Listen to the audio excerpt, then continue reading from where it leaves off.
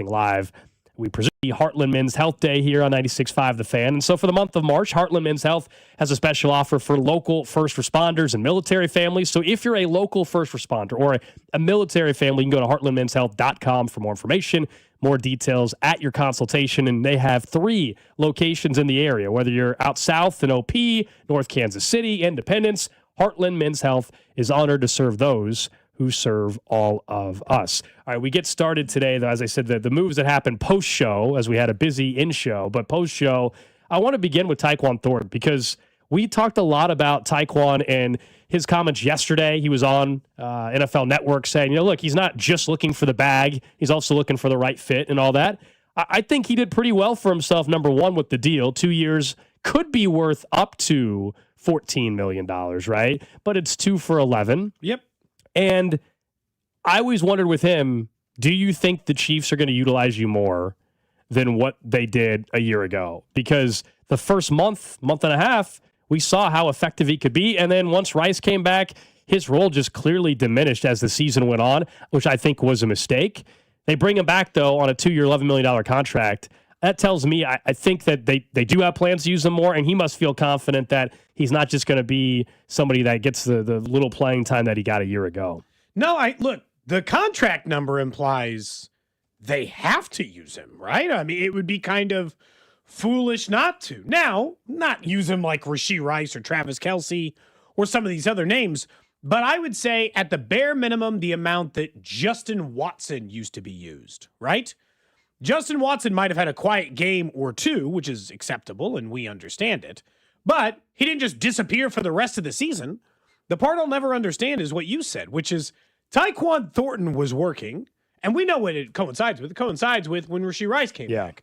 And this all goes back to my once again, my general theory over the idea that they relied on veterans rather than unknown players later in the season and kind of shut things down, and then that caused more problems and everything else kind of in between. But yeah, I think it's kind of, I don't know, not silly maybe, but like a mistake, the way that they didn't use him more and more as the season went on. Because if you look at it, his first 5 games, 2 for 41 and no touchdowns, 2 for 59 and a score, 5 for 71 and a score, 1 for 11. Okay, not much, but a score.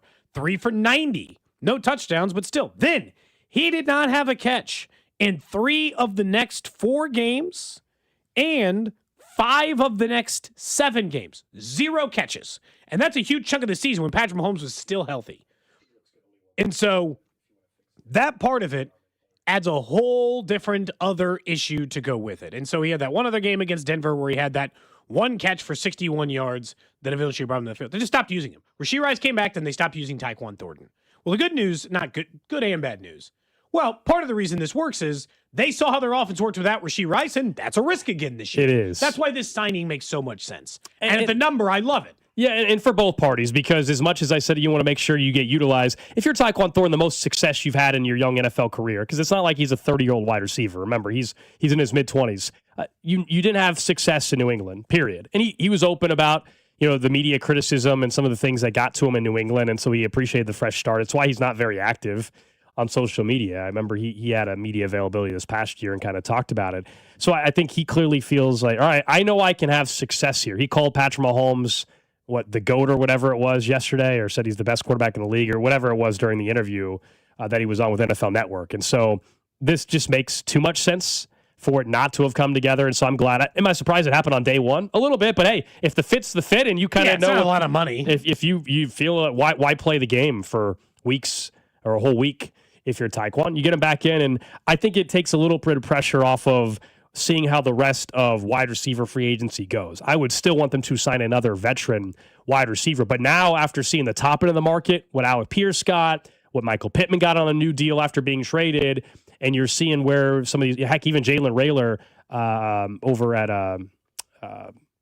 the Raiders. I don't remember where he went. Yeah, the Raiders. Yeah. Naylor. Sorry, I said Raylor. Naylor. You knew what I meant. Seeing that contract, I want to see how it settles down in the next day or two. Romeo Doubs is still out there. Some of these other guys are still out there. What's that market? The longer you go into this, usually it means less money. So is there a chance the Chiefs can settle in a few days and find another veteran, maybe at a cheaper price than what they thought they were going to be able to get. There's a chance. They've got a little bit of cap room, not a ton because of the draft money that's going to be required. But if they found someone that really fits, they still have a couple restructure possibilities. Yeah, of course they do. And if they find the guy that they want, I just was surprised that they were one of the most active teams in all of football in free agency. And again, not all of them were huge deals. The Gilman one, which we can talk about in a minute, was for $21 million. Obviously, we talked about Tonga, and he was about $21 million, right? So, not huge deals by NFL standards, and nor is Taekwon's, 2 for 12 or 11, right? That could be upwards of 15. Up to 14, yeah. But they are doing, I think what we saw yesterday was they took their big swings, and then they bargain bin shop for players that were below the ones that they had been paying for. Tyquan Thornton is cheaper than they had been paying for guys like Hollywood Brown and Juju Smith-Schuster. Okay, then Brian Cook leaves, right, and heads to Cincinnati on a pretty expensive deal. So they bring in Alohi Gilman, which obviously is a cheaper, about half the price of Brian Cook. But I like the way that they're structuring it because they're not going to be able to, clearly, we're never going to be able to pay all their free agents. In the previous years, they'd gotten away with a little bit. They had paid Trey Smith. They had paid Chris Jones. They'd gotten away with paid George Karlaftis. They'd paid some of their guys, could afford to pay some of their guys. Everybody didn't have to leave. Okay.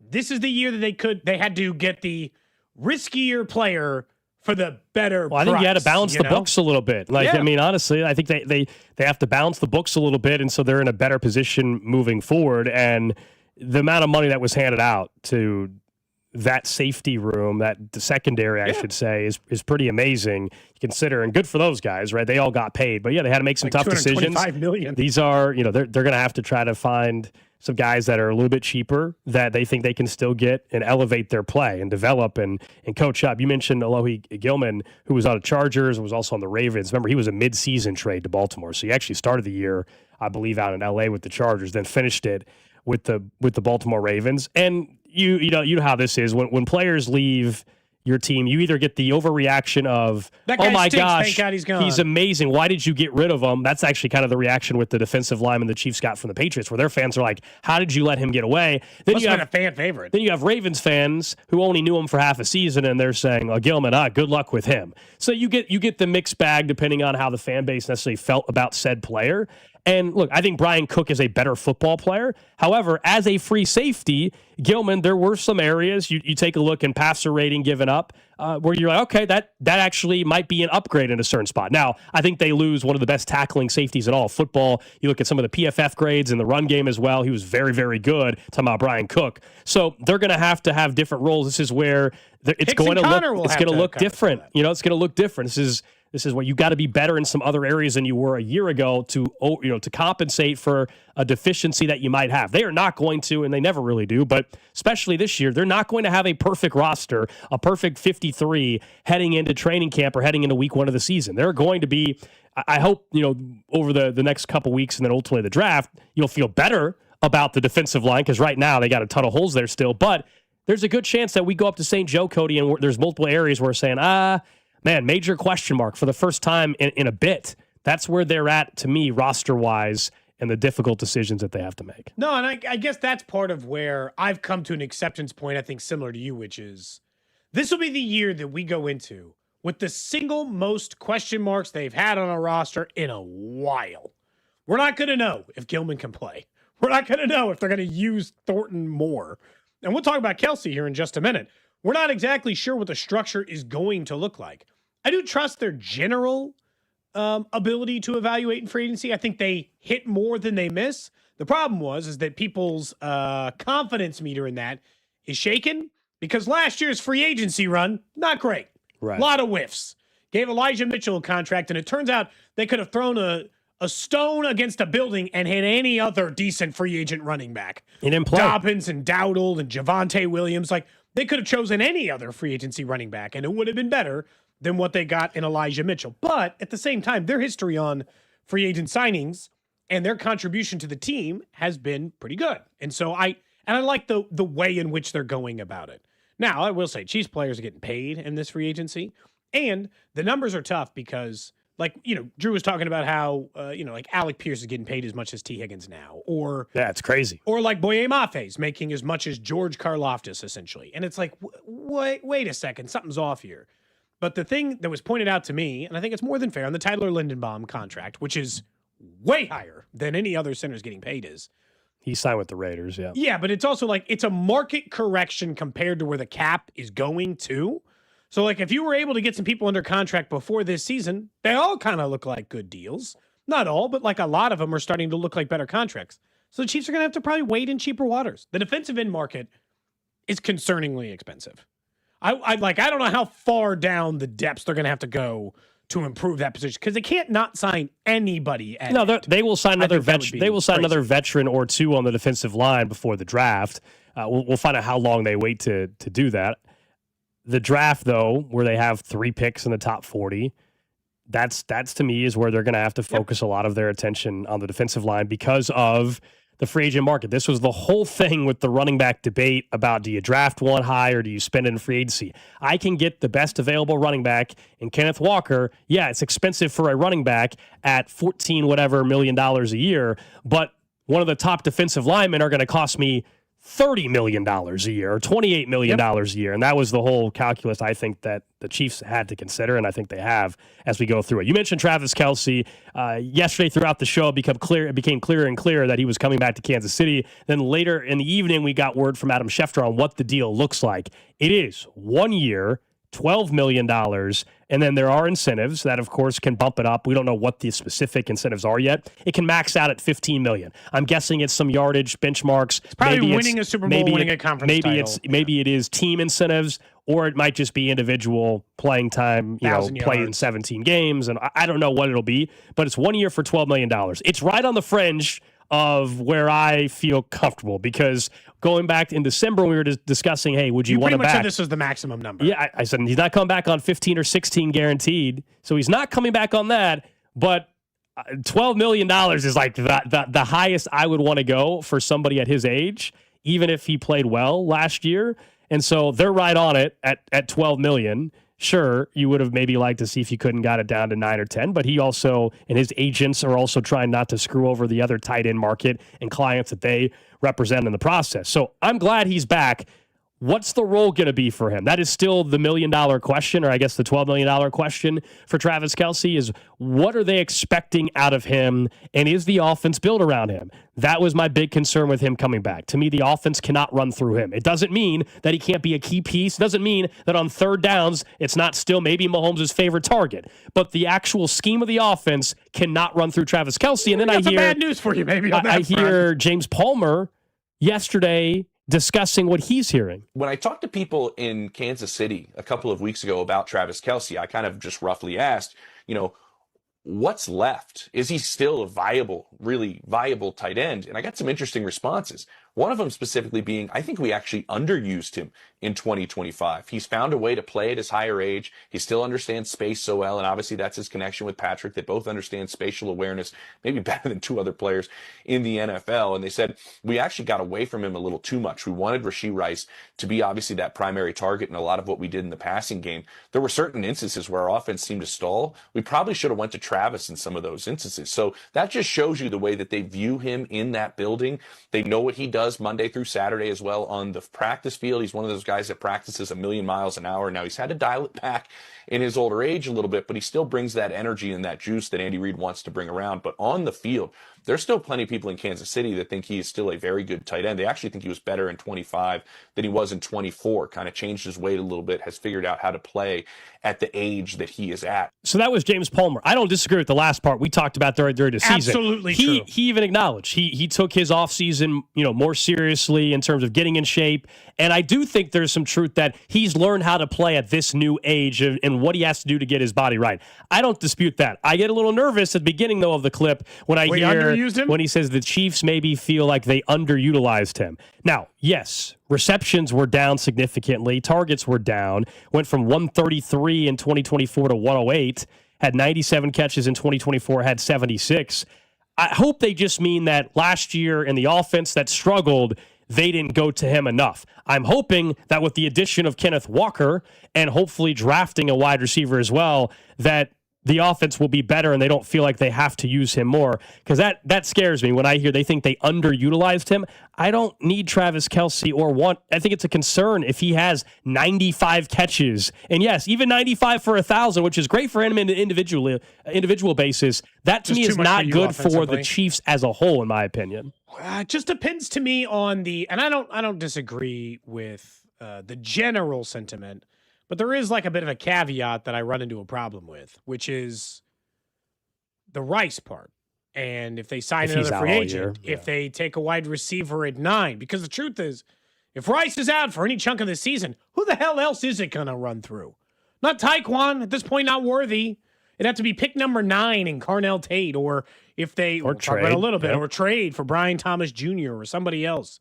It would have to be a different player. They bring in somebody like that, I think that's the perfect mix. As of right now, it will partially run through Travis Kelce. Underused, though. Are you nuts? He had 108 targets. He's a 37-year-old tight end who got, well over 100 targets, which is still, by the way, lower than he has normally gotten. The one thing I'll say, and this is probably why that Chiefs executive said it, from a get open standpoint, and this might be more of an indictment on the wide receivers than a compliment to Travis Kelce. He's still better at getting open than anyone else in the team last year. Well, yeah, that's the relationship part that him and Mahomes have that nobody else can replicate. Nobody else is going to ever be able to probably replicate the knowing where the other guy is going to be as well as those two do. But I do think it is a bit of an indictment in why the offense had its struggles as well. They did not have wide receivers, whether it's scheme, and this is where hopefully O'Shea, the new wide receiver coach, can help a little bit, or just out of ability to win one-on-one, man-to-man coverage and just get open. And some of that I do think is personnel, but also a lot of it I truly believe was coaching, man. I really think that was a big part of the equation. Coming up in a little bit, by the way, we'll talk some more college basketball later in the show. And, of course, our college basketball coverage our Big 12 tournament coverage is presented by Busey Bank, the official bank of the Big 12. I do want to say one thing about the number on Travis Kelce before we talk about Bobby Wood Jr. last night.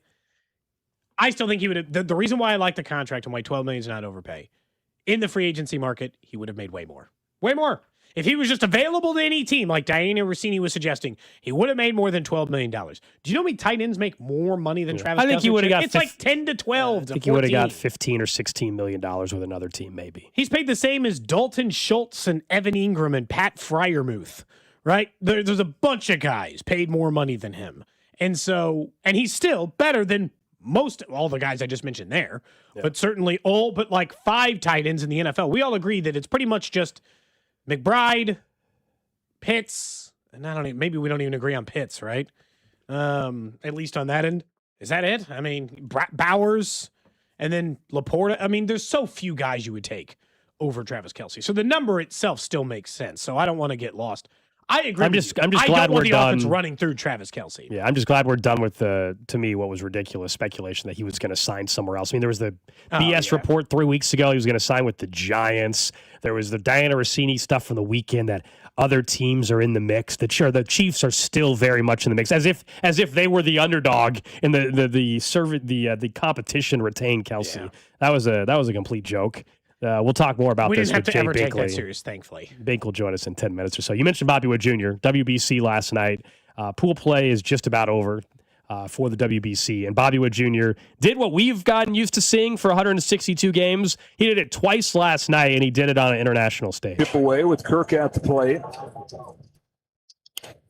And he cracks one, diving stop it short by Witt across the diamond. Wow. That was impossible. Bobby Witt made it happen. One of 2 just ridiculous plays. Paul Skeens was fired up about it as well and had Paul Skeens and Aaron Judge praising him quite a bit because of it. It's cool to see that Bobby's getting his praise on an international stage, but I think it was Jake Eisenberg was tweeting during the game, and he's like, this is routine stuff that we see throughout an entire baseball season in Kansas City. Like those plays, now we shouldn't take them for granted because they're sensational. No, I won't be taking them for he's granted. Already like this baseball season hasn't started. He's already on his way to another Gold Glove. I mean, I know these don't count for that. It's not an MLB game, but go ahead and start getting the Gold Glove ready again in 2026 for Bobby Wood Jr. because that's the kind of stuff that he does weekly. There were a couple. Not nightly. I don't remember what it was, but there were like 2 plays in a row like that during the regular season last year, where he made one that was even more spectacular than that. Those 2 he caught in the air, remember? on the frozen line drives. So yeah, but this also goes back to what I think we were talking about with Bobby Wood Jr. and a conversation maybe we can get into deeper tomorrow with like MVP and some of this other stuff. Last night, there were a bunch of baseball fans who only watched the Padres or the Orioles or some other team who tuned into a very good U.S. versus Mexico game that was a little back and forth. And obviously Duran made it close late. And so like there was some sweat. And they got to watch Bobby Wood Jr. do absolutely freakish stuff at shortstop. And it's good for him. It raises his profile, raises the Royals' profile.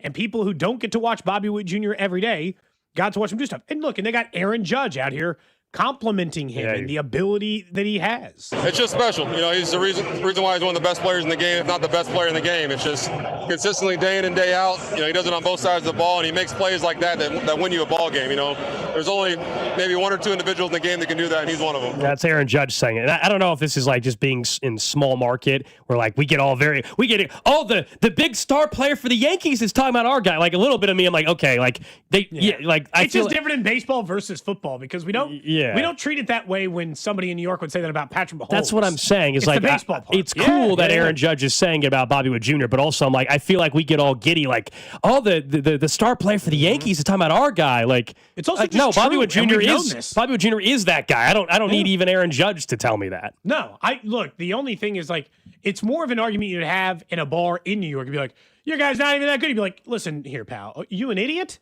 Have you watched Bobby Wood Jr. play? The guy's a star. But in Kansas City, we know that. Like, this is not, like you said, in that broadcast last night, none of this is new information to us. Yeah.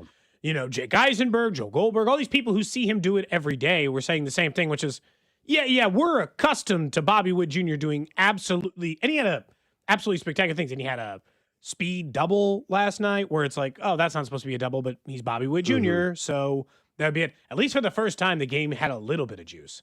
I told you, man, it's still the same thing. It's like if you watch Puerto Rico's entrance for their closer, this other stuff, I still think there's more juice for the other teams in the country right now, or in the World Baseball Classic for the other countries.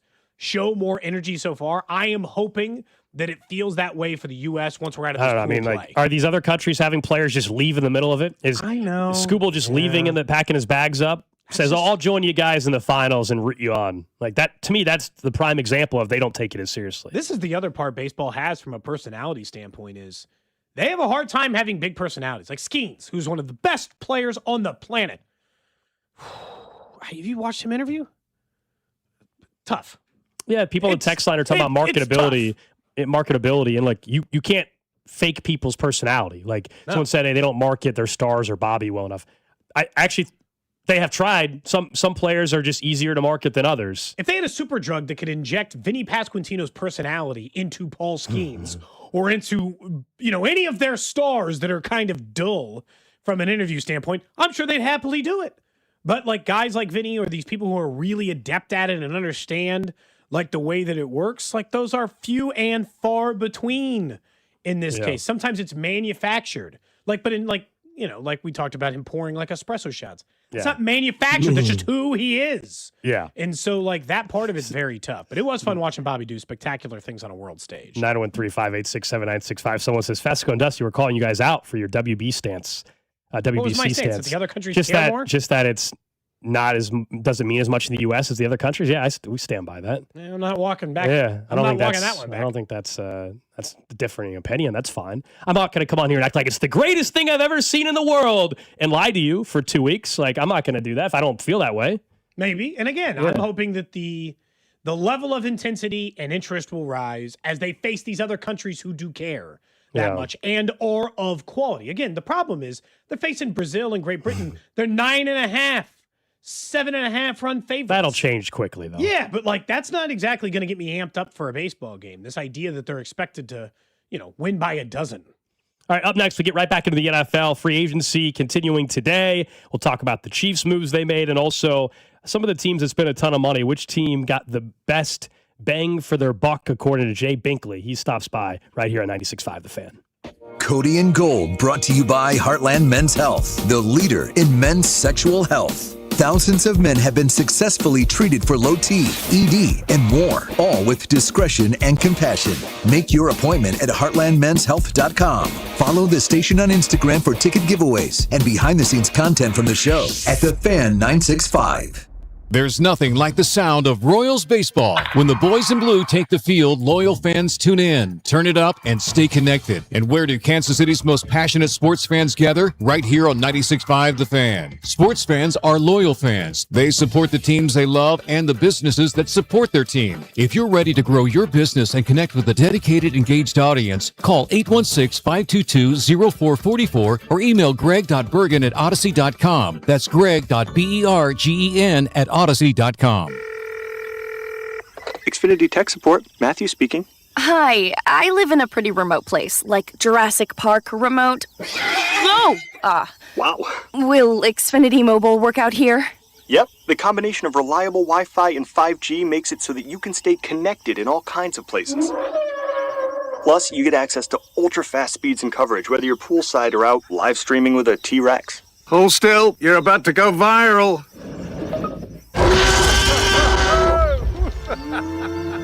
Welcome to a new era of Wi-Fi boosted mobile. Cut your mobile bill in half with 2 lines of unlimited. Learn more at xfinitymobile.com. Xfinity, imagine that. Watch Jurassic Park with Xfinity. Restrictions apply. Xfinity Internet required. Savings comparison based on promotional rate for 2 lines of Xfinity Mobile Unlimited versus 2 lines of T-Mobile Experience More, Verizon Unlimited Plus, and AT&T Starter as of February 10th, 2026. Taxes, fees, extra. It's Thirsty Thursday at Hy-Vee. Time to stock up the bar and fill up your tank. Earn 50 cents per gallon fuel savings on every $50 purchase of wine, beer, hard seltzer, and spirits. Mix and match all your favorite libations and get a 50-cent fuel saver with every $50 purchase. Stack up the savings and your next fill-up could be free. Don't miss Thirsty Thursday at your Kansas City, Missouri Hy-Vee. Product promotion differs by location. Offers valid where legal, available while supplies last. If you're like me, you're feeling the pinch of high prices right now on just about everything. And that's where my friends at Hy-Vee come in to save the day, because they're always finding ways at Hy-Vee to save me money, like amazing fuel saver deals. Shop Hy-Vee this Saturday and Sunday and get a 30-cent per gallon fuel discount when you spend $60 on groceries. And you can stack up the savings on Hy-Vee fuel saver deals, and your next fill-up could even be free. There's nothing better than saving money, only at Hy-Vee. Call Hamilton today for our $79 mainline drain cleaning special. The pros at Hamilton will inspect your drains with video camera technology to pinpoint exactly what is needed to clear those clogs and help prevent expensive drain repairs. The expert technicians at Hamilton are ready 7 days a week to solve your problem the right way, the first time. Over 40 years experience and more than 8,000 5-star reviews are great reasons to trust Hamilton. Visit callhamilton.com/radio for details, terms, and conditions. License number 2025-11120. At Liberty Mutual, we love helping people with things like customizing car insurance, just like how we customize a song for you. Catered country tune. Liberty Mutual, saving you bucks by protecting your truck. 'Cause Birdie told me to only pay for what I need. Thank you, Limu. I'll always trust in Limu with Liberty, Liberty, Liberty, Liberty. Pump up the volume. Business moves fast. Orders roll in, deadlines close in. When you ship with USPS Ground Advantage, you can keep up with confidence. Every package stays in our secure network from dock to door. And with nationwide reach, dependable tracking, and upfront affordable pricing, you get built-in peace of mind. You run the business. We run the routes. Visit USPS.com/Ground Advantage to learn more. I'm Boomer Esiason. My mom died from cancer. She was only 37 years old. She didn't have life insurance, and that was devastating for my family. That's why having life insurance is so important to me. Ethos makes it fast and easy. Get a quote in seconds, apply in minutes, and get same-day coverage. You can get up to $3 million in coverage with no medical exam. Get your free quote at ethos.com/life. That's ethos.com/life. Paid spokesperson. Time spent on application may vary. Online health questions required. At LendSeek, we know running a business takes heart, hustle, and sometimes a little help. That's why we stand with you, with our exclusive AI lending platform, connecting you to over 100 funders. If you've been in business for at least 2 years with a minimum annual revenue of $500,000, you can get up to $1 million in funding in as fast as 24 hours. No collateral, no prepayment penalties, no red tape. Apply today with no cost or obligation at lendseek.com. That's LENDSEEK.com. Did you know about 1 in 3 people with plaque psoriasis may also develop psoriatic arthritis, which causes joint pain, stiffness, and swelling? Does this sound like you? Listen to what it sounds like to be a million miles away. Tremfya guselkumab, taken by injection, is a prescription medicine for adults with moderate to severe plaque psoriasis who may benefit from taking injections or pills or phototherapy, and for adults with active psoriatic arthritis. Serious allergic reactions and increased risk of infections and liver problems may occur. Before treatment, your doctor should check you for infections and tuberculosis. Tell your doctor if you have an infection, flu-like symptoms, or if you need a vaccine. Imagine being a million miles away. Explore what's possible. Ask your doctor about Tremfya. Visit tremfya.com or call 1-800-526-7736.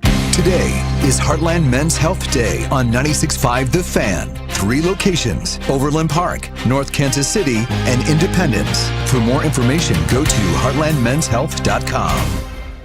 Brought to you by Kelce. Trade on anything. Big moments are coming up. The Film Awards, March basketball, midterms, and now you can trade on what happens on Kelce. Trade your opinion on a live market with real prices, real payouts, and no house. Download the Kelce app. Use code FAN to get $10 when you trade $10.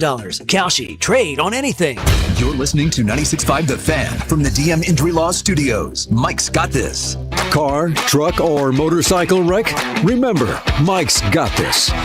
816-888-7500. Mike's got this. Hey, it's Scott Parks, and we've launched Beyond the Pitch KC, a podcast on how Kansas City landed the world's largest sporting event, presented by Commerce Bank. Visit commercebank.com/soccer26. Subscribe on the Odyssey app or wherever you get your podcasts.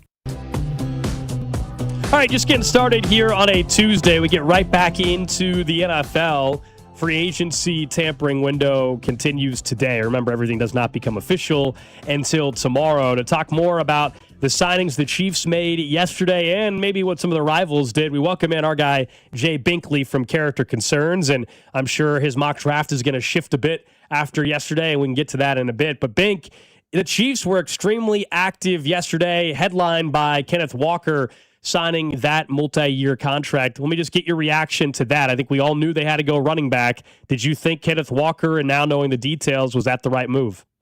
I think it's the right move, first and foremost, but I wasn't expecting it, though. I mean, I was thinking ETN or Algier could be a possibility.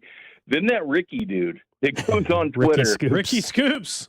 Hey, I'm telling you, man, this guy broke the Parsons to Green Bay trade, the George Pickens trade. Yeah, they shut down his Twitter account. They're trying to find him. The Quinnen Williams, he beat Adam Schefter by 20 minutes. The TJ Watt extension. I mean, it is crazy how many things this guy gets right. When he put Kenneth Walker out there, I was like, all right, this guy's usually right. Now he does have some misses, but he's generally right. And I was like, okay, the Chiefs will want to hit a home run. They really want to explosive plays. Is he the all around, complete back? Well, everybody's got issues. The run blocking, the pass blocking might be just one of the minor issues, but they needed an explosive running back, and they got one in Kenneth Walker. I think it's great. It's one thing the Chiefs couldn't do. Isaiah Pacheco had that 4.37 speed that they loved at the combine, but he just never showcased it. He just couldn't find his way open and break the tackles. And I know he got a name for himself for being a tough runner, but I always kind of laughed when that was out there, because where was the tough runs on 3rd and 1? Where was the tough runs on 4th and 1? So, yeah, I really like what the Chiefs did. Then Kyrus Tonga that they drafted, or that they got from the New England Patriots. I love this guy, playing the nose. This guy is a tough player. I love the fact that they can do a lot of different things with him. He's only going to play 45 to 50% of the snaps. But the real reason I like him coming to the Chiefs is what he means for Omar Norman-Lott. He seems to be the guy people forget about. Drafted 63rd overall, the number 1 pass win rate in college football, that got hurt and basically had to miss most of the season. He's coming back. I think the Chiefs tried to put him in the wrong position. They tried to add weight to him. They put him at nose tackle. He's not a nose tackle. He's a 3 technique. He does better at the 3. He can even go outside of the 5 if you ask him to, but that is his natural position. They put a lot more weight than he's normally used to playing. They played at Tennessee. So I do believe having Tonga playing over the nose frees up Omar Norman-Lott to be more of that 3 technique. And I think it's going to be a real surprise. It's like a draft pick for the Chiefs in Omar Norman-Lott they really didn't get to see last year. When you look at, I guess, what they're doing offensively with Kenneth Walker, Nate Taylor seems to think, I seem to think, so I guess I'm curious what you think. Do you think that they're going to change their running style? Like, if you look at the number of RPO runs for Kenneth Walker, none, essentially. Obviously, the Chiefs running back group did that a lot. So, like, do you expect them to change the way they're trying to run the football with Kenneth Walker? Yeah, I think the Bieniemy will bring it in. They need to change the style. I know Alex and I have talked about this quite a bit, and he's so much more of an effective running back when he's running behind center than RPOs. I mean, he's much different or shotgun. He is a much different running back running under center, meaning he's better when he's doing it. But I think they do shift. Now, can Andy Reid do it? You know, you hear this, well, Andy Reid never runs the football. He's not going to do it. That's not true. Kareem Hunt led the NFL in rushing under Andy Reid.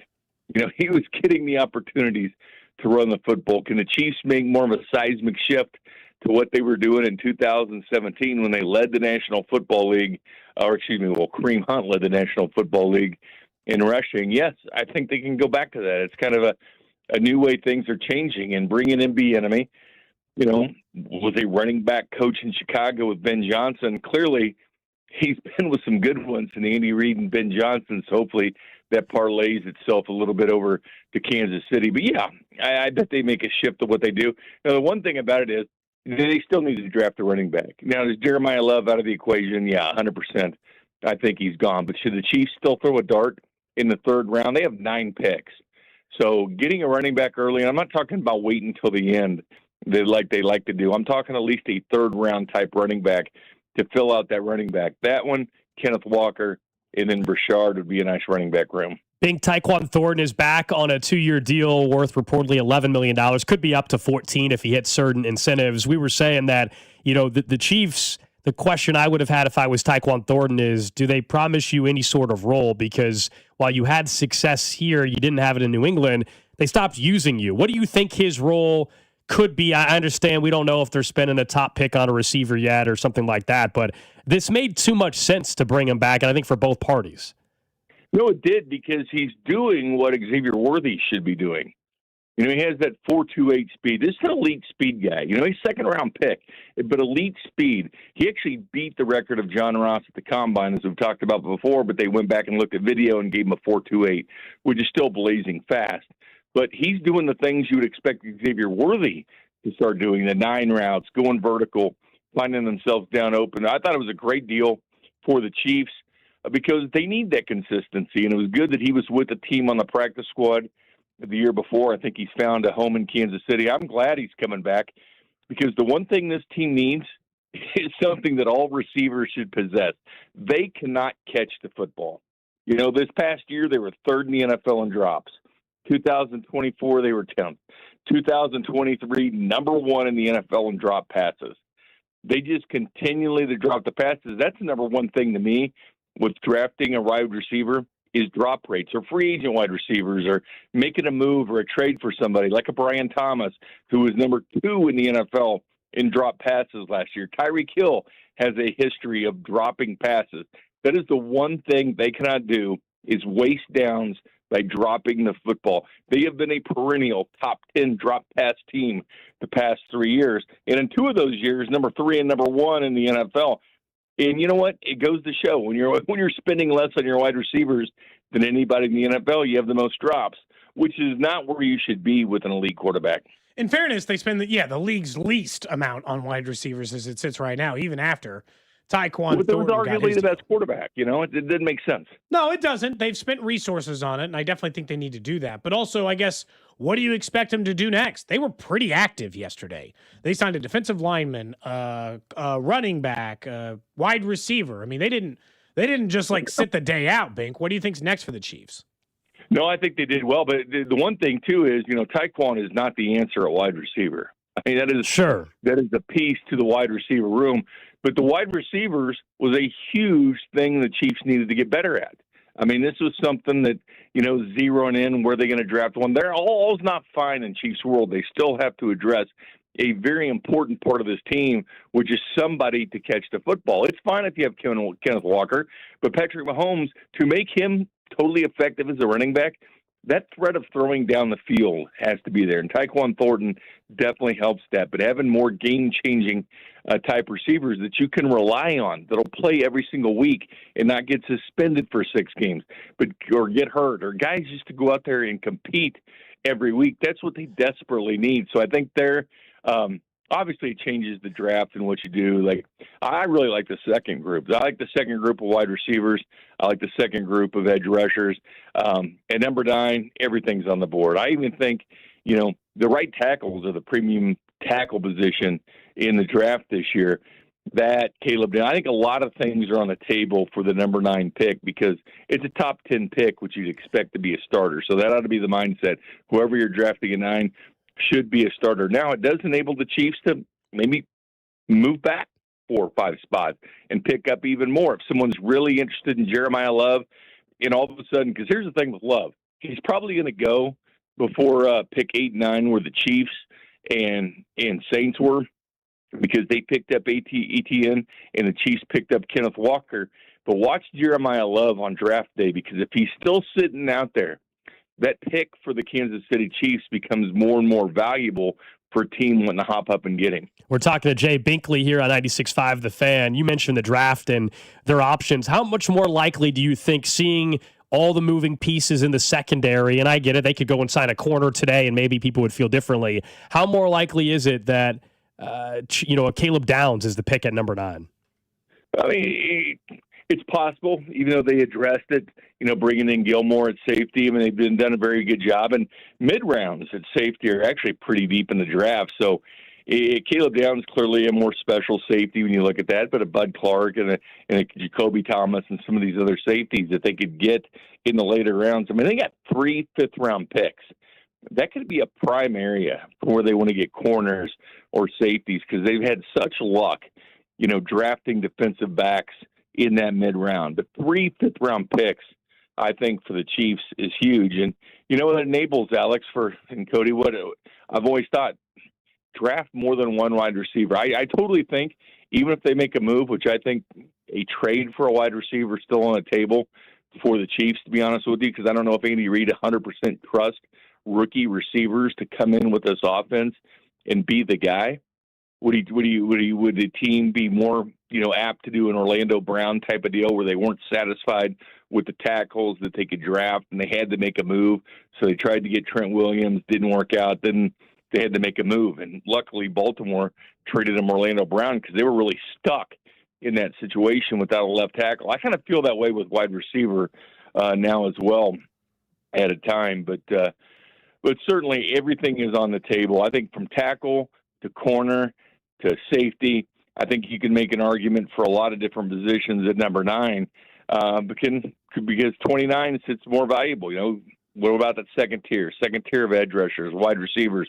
They're still going to be capable. How far is Kenyon Sadiq going to fall back? Is he still going to be there? Is someone going to want Kenyon Sadiq so bad they make a move to number 9 where the Chiefs are, like Jeremiah Love? I mean, there's many possibilities of players that people could maybe covet that could actually trade the Chiefs. Last thing for me, Bink, did you like any of the days from any of the divisional opponents? The Chargers, the Broncos, or the Raiders? Well, the Raiders spent the most.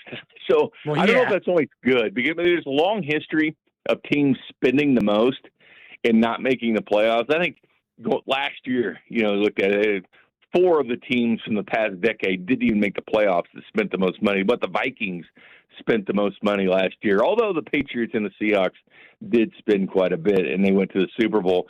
Not enamored. I like what the Saints did.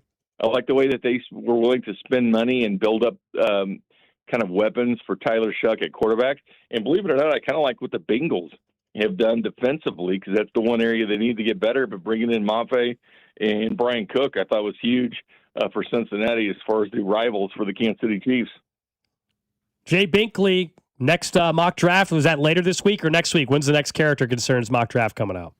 Well, we just kind of looked at free agency and how it's going to shift the draft and kind of the positions you're looking for. A full mock for the Chiefs once free agency's kind of slowed down here after these 3 days. That'll be next week. All right. I think that's a true testament when you see these things.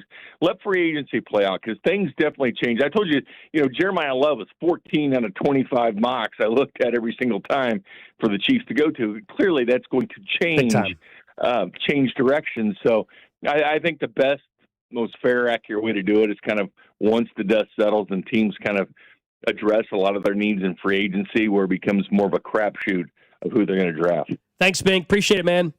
All right, guys. There you go. That's Jay Binkley, of course, our draft expert, along with Chris Uno-Cero, and be on the lookout in a couple weeks, it sounds like, for the next mock draft.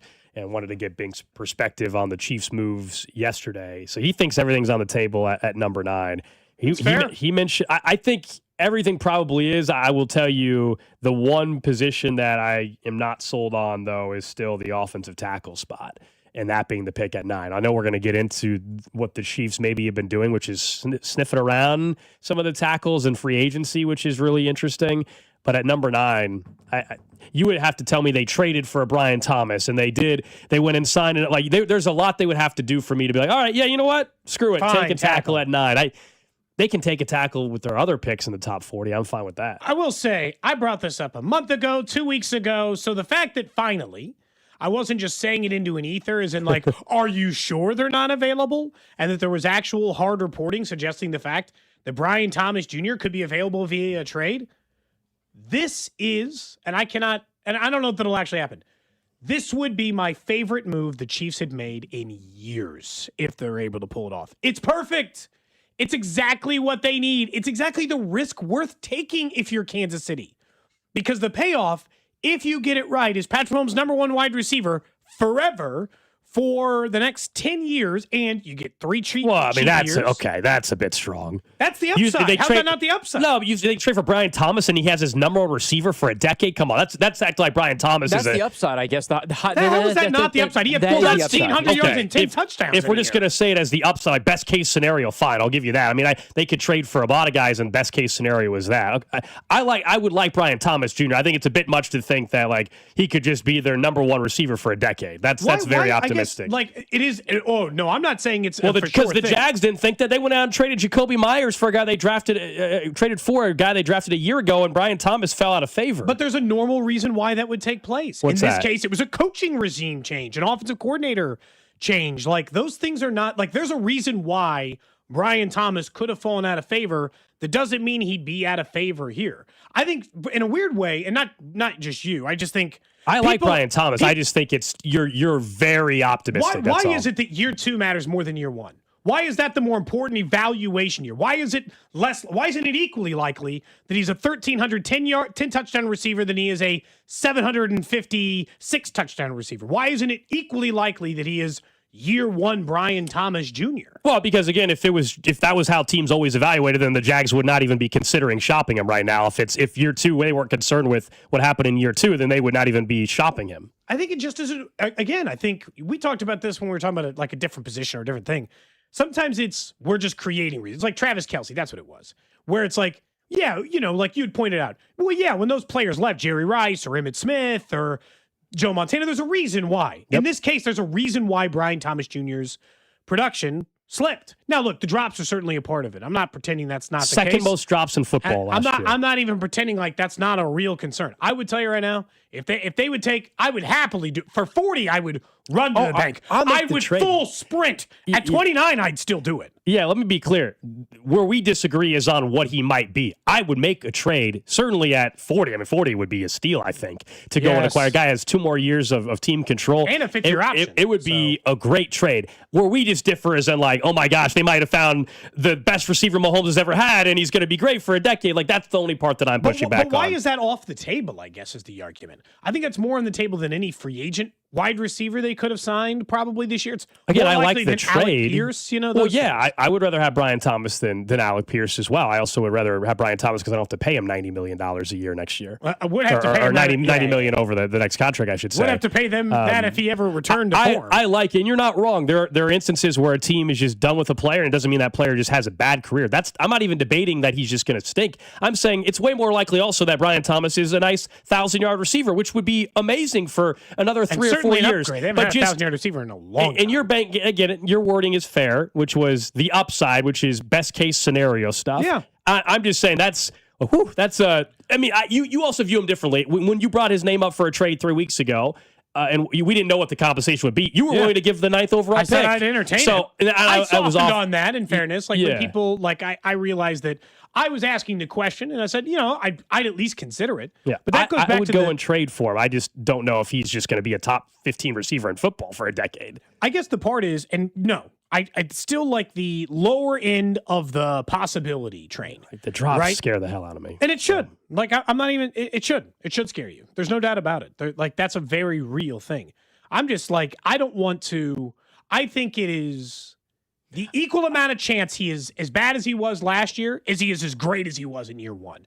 As in 10% chance he's a 1,200-yard receiver every year, 10% chance he's a 700-yard receiver every year, and an 80% chance he's just a 1,000-yard guy, which would go a long way in their success. And at 29, that's why I would do it at 29. At 40, you and I would obviously both immediately sign up.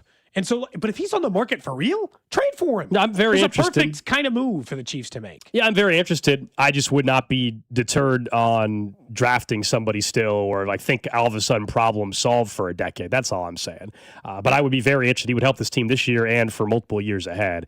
And we'll see the drop, why he's available, the drop stuff. It's interesting how, and I think we're all banking on O'Shea coming in and being much better, because I do think it's a little weird though because the same people that are texting in that are saying that the wide receivers that they currently have stink and they're poorly coached and they haven't developed and all this are the same people saying, well, we'll make Brian Thomas better. Like someone says, the Jags are not the Jags are not well run. Someone texted in, the Chiefs are. Thomas will figure it out here.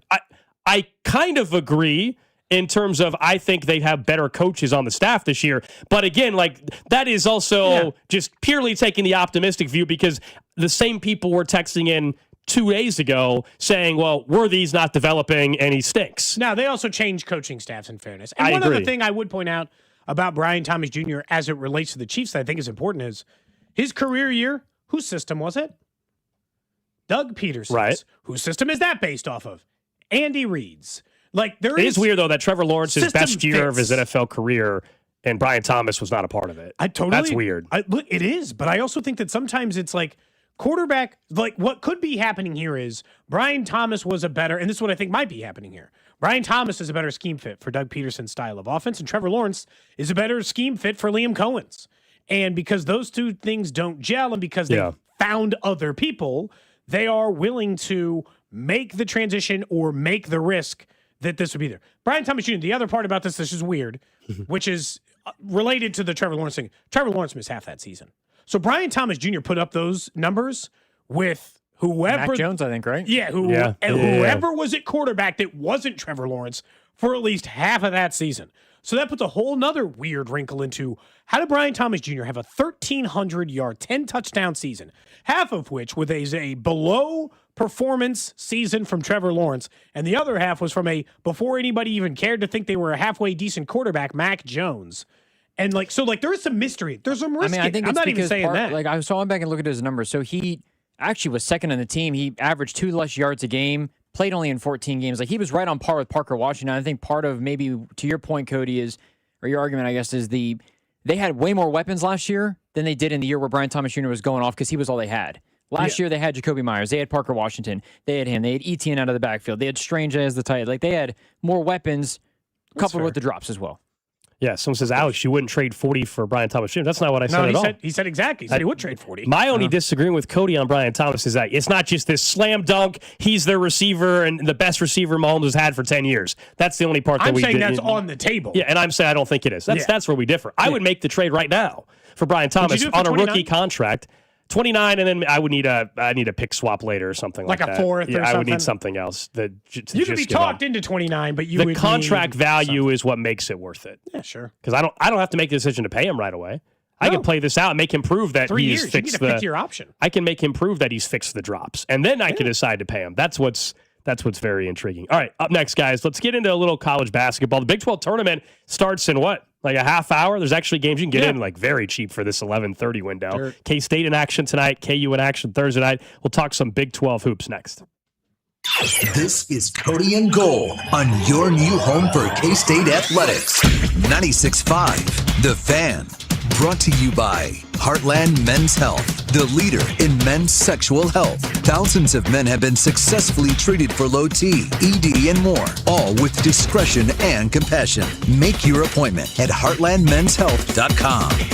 FanDuel's giving all customers a profit boost every single day through March 15th. From now till that final 68 is revealed on Sunday, you're getting daily profit boost for a chance at boosted winnings on your college basketball bet. So trust me, you don't want to miss a single day. You're going to want to check in often to get those new daily profit boosts. Maybe you're watching some of these smaller conference tournaments last night. Maybe you were keeping an eye on what Gonzaga was doing. You're going to look at the SEC tournament. Big 12 tournament starts up here in just a little bit. You can build out a same-game parlay for a shot at a bigger payout. Or try live betting. Jump in after tip-off. We've done that during the show a few times during the tournament. Best of all, with FanDuel, you get paid instantly when you win. Just visit FanDuel.com/local to get started. That's FanDuel.com/local. FanDuel Sportsbook's the official sportsbook of 96.5 The Fan. 21 in President, Missouri. Opt-in required. Bonus issued as non-withdrawable profit boost tokens. Restrictions apply, including any token expiration and max wager amount. See terms at sportsbook.fanduel.com. Gambling problem? Call 1-800-GAMBLER. How old is your roof?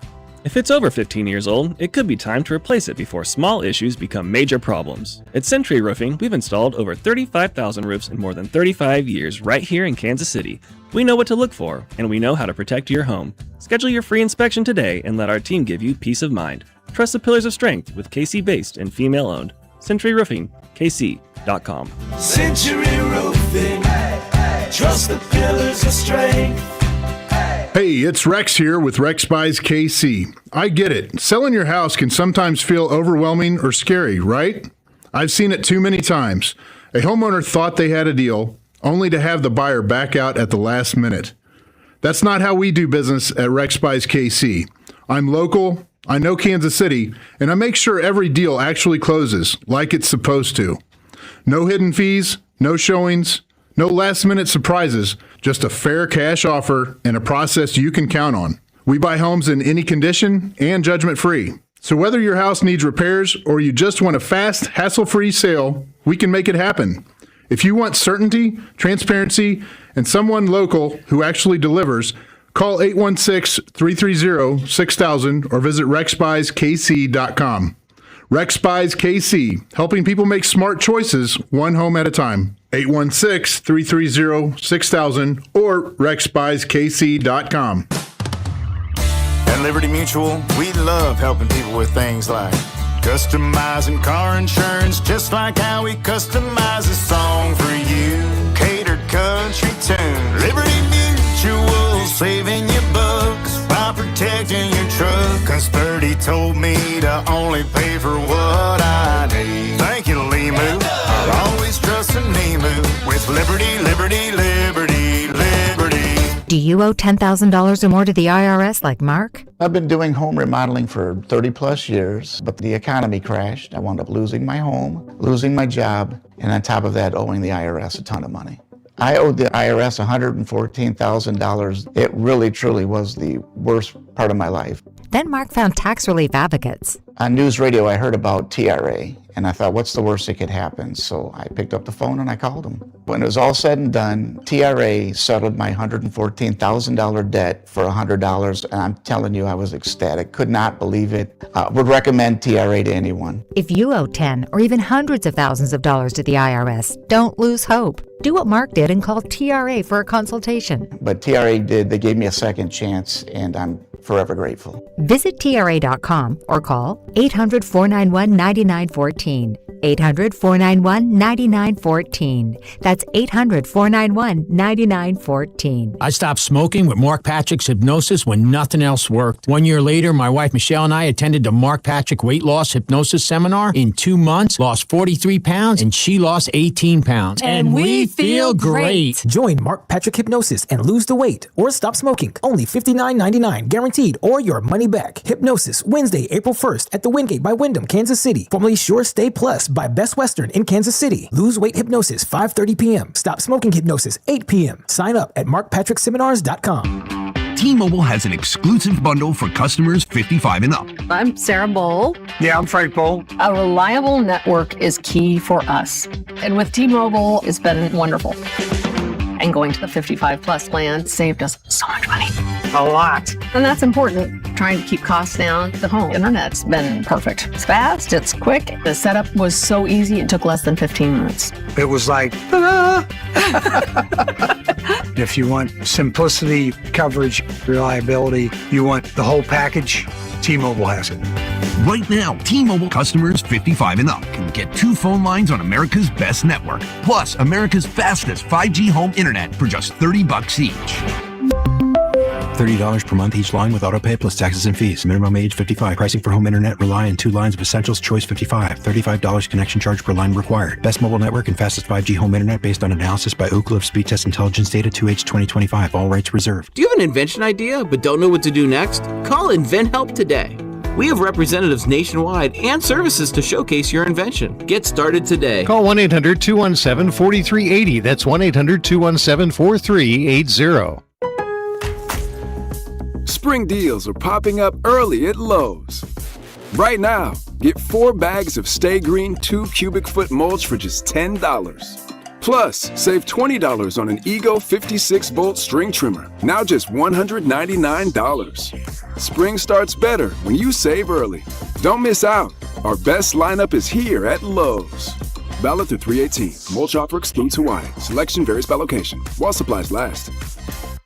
I didn't ask to be thrown in the streets, but I did ask for help, and Covenant House was there for me. For these kids who didn't ask to be put in this unthinkable situation, Covenant House is there. To learn more, go to safeplacetosleep.org today. Coming to Kansas City, the NAIA Men's College Basketball Championship. 16 teams, 15 games, 6 days, and 1 national champion. The NAIA Men's College Basketball Championship at Municipal Auditorium, March 19th to the 24th. Get your tickets now at NAIAHoops.com. Burns' season preview show is Thursday, March 12th, starting at 6 o'clock, right here on your home for Royals baseball. 96.5 The Fan, KFNZ FM and AM, HD1 and HD2 Kansas City, and Odyssey Sports Station. 11 o'clock hour here on Cody and Gold. Coming up in a half hour, the general manager of the Kansas City Royals, JJ Picollo, will join us. We'll certainly ask him about Bobby Wood Jr.'s performance last night in the WBC. And also, unfortunately, we'll ask him about an update Andy Rogers just tweeted out around second baseman Michael Massey, who has, quote, a low-grade calf strain, according to Matt Quatrero. He tweaked it on a play against the Dodgers last Friday. Did not get better. They checked it out. He's going to be out of action, game action, that is, for hopefully just about a week. I hope it's just, well, ask Jay, I hope it is just a week. This is a guy that just really struggled to stay healthy, and it sucks because he has had a very nice spring, and they could certainly use Michael Massey's bat in the lineup. We know the glove.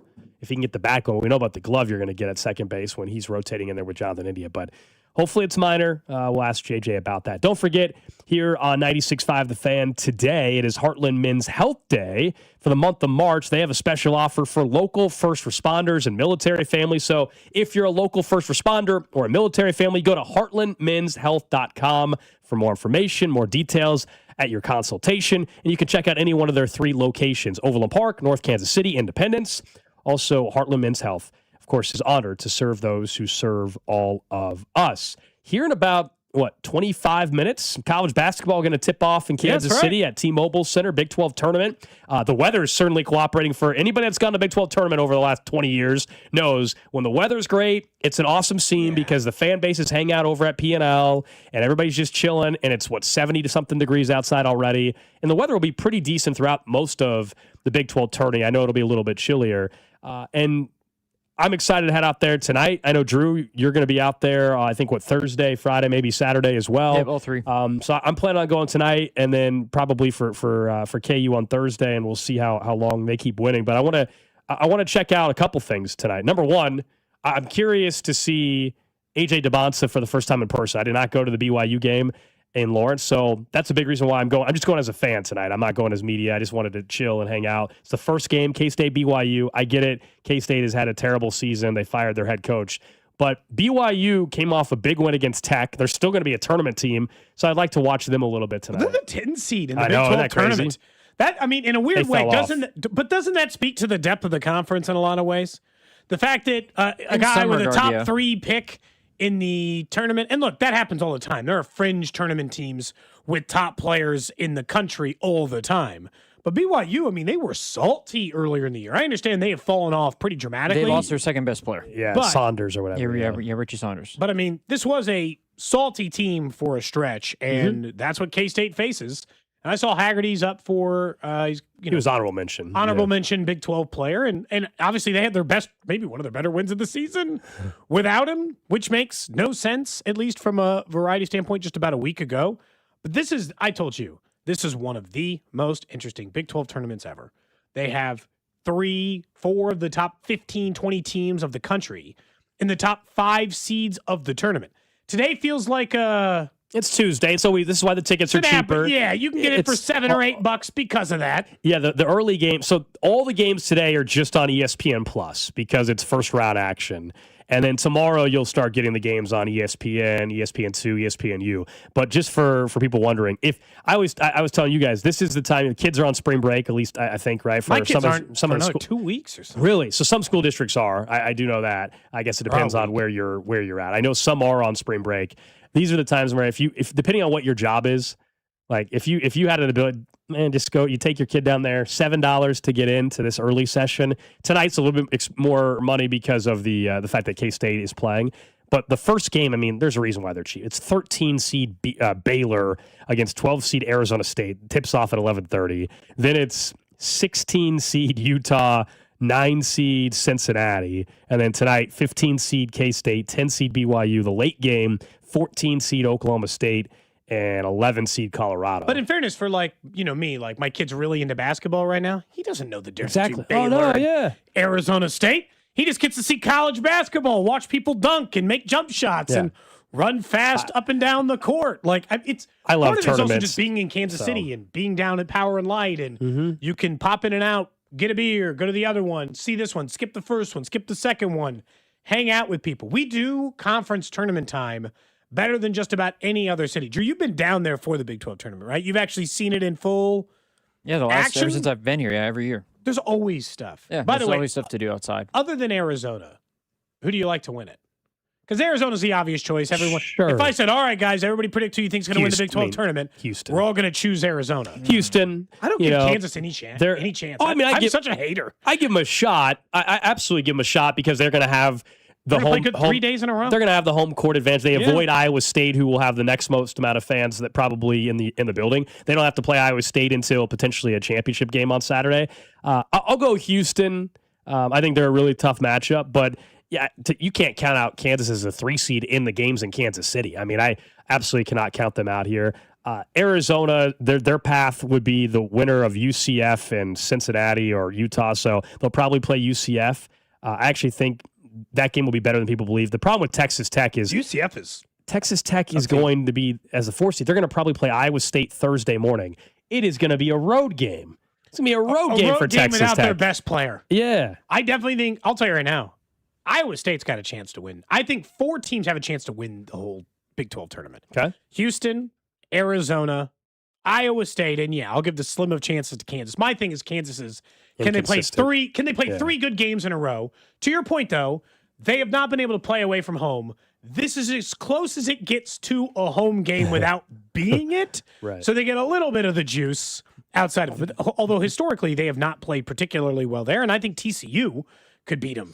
So that's the problem. Odds to win the Big 12 tournament, that is. Arizona, of course, the favorite, plus 105 at FanDuel. Houston, plus 220. Iowa State, 7.5 to 1. KU, 8.5 to 1. And then there's a huge drop-off. That's exactly what we just said, essentially. Texas Tech, 16 to 1. And then BYU, 65 to 1. Again, they have to play more games. What's Kansas State? Why are you even asking? I don't know. I just thought it'd be fun. What are you... 300 to 1, Cody. 300 to 1? Yeah. You guys want to put $5 on it? I'm going to include Texas Tech in that they can win it. They beat Iowa State on the road without JT Toppin. Texas Tech is 16 to 1. So $10 bet on Texas Tech wins you $1.60. The only team that remotely it's not going to happen. The only team that has remotely any chance to win that's playing today is BYU. That's it. Plain and simple. I think UCF could potentially. They don't play today though. Do a run. They don't play today. They don't play today? No, they play tomorrow. Since he plays today, right? Yeah. Yeah, and I agree with you. UCF could be a surprise, but yeah, they got a lot to play for, and they're gonna. If you gave me a sleeper, it'd be UCF out of anybody. I would agree with that, but they don't play till tomorrow in the second game. They're waiting the winner of that Cincinnati game. The weird part as well, I said things I'm looking forward to tonight to watch is I want to see this court in person, this glass LED court, because Bill Self was on Hawk Talk last night. He said that KU had a short practice shoot around at T-Mobile yesterday and said the court, quote, doesn't have the same traction That's what I'm as saying. Allen Fieldhouse and other courts KU has played on. He's glad the team got 30 minutes on the court. There's some NBA players that said it wasn't any different. So this is something to watch. Our teams that play today, are they going to have early on an advantage tomorrow because they already got used to playing on what Bill Self is saying is not the same traction? That's what I would be worried about. It's not the hardwood, which But they don't. I wouldn't have made the decision to do the court change, but I get it. I think it affects the play too much. I think it affects the play, but at the same time, it's only affecting one team's automatic bid to the tournament. Most of the teams in the Big 12 tournament are going to the tournament anyway, regardless of what happens in these things. It only really impacts. I'm worried about injury stuff, No, right? I'm You don't worried want about someone that. slipping, and all of a Especially sudden for Kansas, they who's been slip, dealing with pulls that. a groin, and all of a sudden you lose your best player to a groin injury because he did the splits on the court because he slipped. How does the glass handle body, like your body weight coming down? Like how exactly? Like They said they're ready to handle that kind of stuff and that it can handle that. Our Big 12 tournament coverage, by the way, is brought to you by Busey Bank, the official bank of the Big 12. But yeah, I get the fear. I really do. But at the same time, I mean, I'm relatively confident, I guess, that they've tested most of this. Yeah. And that, if a guy pulls a hamstring, you shouldn't automatically blame the court. People can pull hamstrings on all kinds, that happens on a wood court. For sure. I don't think we need to jump to the immediate, it must be the glass courts problem. They're trying to increase their branding, which, by the way, the Big 12 has to work a lot harder for. Let's just be honest. The reason why they do let's call it gimmicky stuff, like the glass court LED, is because they have to. The SEC and the Big 10, they're not out here having to vie for your attention across the board. In basketball, I don't think they do. I know, but they are super conferences. I get it. Across the board, the Big 12 has to increase their brand in every conceivable way, Drew. Basketball's what saved them. Genuinely, I think basketball is what saved them versus the Pac-12 dying. In the end, when push came to shove, the thing that made the difference between the Pac-12 and the Big 12 was not the quality of their football programs. It was the fact that they still had something.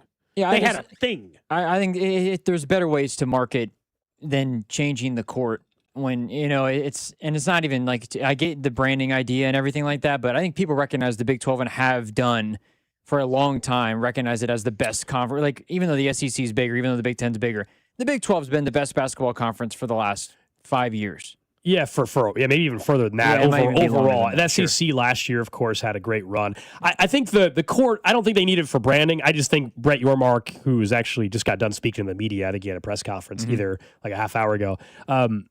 He's innovative. He's going to try new things. Do they have to have the court this way? Of course not, but it's getting attention. It is getting, like, people are talking about it because it's different.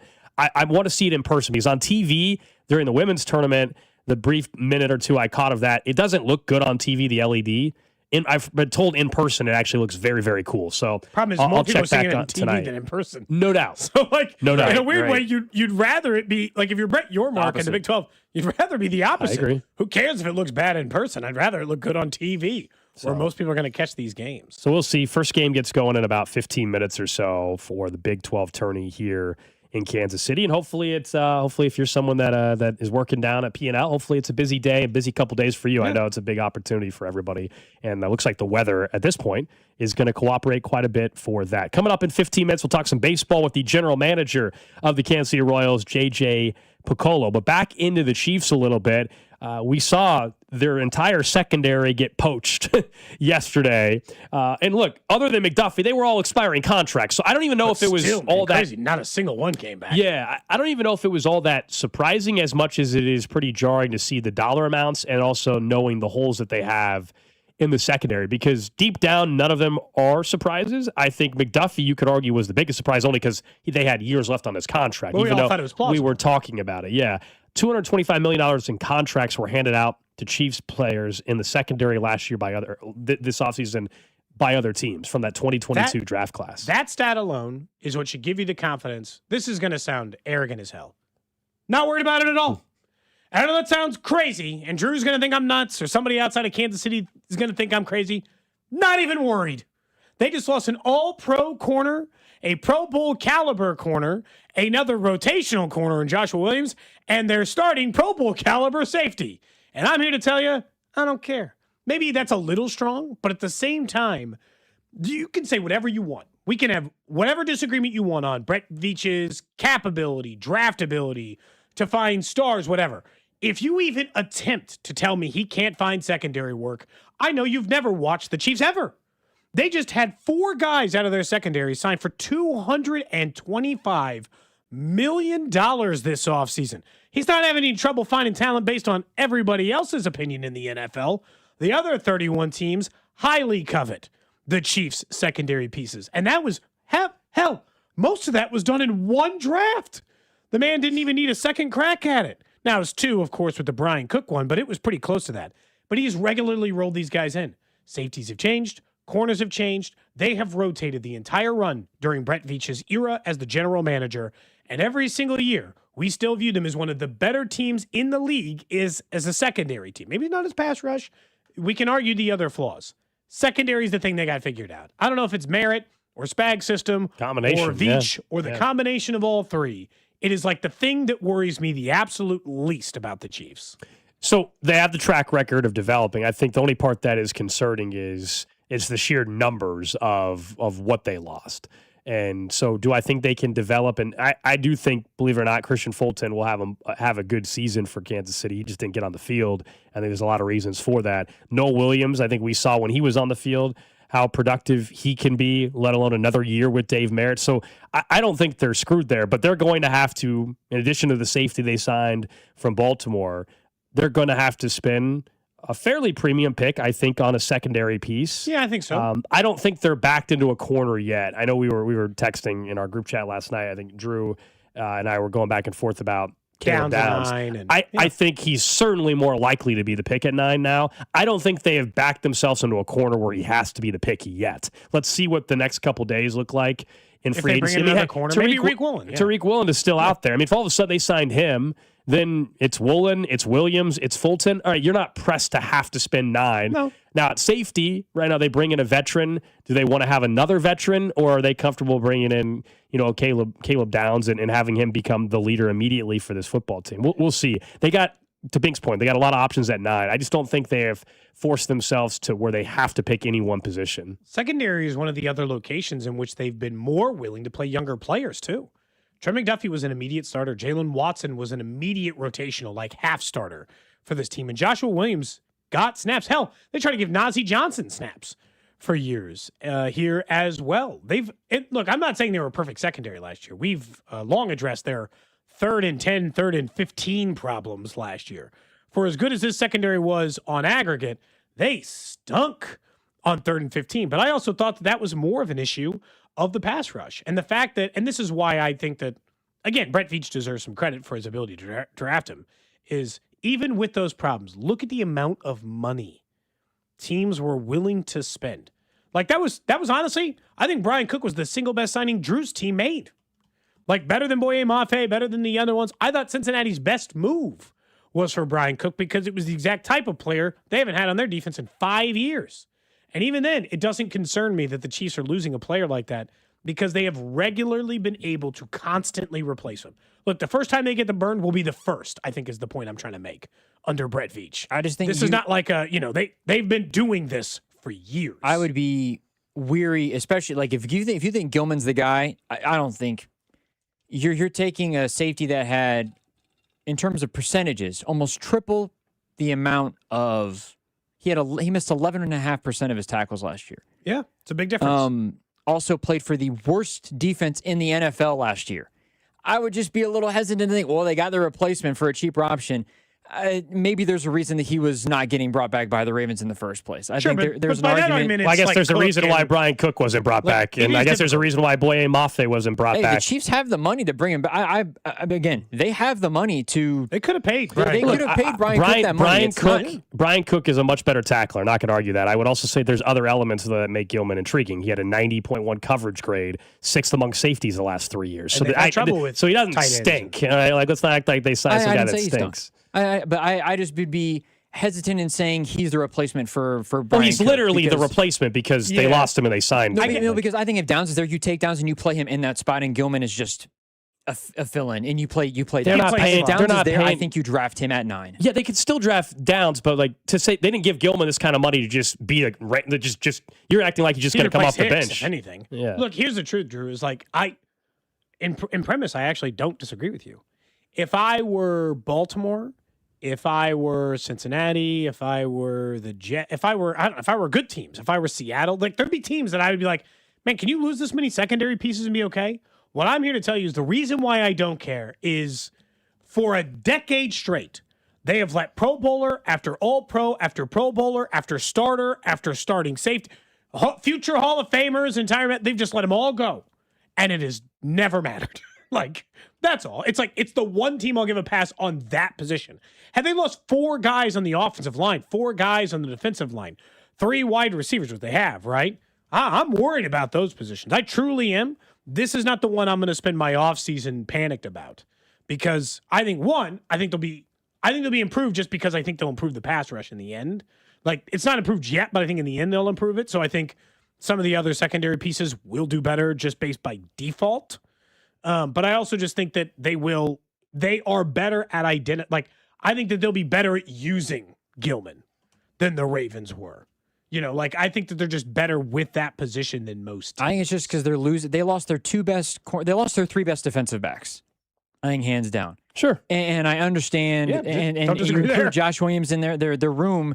Williams is like their 8th best, but yeah. Sure. No, I understand that. But I think that you're relying on history that has so far been proven, but all it takes is them if they let's say Gilman is fine, but they draft a corner and he's not that great, or Noel Williams is fine, isn't as productive as we would expect him to be, or Fulton is fine. The secondary all of a sudden loses so much of what has built up the good in this defense for the last 2 years. Sure. And a big reason why they have been as good as they have been, because you're able to limit the best wide receivers. Where, for sure, if you're facing a team with a good offensive line and they're able to hold at bay your pass rush, but your secondary can get barbecue chicken, then I think you're really going to see it, and it's going to be a problem where you're going to see guys come to the line of scrimmage like, hey, this guy's number 8 over here, Fulton, is getting cooked a little bit. We're going to keep on going after him. Yeah, they don't have a perfect roster. No, I understand that, but you haven't had that in practice, and you haven't had that in the last couple of years outside of maybe a game or 2. Yeah, look, I think that's what I would be worried about the absolute most is you're losing your best tackler, arguably, a linebacker that's super freakishly athletic, and your 2 best corners, and hoping that based on history, this team can replicate all of what they've been. I think that's a lot to ask, or at least not be worried about. Yeah, of course worried about. I mean, this is why. I mean, Cody said he's not. That's what I'm saying. I mean, both of you guys still think they're Super Bowl contenders next year. I've been the one for months saying I think they're a wild card team. So I don't know if they are anymore after getting rid of McDuffie and all this other stuff. I'm not sitting here telling you that I think they don't have holes. That's been my whole point. Is I think they have to take a slight step back to build for 2027 and beyond. But they're also not falling back and turning into the worst defense in football because they free agency is not over. The draft's not over. This is not a finished product yet. So their defense will have some areas where they might not be as strong as they were in the past, but that's just acting as if they can't be stronger in other areas moving forward. Yeah, look, it's one of those, I understand it's not complete yet. I have zero fear that they'll find a way to make it complete. Just knowing what I know about their history, I'll give them all the edge. Trash of the day. All right, let's get a quick trash of the day in, and then remember we got a general manager of the Kansas City Royals, JJ Picollo, coming up in about 5 minutes or so. We go to Springfield, Missouri for this one.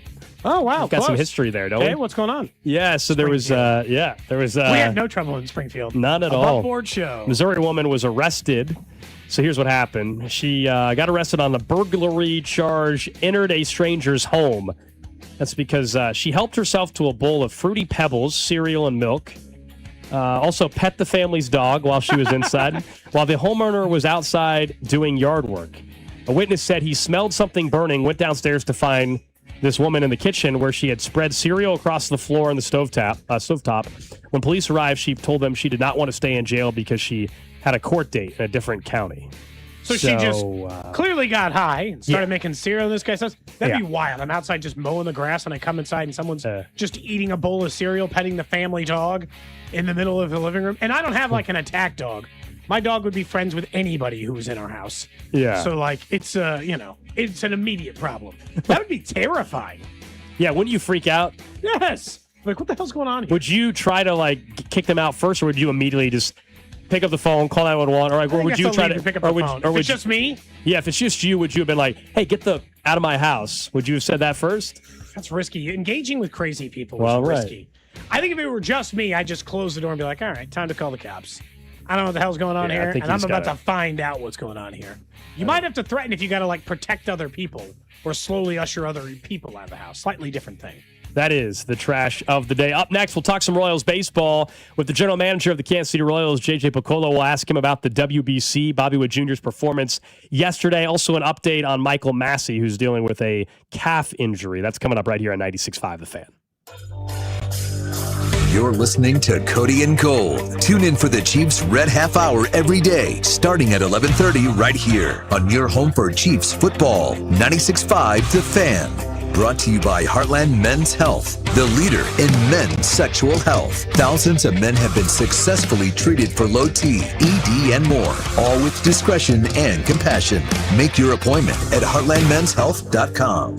If you are serious about making a career move, then you need to call up our friend Russ Mondry over at Centric and think about a career in IT. Then, by taking that first step, you could actually go through an entire pathway call, and they will walk you through the process and help you decide, hey, is this actually the right fit? What role makes sense and what it takes to get hired? And as little as 4 months, you could be starting that career. They help you land real entry-level IT jobs with local employers. That's right. You don't have to leave town just to get started. Plus, Gold's pointed out before, you can do the classes online, at night, during the day, to your schedule, so that new career is within reach for you over at Centric. I've had family members go through it, listeners go through it. Find out for yourself what Centric could do for you. Centric.com. That's CENTRIQ.com.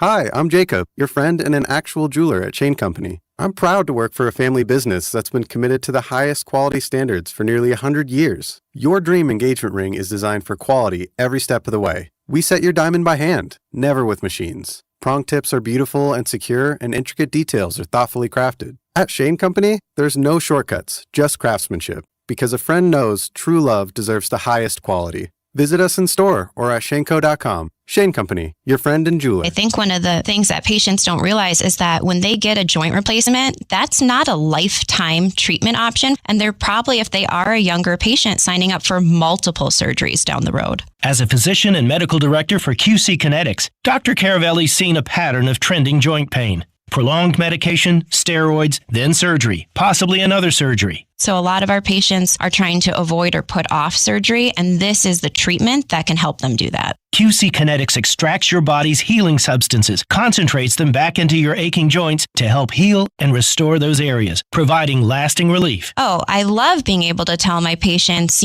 before we do this surgery, let's try another option. Let's see if this is right for you, because now they might not have to have surgery at all. Call today for your free consultation. Call QC Kinetics, 816-412-6299. That's 816-412-6299. 816-412-6299. Do you owe $10,000 or more to the IRS like Mark? I've been doing home remodeling for 30 plus years, but the economy crashed. I wound up losing my home, losing my job, and on top of that, owing the IRS a ton of money. I owed the IRS $114,000. It really, truly was the worst part of my life. Then Mark found tax relief advocates. On news radio, I heard about TRA, and I thought, what's the worst that could happen? So I picked up the phone and I called them. When it was all said and done, TRA settled my $114,000 debt for $100, and I'm telling you, I was ecstatic. Could not believe it. Would recommend TRA to anyone. If you owe 10 or even hundreds of thousands of dollars to the IRS, don't lose hope. Do what Mark did and call TRA for a consultation. But TRA did. They gave me a second chance, and I'm forever grateful. Visit TRA.com or call 800-491-9914. 800-491-9914. That's 800-491-9914. Hey guys, it's Rob Brennan from The Drive on 96.5 The Fan, and we're excited to announce the launch of Beyond the Pitch KC, a limited podcast series documenting the run-up to the upcoming World Cup with our friends over at 98.1 KMBZ. And I'm Scott Parks from Dana and Parks on KMBZ. Beyond the Pitch KC features the biggest names who helped make the World Cup in Kansas City possible. And there was a lot of work, plus the major storylines heading into this summer's tournament. This is so much more. This isn't just a podcast about soccer. No, you're right, Rob. It's a podcast about Kansas City, for Kansas City, telling the story of how our town is hosting the world's biggest sporting event. New episodes drop every Wednesday starting on March 4th, along with video clips that can be seen on 96.5 The Fan and KMBZ social channels. So make sure you subscribe. Download Beyond the Pitch KC with Rob Brennan and myself, Scott Parks, on the Odyssey app or wherever you get your podcasts. It's almost tournament time, and this March, Fanatic Sportsbook has 10 times the rewards. Starting round 1, we're giving you 10 profit boosts every single tournament game day. That means first round, second round, round of 16, all the way to the last 4 and the national championship. 10 chances every game day to level up your winnings. But that's not all. Your bet earns you up to 10% fan cash back, which you can use on anything in the Fanatics universe. We're talking team gear, tickets, collectibles, and a whole lot more. Plus, if you're new to Fanatic Sportsbook, you can get up to $1,000 bet matched in fan cash for your first 10 days. It's time to shoot your shot. The tournament hits different with Fanatic Sportsbook. Must be 21 plus. Gambling problem? Call 1-800-MY-RESET. Save $10 on a pair of Rain-X Latitude wiper blades at O'Reilly Auto Parts. Our professional parts people will even install them for free. O'Reilly Auto Parts. Pump up the volume. Business moves fast. Pump up the volume. When you ship with USPS Ground Advantage, you can keep up with confidence. Visit USPS.com/Ground Advantage to learn more. Royals coverage brought to you by Metal by the Foot, your metal project superstore. Who is the area's only dealer for Fronius professional welding equipment? Metal by the Foot, located in KC and Topeka. Online at metalbythefoot.com. When you need a piece of metal, remember, metal doesn't have to cost an arm or a leg, just the foot. You're listening to 96.5 The Fan from the DM Injury Law Studios. Mike's got this. Car, truck, or motorcycle wreck? Remember, Mike's got this. 816-888-7500. Mike's got this. Hey, it's Scott Parks, and we've launched Beyond the Pitch KC, a podcast on how Kansas City landed the world's largest sporting event, presented by Commerce Bank. Visit commercebank.com/soccer26. Subscribe on the Odyssey app or wherever you get your podcasts. 7th pick of the draft. Another diving stop by Bobby Witt. Has he done it again? You bet he has. Bobby Witt, dazzling for USA. One of two absurd plays, although I guess we've gotten used to them in Kansas City, but two absurd plays from Bobby Witt Jr.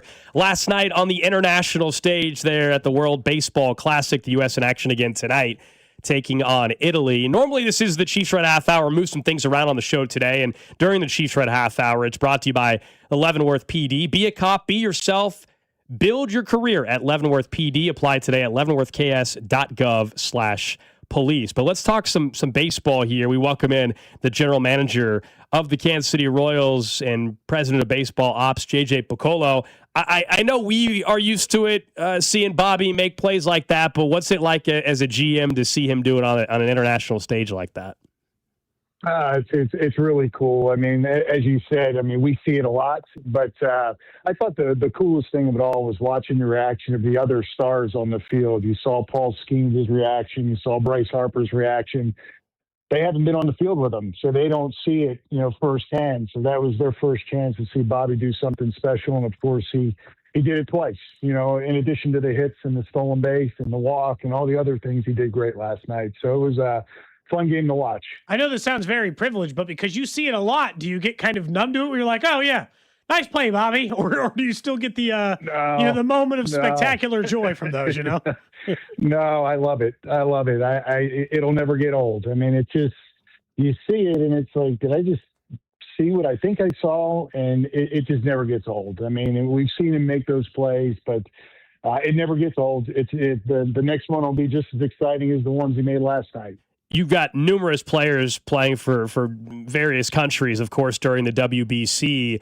How do you guys as an organization, I guess, kind of watch this? They're not at spring training right now getting the normal work, but they're obviously playing in some very, very competitive games and a chance to experience that before the season. What's the trade-off there a little bit, knowing that spring training can only do so much, but WBC is also giving these guys a chance to play in these high-leverage spots? Yeah, there's a lot of different aspects to that question. I mean, first of all, it's really good for the game. I mean, I would imagine the ratings are outstanding. I mean, just judging by the number of texts I received after Bobby made the first play, people that are friends of mine and don't normally watch spring training baseball, they're tuned in. So I know that from a fan perspective, it's exciting. The other perspective from us is we hold our breath, especially with the pitchers. We want them to get back healthy, get the number of pitches and the ups and downs they need, because we need our starting pitchers to be able to go 5 or 6 innings at the very least on opening day. So for them to get the proper number of ups, so the next time that Seth pitches, we need 4 innings out of them, and that'll put him in track to go 5 or 6 come opening day. If he has a long inning and he doesn't get the number of pitches or the ups that we need, it could have a negative effect on our team. So there's that perspective as well. And then there's just, like tonight will be a fun one because Italy's playing against the U.S. So you get to watch Bobby play against Caglione and Vinny. So there is that personal connection that we all have with those players. That'll be a fun game for us to watch as an organization. But the other part is you think about our team. Right now, we're playing these spring training games and we don't have our team here. So it's a little bit different. It's a great opportunity for minor league players, but we'd really like to get our team together, for more than just a couple of games. So we're rooting for them to do well. If their team happens to lose, we'll be happy to get them back here and get them back in the mix with us. I guess, how is it for like he mentioned the evaluation part for guys that are consistent players, for like Bobby Wood Jr. and Salvador Perez and Michael Garcia, even like there's a certain amount of expected, hey, it'll be there. But for a guy like Jack Caglione, who you are trying to get to like work on some specific things as it relates to an off season and then get in there, for him to have, I don't know, maybe 4 or 5 at bats so far, how do you look at what he's doing there and try to decide if things are heading in the right direction? Well, it's definitely influential. There's no doubt about it. The way we looked at that, and tonight will be a good example. He's going to face a better pitcher tonight than he would have in a spring training game today here in Surprise. So from that perspective, we thought that the competition level would be better than what we'd have in spring training, but also the stage and the setting is a little bit bigger. So we'd like to see how he reacts on a bigger stage. Same can be said for Luinder Avila. Luinder's squarely in the mix of competing for a spot on our team, but Venezuela needed him to pitch 3 and 4 innings. So he threw the first game. They're going to move on to the next round. He's going to pitch another game. We thought we could evaluate a little bit better, even though it's on TV. We do have scouts there, our own scouts there that will tell us what their thoughts are from a live perspective. But we thought the competition level's better, and we'll learn more about Luinder and Jack. So there are some positives in players that are competing for a spot on our team to play in those tournaments and see how they respond. I know that you've obviously mentioned the fact that he's competing for a spot and that likely, based on history, you guys like to keep those guys stretched out or in the possibility of a starter role. But just briefly on Lewinder, what do you make of his, if at some point this season, let's say at any point, maybe it's later in the year, he ended up as a bullpen guy, what do you think his higher end potential is as a back end bullpen guy? I feel like you've been listening to our meetings. That's exactly what we talk about every day. He is probably the biggest lightning rod in a positive way that we discuss every single day because he's got such a high ceiling. You know, we really believe that he's got the ability to start and be an impactful starter, but we also, know that he can go to the bullpen and be an impactful back-end reliever. He's at an age right now where we need to just let that play out. It doesn't mean we're leaning one way or the other come opening day. You certainly want to break with your best 13, but there's got to be the right opportunity. I mean, the one thing we do know, he's not pitching the ninth inning. He's not pitching the eighth inning on opening day. We have the two guys that are going to do that will do it all season. So now you're talking about like a sixth inning, reliever, and is the development of a sixth inning reliever what we want for Lewinder Avila?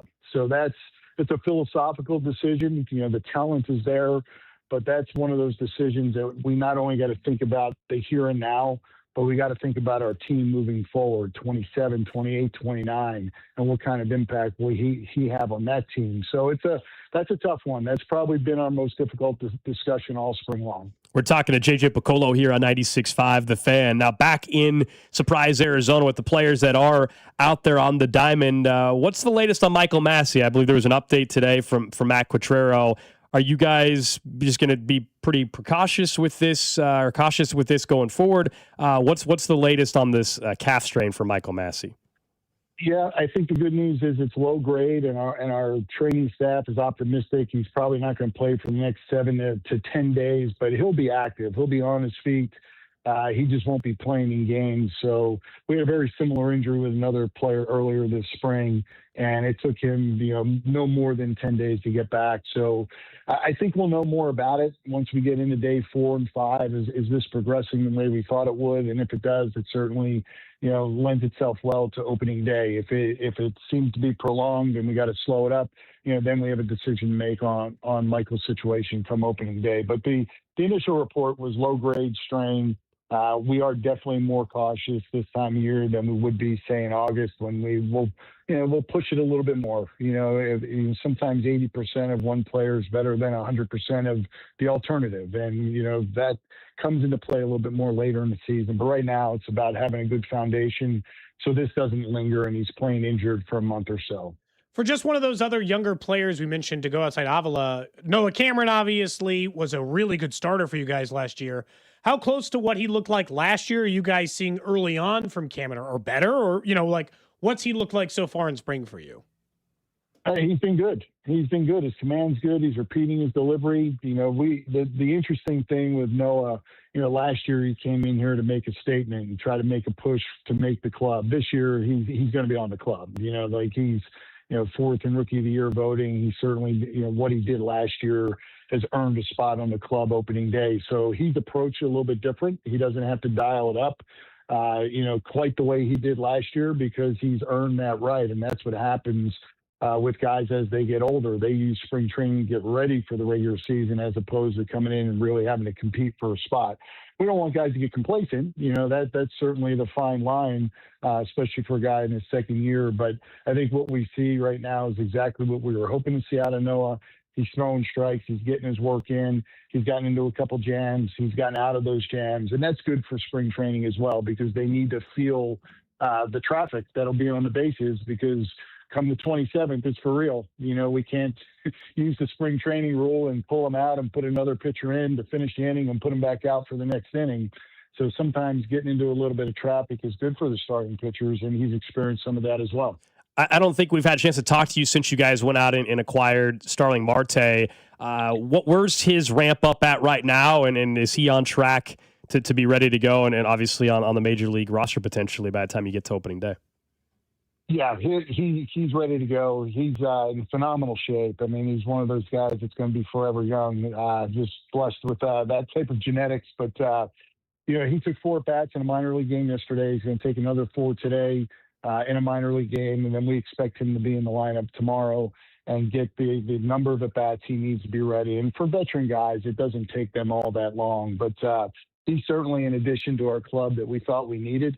You get that veteran presence. We still have the expectation that Cags is going to get a lot of at-bats, and Isbell and Lane Thomas and Isaac Collins. But, I think Starling knows exactly where he is in his career. He sees a good opportunity here. He's a tremendous clubhouse presence. We actually had that information prior to acquiring him, but a number of people have reached out since we acquired him. So wherever he's been, he's made quite the impression on front offices and teammates around the league. But it's a good addition for us. Good teams have that type of depth. We needed that depth, and looking forward to getting him into some games here and just watching him play in games live as opposed to watching a lot of video on him over the years. JJ, when we get a lot of players on during spring training, we like to get to know them a little bit. I feel like sometimes I feel bad. We only ask you baseball-related stuff. What have you been doing with your extra free time in Arizona? Do you have any? You're allowed to watch a show or a movie. Don't let listeners convince you that you have to eat, drink, and sleep baseball every second of every day. No, my routine. I mean, I'm usually home by 5 or 6 o'clock. Fortunately, my kids are all out of the house, so my wife is here with me, so I get to spend the evening with her. And typically, we dive into Netflix and the different streaming apps out there, and we get latched on to certain shows, and that's usually how I fall asleep. But typically, I'm long gone by 9:30 at night. I'm out, so it's usually on the couch there, and then wake up around 12:30 and make my way to bed. Now, you mentioned Netflix. I can't let you go without asking what you've been watching. Well, The Beast in Me. We're almost at the end of that one. So The Beast in Me is pretty good one. She's actually already watched it, but she said it was good enough she'll watch it again with me. So that's the one we're watching right now. That's the one with Claire Danes, right? Yes. Okay. Yep. I haven't seen that one. Yeah, would you recommend it? Oh, yeah. Yeah. No, it's really good. Kind of, not quite murder suspense, but it's a suspense, show. I don't think it's based on a novel, but it's a good one. It is. There's definitely plenty of suspense. We'll add that to the Netflix queue. Appreciate it, JJ.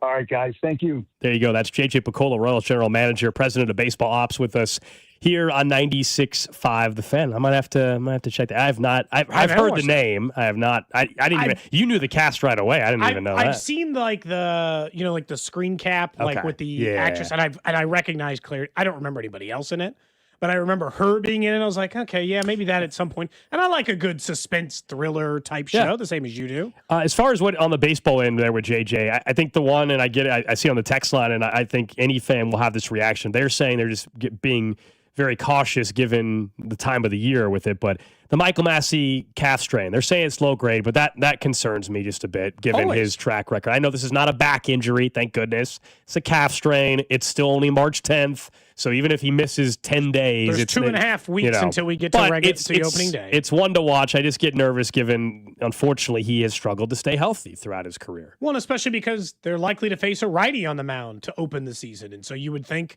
Massey would be a logical fit for opening day or for the first couple of games of the season in which you'd think he'd be heavily in the rotation. The fact that they're calling it grade 1 doesn't concern me as much, but you and I have talked about with any injury-prone player or players who have had difficulty with it. It is hard to not mention it if they're a player who's consistently missing games due to that. Last year, he spent a long time coming back from rehab in AAA and AA. I mean, he was gone for a stretch of time. And so I imagine for him, it's like, I just want to avoid any part of it. And it's always a concern because I think he's really in a timeshare between left and second base where he should be expected to play 80 to 90 to 100 games, similar to that as Starling Marte. But it depends on whether or not he's available. Don't forget, today is Heartland Men's Health Day on 96.5 The Fan. And for the month of March, they have a special offer for local first responders and military families. So if you're a local first responder, a military family, go to heartlandmenshealth.com. That's heartlandmenshealth.com for more information. Also can check out all 3 locations in the area, depending on where you are in town, whether you're out south, Overland Park, North Kansas City, Independence. Heartland Men's Health is honored to serve those who serve all of us.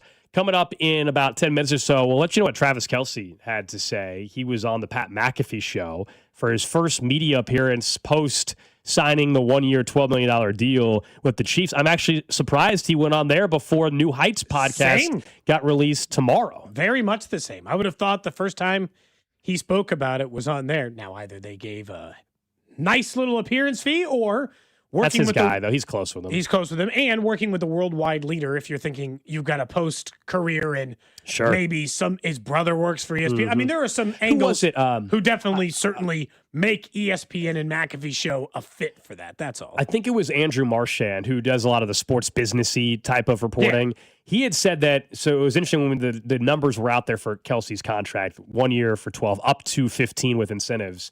He said that he thinks that Kelce immediately, with just an NFL-type media job, could earn $15 million a year just like that. Agreed. I think he's a discount for the Chiefs and for the media stuff. I also, I think it's below 50%. I do not think it is out of the question that Travis Kelce plays more than 1 year anymore. I know going into last year, I was pretty convinced that was his last year, but it's not 0%. Gold, whatever percentage we want to put it at later, it's not zero that he would want to put more than 1 year together. Part of it just being that this is an interesting year to make your last year, knowing that the roster is still kind of in a flexible position that we don't exactly know. Look, yesterday they signed Tyquan Thornton. They brought in Gilman. They improved their roster yesterday. But it's more than fair to still say they have questions at wide receiver. They have questions at defensive end. They have questions at safety. They still have some spots in their roster that you're like, yeah, I don't know exactly what you're doing there. The only question they don't have right now are quarterback and running back. Maybe backup quarterback. We can get to that tomorrow. But yeah, it's not going to be Gardner Minshew. We know that. No, God, he got so much money. I think good for him. Yeah, but I think it was a little misleading only because he signed so cheap last year because he was also he had the Raiders. Remember the Raiders cut him. They were still paying him last year, kind of like on a much smaller scale. The Dolphins are paying, dead cap $99 million for Tua. He's signing a vet minimum deal with the Falcons. So Gardner Minshew making $8 million this year for the Cardinals to compete. One, it's a weird situation there, but the $8 million, the Chiefs got him so cheap last year. Yeah, they did. I'm not trying to pretend like it wasn't a deal to be had or any version of that. But at the same time, it was, you know what? Like it was a number that took me back for half a second, and I thought, oh man. The one thing that Travis Kelce, and I'm sure we'll play some of the audio coming up here in just a few minutes when we come back from break, but the one thing that you inarguably cannot change your opinion on is he has consistently said, I still love playing football. I still like playing the sport. He has made that clear time in and time out. And until that goes and he can't play, it always feels like it's a little bit of that. The narrative really shifted on him, though. And I think people, if they're being honest with themselves, outside of Kansas City I'm talking about, I think some of it, there was still a lot of, frankly, hate because of not only the team's success, but when the peak of the Kelce Swift stuff and people getting all bent out of shape about that relationship and everybody had an opinion about it. And that, to me, has led to some really bad opinions on people that cover the league in other markets that he's just not good anymore. And I think it's really odd. Agreed. It's just wrong. Look, you can be, look, I've said it earlier in the show, where you don't think the offense should run through him anymore, while also not going to the extreme of saying he's washed. And there's a lot of people, I just know, heck, people I've done a show with on the weekends before with Cody over on Westwood One that think he's washed. And I'm like, what are we talking about? But that's the perception nationally, at least with other media people in other markets. And it's really bizarre. It's because the drop off from his peak. They saw him catch 1,300 yards. He's still better than 95% of all tight ends in the NFL, but because he's not one of one, which is what he was for his entire career. One of one. He was better than everyone. He was better than any other tight end that stepped foot on a football field for a long time. But because he's not that, people think washed. Washed is just not accurate. That's all. Coming up next, we'll get to what's trending, and you'll hear what Travis Kelce just said a few minutes ago on the Pat McAfee show about his reasons for returning to the Chiefs, plus a bizarre story to maybe keep an eye on involving Chiefs' interest in a certain position. That's next. What's up, Kansas City? This is Bobby Witt Jr., and you're listening to Cody and Gold, weekdays starting at 10 on 96.5 The Fan. Brought to you by Heartland Men's Health, the leader in men's sexual health. Thousands of men have been successfully treated for low T, ED, and more, all with discretion and compassion. Make your appointment at heartlandmenshealth.com. Men, the new year is here, and if you're like many of us, you're ready to improve your health. But if you're feeling low energy, not sleeping well, or not seeing results in the gym, keeping that resolution can be tough. This is Jeff for Heartland Men's Health, and if those symptoms sound familiar, we can likely help. They often point to low testosterone, and treating low T is what we do. But this year, we're also helping men go further with 4 targeted body composition plans featuring growth hormone peptides, NAD+, GLP-1s, PDA, and more. Designed to boost energy, support metabolism, enhance recovery, and accelerate fat loss. With our low T treatments combined with our body composition programs, most men notice real improvements. More energy, better focus, improved sleep, stronger workouts, and often a renewed sex drive as well. So call us. Your initial visit is just $99 and includes blood work and a medical consult. And if you start on treatment the same day, your visit is free. Call 844-447-6600 or visit heartlandmenshealth.com. Featured therapies are compounded and have not been evaluated nor approved by the FDA. Provider prescription required. See website for details. Whether you're commuting to work or heading out for a fast coffee break, getting an auto insurance quote is just a tap away. With AAA, you're always connected, so you can focus on the road ahead. Rest easy knowing AAA's got you covered, no matter where life takes you. AAA, we're always with you. To start your quote, visit AAA.com/insurance. Insurance provided to qualified AAA members by Automobile Club Inter-Insurance Exchange and AAA affiliate insurers. Membership requires a separate payment. When the cold sets in across KC, AB May is the trusted name for keeping your home warm, safe, and secure. From furnace repairs to system replacements, we deliver reliable solutions and unmatched care and professionalism. Whether it's a sudden breakdown or routine maintenance, AB May is here to help. Trusted by generations of Kansas City homeowners, we're committed to doing things the right way every time. Call AB May at 913-732-9993 or visit us at abmay.com. Call your serviceman from AB May. This is an important message for anyone struggling with $10,000 or more in credit card debt, medical bills, or personal loans. Due to ongoing inflation, job loss, and the rising cost of living, many Americans are facing overwhelming credit card balances. If you're drowning in credit card debt, you may qualify for powerful debt relief options currently being offered by National Debt Relief that can significantly reduce what you owe. You don't have to declare bankruptcy or take out a debt consolidation loan. You could qualify for this debt relief option and only have to pay back a fraction of what you owe. Act now to see if you qualify. With thousands of 5-star reviews online and an A+ rating with the Better Business Bureau, National Debt Relief has helped over 1 million consumers with their debt that qualified for this relief option. So don't wait. Call the Debt Reduction Hotline now. Dial 800-428-5757. 800-428-5757. That's 800-428-5757. For over 35 years, we've been protecting homes across Kansas City, one roof at a time. That's more than 3 decades, more than 35,000 roofs installed, and 35,000 happy customers. We're proud to be voted Best Roofing Company in Johnson County and all of Kansas City. At Century Roofing, we don't just build roofs, we build trust that lasts for generations. Experience matters, reputation counts, and we stand behind every roof we install. Trust the pillars of strength with KC-based and female-owned. Century Roofing, KC.com. Century Roofing, trust the pillars of strength. Carpal tunnel syndrome, heart failure that doesn't improve with common medicines. These are some signs and symptoms associated with ATTR-CM, or the cardiomyopathy of ATTR amyloidosis, a serious heart condition with symptoms that get worse over time. Amvuttra, vutrisiran, is a prescription medicine given by a healthcare provider that treats ATTR-CM in adults to reduce heart-related death, hospital stays, and urgent visits.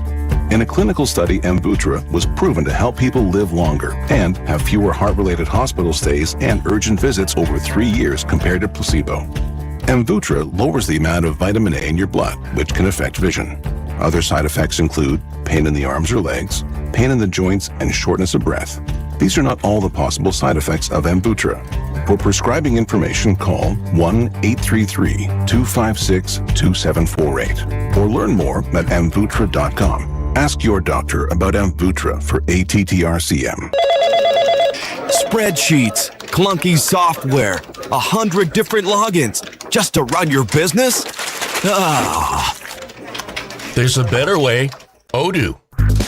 One simple, connected platform that handles sales, inventory, accounting, and more, so you can focus on growing, not juggling. Make the switch today at odoo.com. That's ODOO.com. Oh, how's that flu, babe? Did you take Dayquil Intense Flu yet? Nah, I got this. Ugh, okay, I don't got this. You stay on the couch, and I'll grab the Dayquil. Undo your flu symptoms with Dayquil Intense Flu. Dayquil Intense Flu provides powerful relief of your flu symptoms. I'm ready for that to-do list. Wow, you do got this.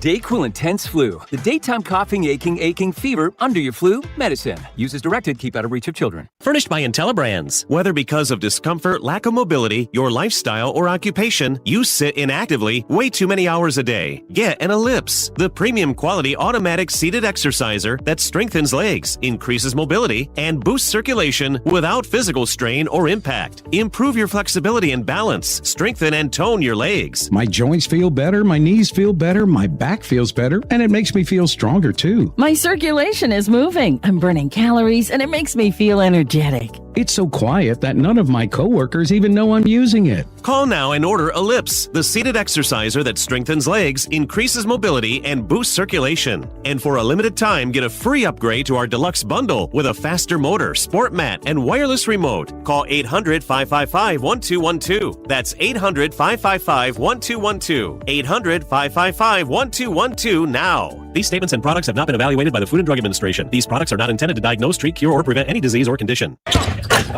Coming to Kansas City, the NAIA Men's College Basketball Championship. 16 teams, 15 games, 6 days, and one national champion. The NAIA Men's College Basketball Championship at Municipal Auditorium, March 19th to the 24th. Get your tickets now at NAIAHoops.com.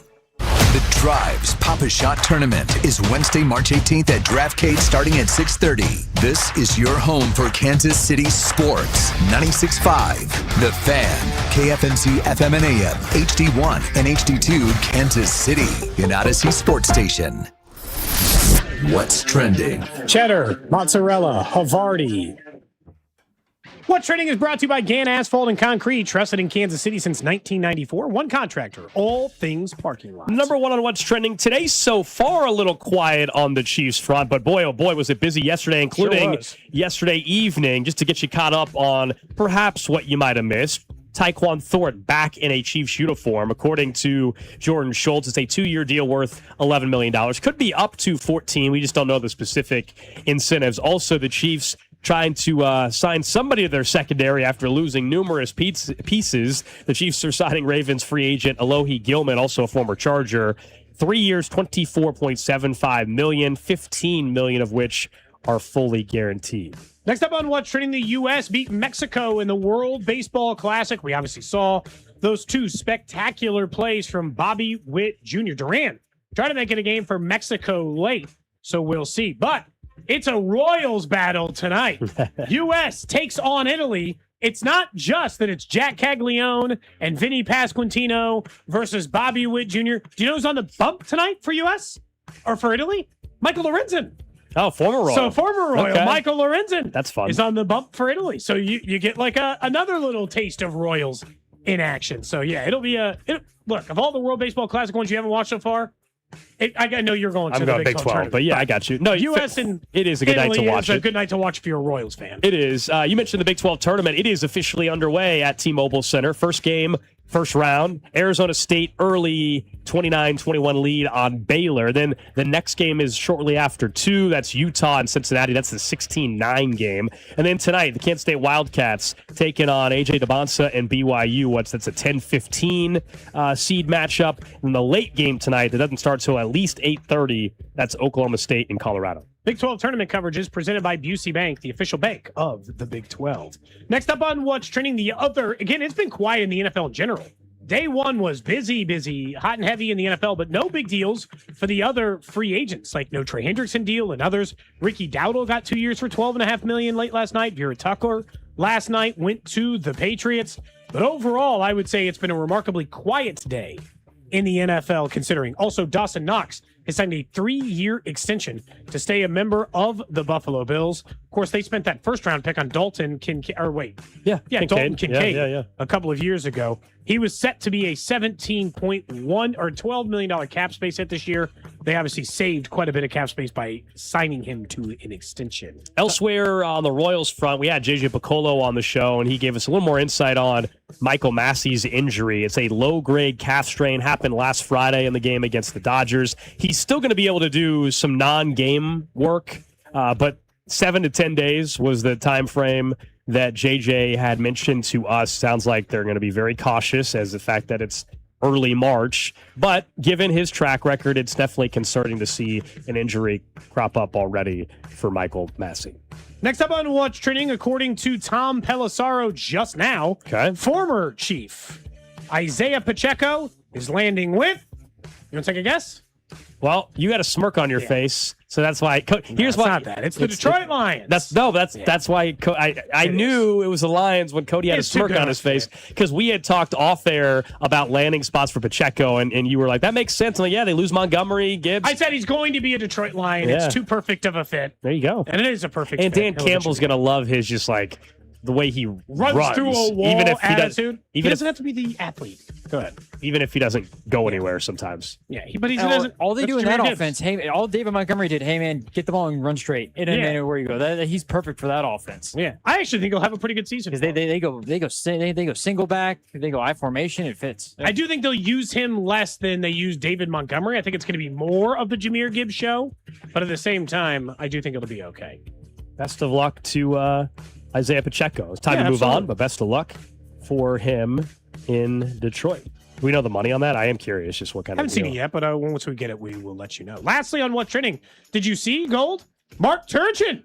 He's already got 3 high school seniors to agree to come to UMKC. Do I know if they're any good? No, I do not. But they are DJ Jackson, Josh Corey, and Cameron Love, who are all local kids, went to Piper, Oak Park, and Olathe North, and they've all committed to become Roos together here in Kansas City. There you go. You said Gotta DJ Jackson? DJ Jackson, Josh Corey, and Cameron Love. He's a 0-star on 24/7. Relax. Sports. True. 0-star? Yeah. He's not even a star? I don't think anybody... Do you know how many players have gone pro who have been very good at college basketball and college football who are 0 stars? A lot more than you think. No, I know. I guess I was. That was not meant to be a knock on him. I'm just telling you what it was. Yeah, I don't think anybody thought the 3 players they signed were going to be big time recruits. The point is, the point is more that the point is his first couple signings. He's trying to build the program with local connections. They're going to have to recruit outside the area as well, but you're going to have some local flavor to the roster as you should. It's a good opportunity for some of these high school kids as well.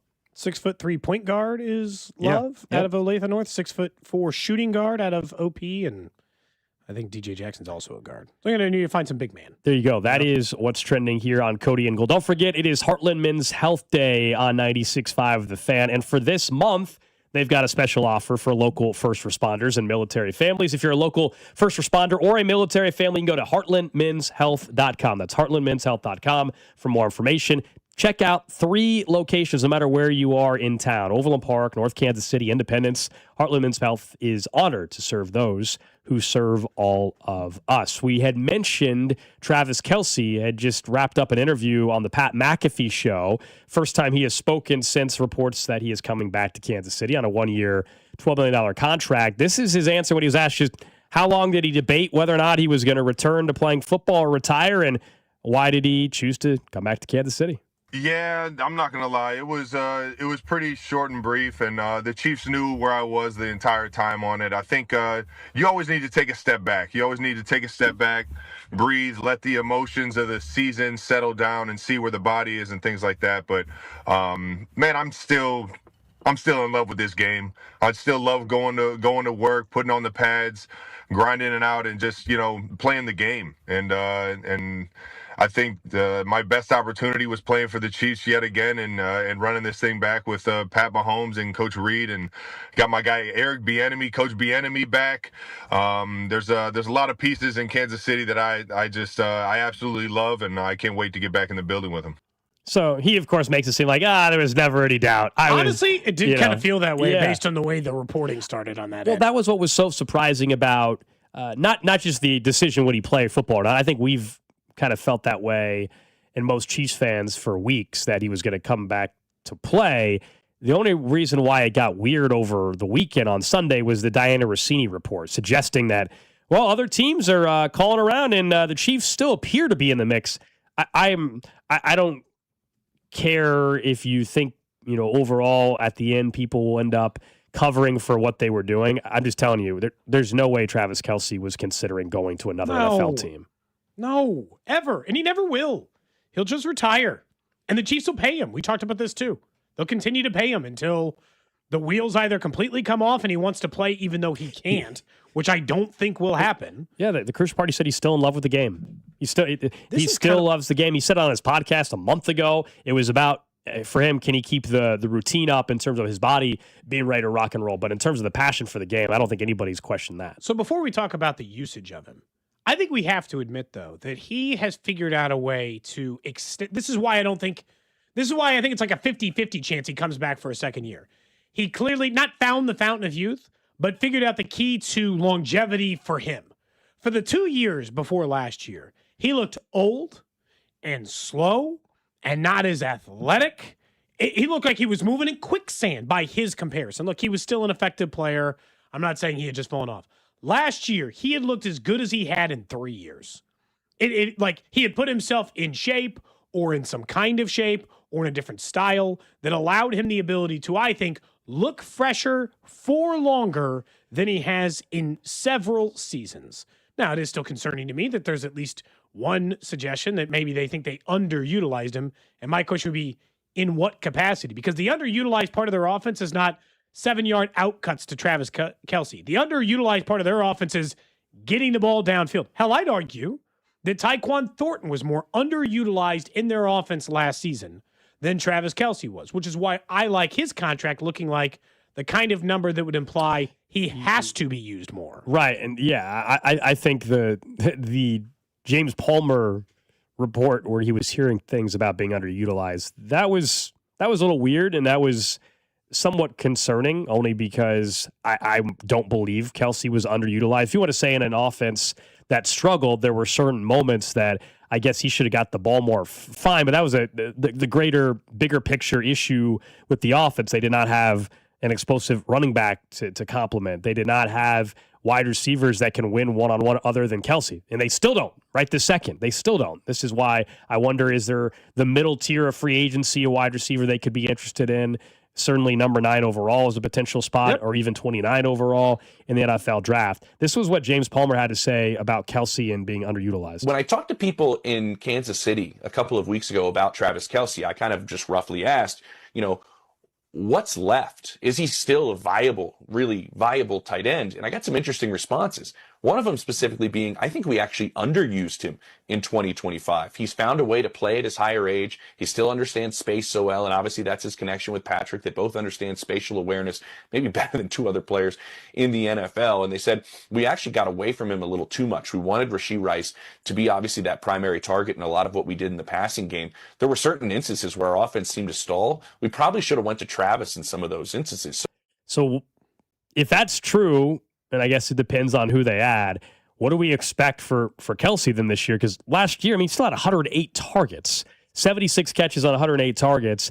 I don't want him getting more than 108 targets. I think you want him to get less. Yeah, I've said all offseason, I think it needs to be in like 90 targets moving forward, and he could still be even more effective, honestly, if you cut back on some of the targets. I think it speaks to a bigger problem with the offense if he once again is back up to 133 targets, which is what he had in 2024. What I agree with, though, there, and what you were alluding to too, Cody, is that I do think he has figured out, now entering age 37, though, what he has to do to be prepared and as an athlete now, and how different it was when he was 29 years old in terms of being able to play at a high level. I don't doubt that he can play at a high level. I just don't think you want your offense being structured around a 37-year-old player. I don't care if it's Travis Kelce. I don't care if it was Jerry Rice. I totally agree. And again, I don't think that that's out of the question. But the problem is like in that same clip, they weren't trying to structure the offense around Kelce. They were trying to structure it around Rice.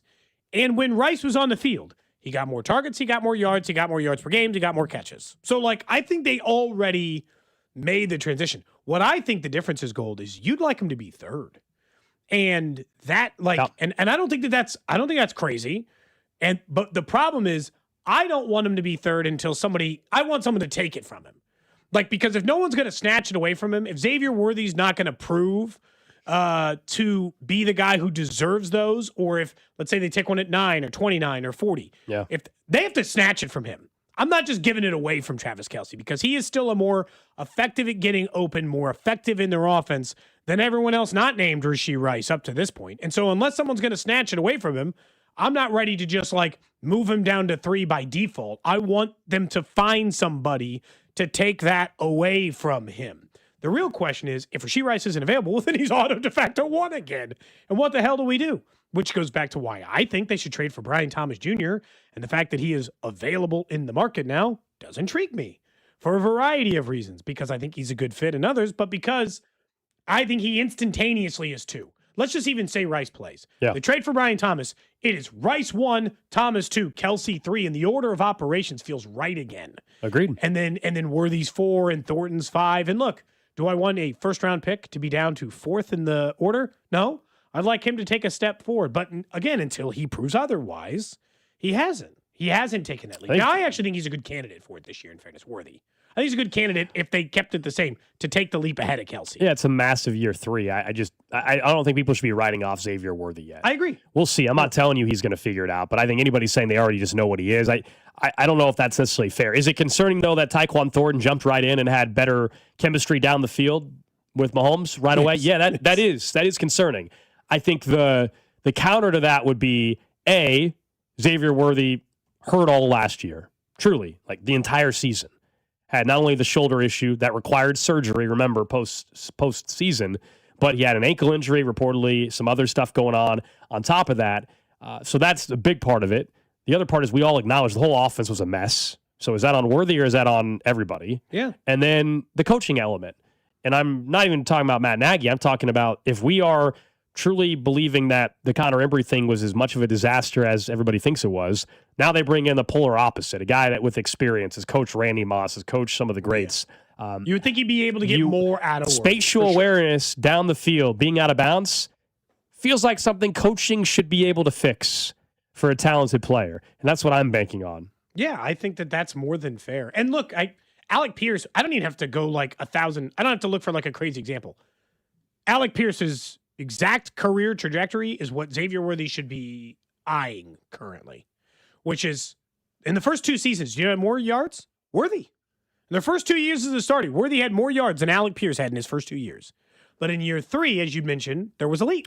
He went to 800 yards, and then in year 4, he went to 1,000 yards. That's what Worthy's got to do. And Alec Pierce is a great example because you don't even have to get a lot of catches to get to the 1,000 yards. He did it in 47 of them. The other part from yesterday, and it kind of carries over to today, and we asked Nate Taylor about this, and he kind of shrugged it off. And then a few hours later, there was another report about the Chiefs being involved, at least, in looking at signing a tackle, an offensive tackle. Yeah. And the latest was, I think it was Art Stapleton. He's like a Giants reporter. And he said the Giants held off pushes for the Chiefs and Browns to keep their tackle, Jermaine Elmanor or whatever, Luminor. I don't honestly know how to pronounce the last name. He's a tackle. and he's not coming here, so it doesn't matter. And then we also knew earlier in the day there was a report from Lock and Four that they were possibly looking at and multiple reports that keep saying tackle at 9 is way more in play than people want to mention for the Chiefs. So there's a lot of smoke around that position. And what everybody's trying to figure out, what does that actually mean? Was it just the Chiefs were interested because they said, all right, there's a right tackle. Maybe we think we can get him fairly cheap. We can have a low cap hit in year 1. He can compete right away with Jalen Moore because we're not sure about him. And then we've got multiple years of control after that, but he won't cost us much in year 1 while we're paying a ton of money to Jalen Moore. Or is it that there's something else that has happened with Josh Simmons that we don't know about? Or is it that, hey, Jalen Moore technique is a problem and they're really concerned? I'll tell you right now, there's now too much smoke. I can't ignore it. You just can't. There's people in the draft saying right tackle is a real play at 9 and a real possibility behind the draft, and people aren't saying it enough. They're trying for actual free agents at tackle. There was even you were gone one of the days, Gold, when you were out of the country. And I had said, They're talking about Jawan Taylor like they're not in a hurry to cut him, like they want to kind of be sure that things are all squared up somewhere else. The truth is, I think it's one of those three. They either really aren't sure between the injury for Simmons or the off-the-field stuff that he'll be ready for day one and they want some coverage, or they hate Jalen Moore. But there is something going on there. And what I think it is more. I don't think they want to go 17 games with him at starting right tackle with no competition. Because otherwise, as we've mentioned to the freeing up of cap space, they should have probably already given him an extension. Yeah, so why didn't they? Yeah. Because they don't like him. I mean, how am I supposed to take it any other way? But he couldn't overtake Jawan Taylor, even though there was problems all last year. They don't want to sign him to an extension yet. And they are clearly openly flirting with other tackles in the market. Oh, I agree that there's something going on, but I'll push back on they hate him, they don't like him. They also just 11 months ago gave him a nice contract. That time. They didn't even know they were going to get Simmons. But they were confident in him possibly being the starting left tackle for this team this time last year. Yeah, there was a part of that. But also you get him in there and then maybe you can dislike a player more. His technique was an issue. Some of the guys that played in the league will tell you, if you look at their analysis of him, they have said the technique was problematic. I just wonder if they also thought they could get an inexpensive tackle to compete, but also maybe be a long-term option. That's why they were sniffing around some of these other potential players out there. I think we'll know more as we get to the draft if there's way more noise about them taking a tackle at 9. That would, I don't want them to do that at all because I want to take advantage of an offseason where you don't have to address the offensive line. And a year where there's so many other issues, they're going to go turn around and use the 9th overall pick on a right tackle again? Ugh. Like, it just goes back to the same thing. Like, I'll tell you this much. They spent number 9 at right tackle in the draft. It better be the best offensive line in football. First round at left, first round at right, highest paid guard, second highest paid center now, thanks to Lindenbaum, but was the highest paid at his position in a second round pick at left guard. That better damn sure be the best offensive line in the division, or one of the 5 best offensive lines in football. Fine, I don't have to be unreasonable, but it better be one of the better offensive lines if that's the route they went. But I do think I'm with you in the sense that there's not nothing there anymore. There's just too many angles and too many different ways that this is continuously coming up that'd be the case. And I agree that they need a swing tackle, as in they need somebody who could play it. So replacing Jalen Moore and then forcing him back into that role on $10 million, there are worse ways to go about swing tackle than doing it that way with Jalen Moore, especially because we've seen the uptick in free agent contracts. I just don't want it at 9. Same thing applies. At 40, I'm not going to throw a fit. At 74, I'm not going to throw a fit. Hell, even at 29, I'll listen. I might be annoyed, but I'll listen. A lot of that just goes back to they got a lot of different needs. And you and I both saying earlier, like we were talking with Drew, which is you and I have already just kind of accepted. We're going to go into training camp with a lot more questions at a lot more positions than we're accustomed to, with more unknowns than we're accustomed to. Is it the worst thing in the world if Jalen Moore is their starter at right tackle next year? No, I think that they should be able to make that work. But clearly they're looking for some kind of upgrade in any kind of market, free agent, draft, or otherwise. Maybe not trade, but they clearly are kicking around ideas. The one yesterday with the Giants tackle was the one that was different. The other ones were just, hey, the Chiefs could be a fit for this player. This was the Chiefs were trying to sign the player. And the report out of New York was the Giants had to hold off the Chiefs. So that suggested they were very interested. It's not the same as just reporters saying this might be a fit. This was no, they were in negotiations with the agent, and the player chose the Giants over the Chiefs for whatever reason. Yeah, they had to stop the Chiefs from stealing him and up their ante so that the Chiefs didn't come and get him.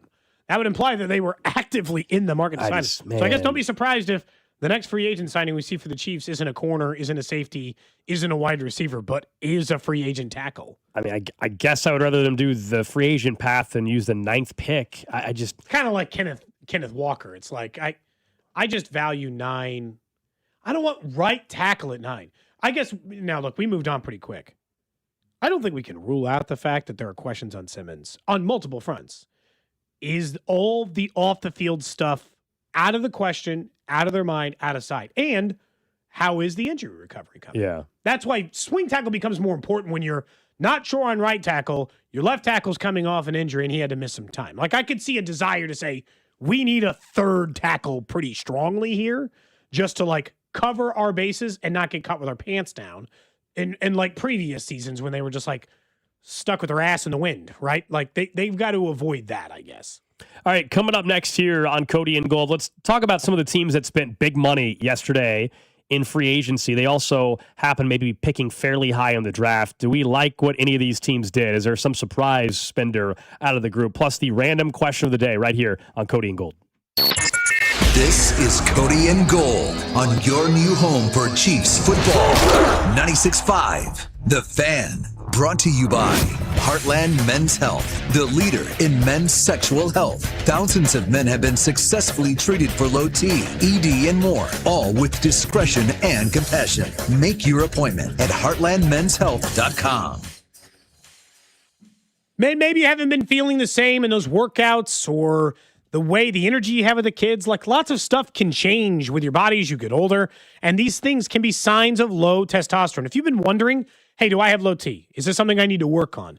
Let Synergen X and Low T Center be the company to take care of this for you, because they want to make sure and get you back to yourself with customized. And I do think that's important. Customized TRT treatments meant for your body. It could all happen with a 20-minute visit with their on-site lab at Synergen X and Low T Center. As little as 20 minutes, you could find out for yourself whether or not they can do something for you. And because they work with most major insurance companies, they want to make sure that you are taken care of and not have to go through this long, arduous process. Plus, you can choose between going to the in-office if maybe you just find that a better fit for your schedule, or their app with telehealth visits as well, also available at Synergen X and Low T Center. Plus, maybe you need to pick up discount peptides and GLP-1s while you're there as well. So get something covered and tailored to your body over at Synergen X and Low T Center by booking that free TRT appointment today. That's lowtcenter.com or synergenx.com.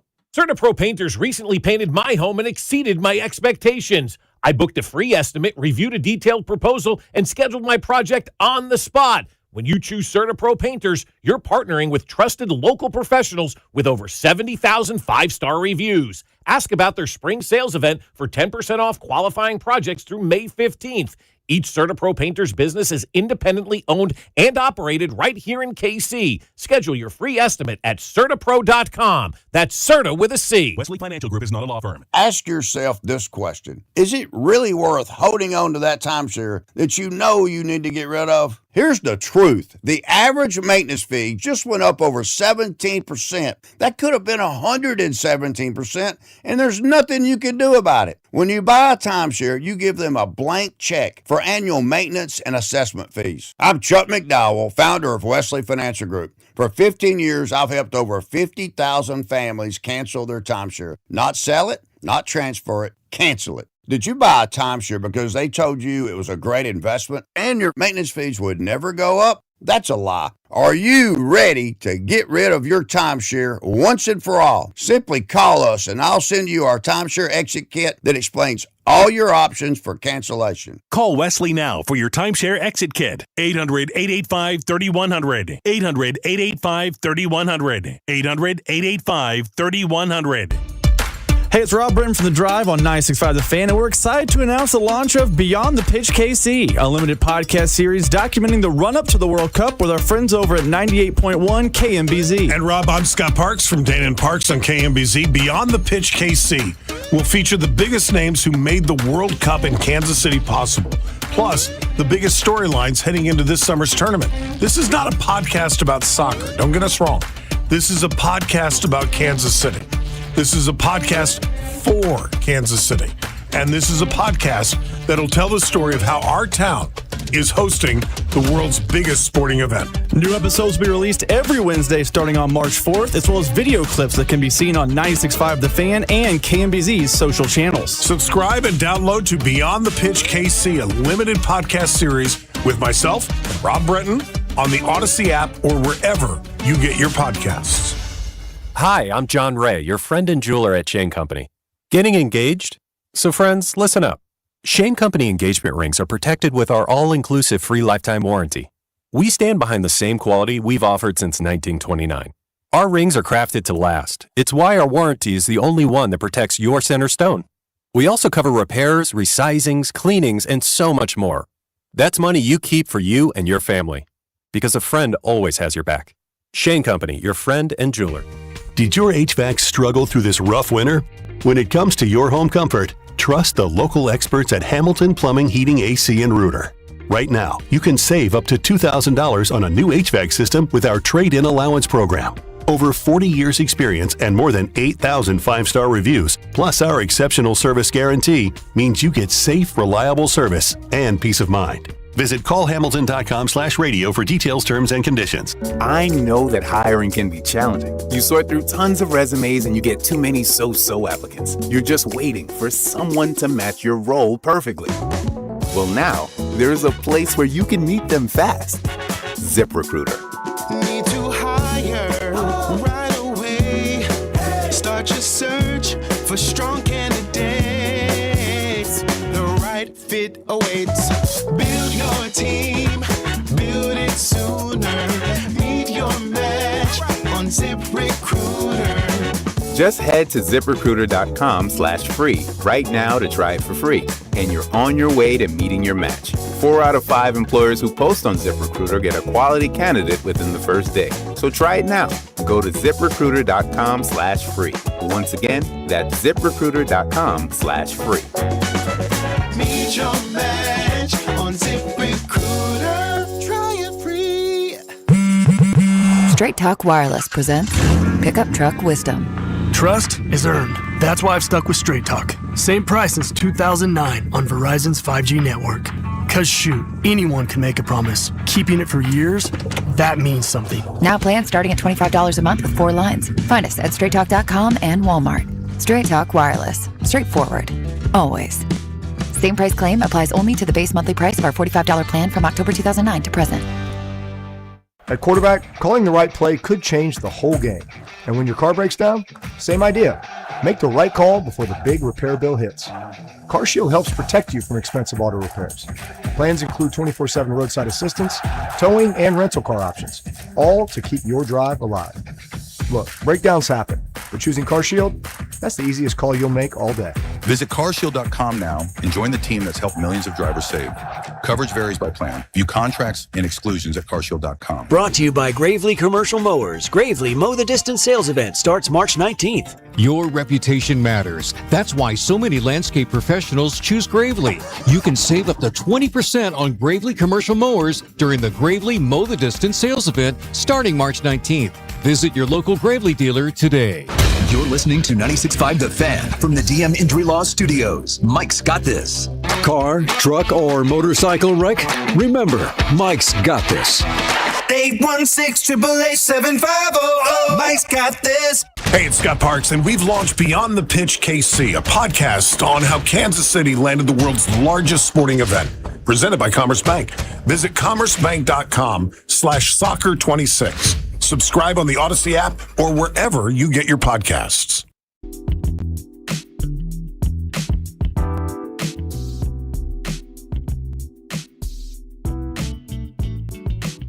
Back here on Cody and Gold, Alex Gold, Cody Tapp, Drew Nixon with you. We'll get to the random question of the day here in about 8 minutes or so. Also coming up in the 1 o'clock hour, we'll get back to the Big 12 tournament, which begins today. It's already underway, as a matter of fact, out at T-Mobile Center, halftime of the early game. Arizona State with a 44-35 lead on the Baylor Bears. Again, Kansas State will play in game 1 of the evening session at 6 o'clock. They'll take on BYU. That game right here on 96.5 The Fan, and Big 12 tournament coverage is presented by Busey Bank, the official bank of the Big 12. We also will discuss the SEC with Gabe DeArmond from PowerMizzou.com coming up at 1:10 as Missouri Tigers they're not playing today, but they'll get going here over the next couple of days, and ask him how they are feeling in Columbia about the Missouri Tigers heading into the tournament, and are they getting a little nervous about their standing in the field of 68? Not so much that I think they won't make it, but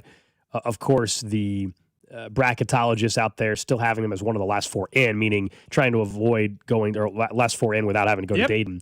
I know we had our interview yesterday with Jerry Palm, cut short a little bit on NFL free agency day, but he was explaining what they might have to do. Yeah, it'll be interesting to see, like you mentioned, which way the NCAA tournament views them. He said that he doesn't think it's quite as bad, their soft schedule, as we did, at least on that end. But still, I mean, there are concerns. Back to the NFL, and day one, tons of money was spent in NFL free agency. You talk about some of the top spenders overall yesterday, and this number can change, of course, and I don't know if it's updated as of an hour ago. This was from this morning. The Raiders spent $281 million so far in free agency. Now, of that, 216 is guaranteed. You got a team like Tennessee. Tennessee, $270 million. The Panthers, 173. Commanders sitting there at 164. The Chiefs, 102, $59 million guaranteed. Cincinnati, 104, $37 million guaranteed. I wanted to go through some of the teams that already have top picks, though, in the draft. So I mentioned the Raiders, what they spent. The Tennessee Titans spent $270. They're picking in the top 3. The Jets, they are picking in the top 3. They spent kind of middle of the road, $78.5 million already, $57.1 of it guaranteed. Similar to the Chiefs. Basically, of this group or any of them, who do you actually think has had a very nice start to free agency? Remember, just because you didn't spend a ton of money doesn't mean you're having a bad free agency. Teams that have a bunch of cap space, a lot of times are not usually all that good of a football team. There's exceptions to the rule.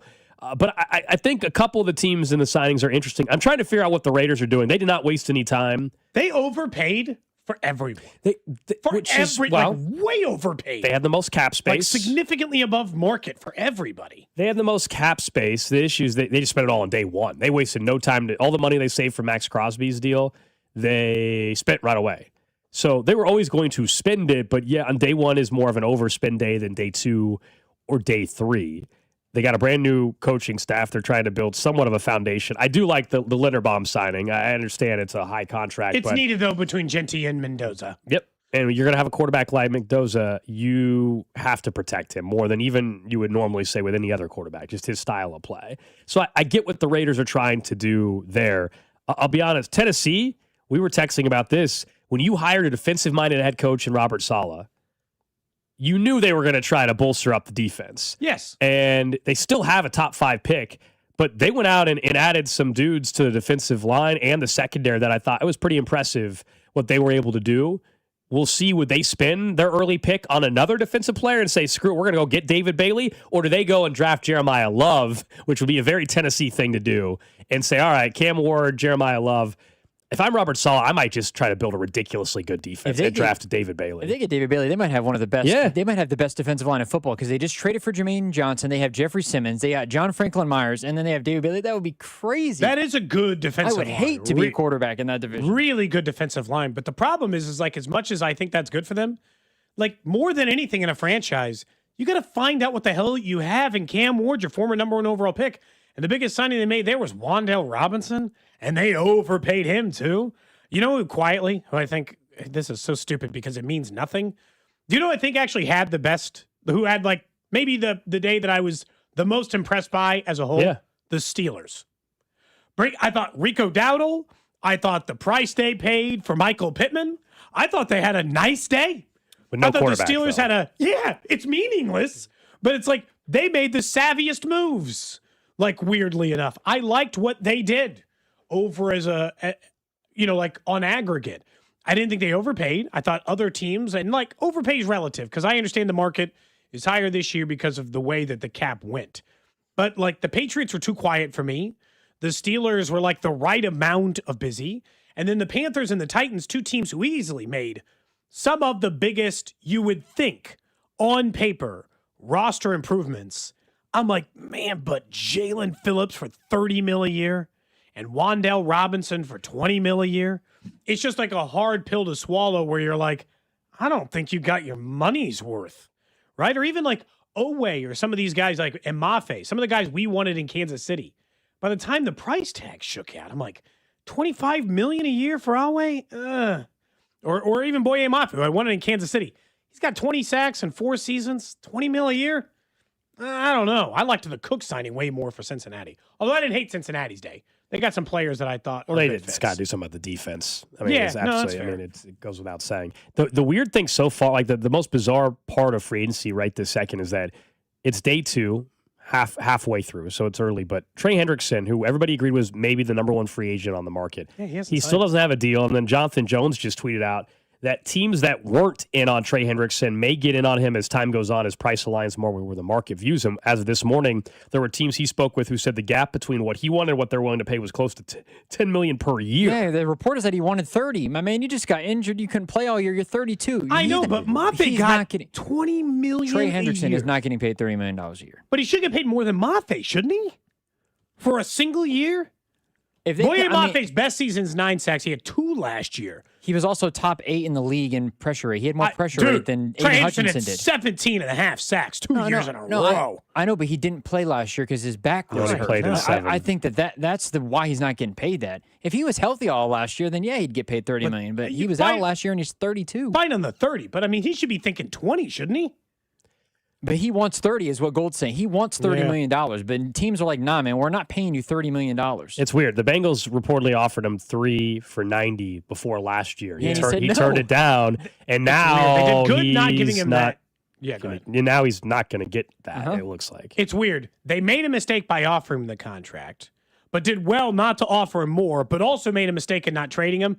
Cincinnati, both got 2 things right in Trey Hendrickson, but 2 things wrong in Trey Hendrickson. Who's his agent? I feel like his agent screwed him over the last couple of years. That's why a lot of, because people were like, the Bengals are offering you a good contract, and he's like, no, I want more money. It's not fair, yada, yada, yada. And the Bengals were like, this is what we're offering you, and this is all we're offering you. And he was like, oh, well, I'm not signing it then. And they worked out the 1 year Lewis, the 1 year fix.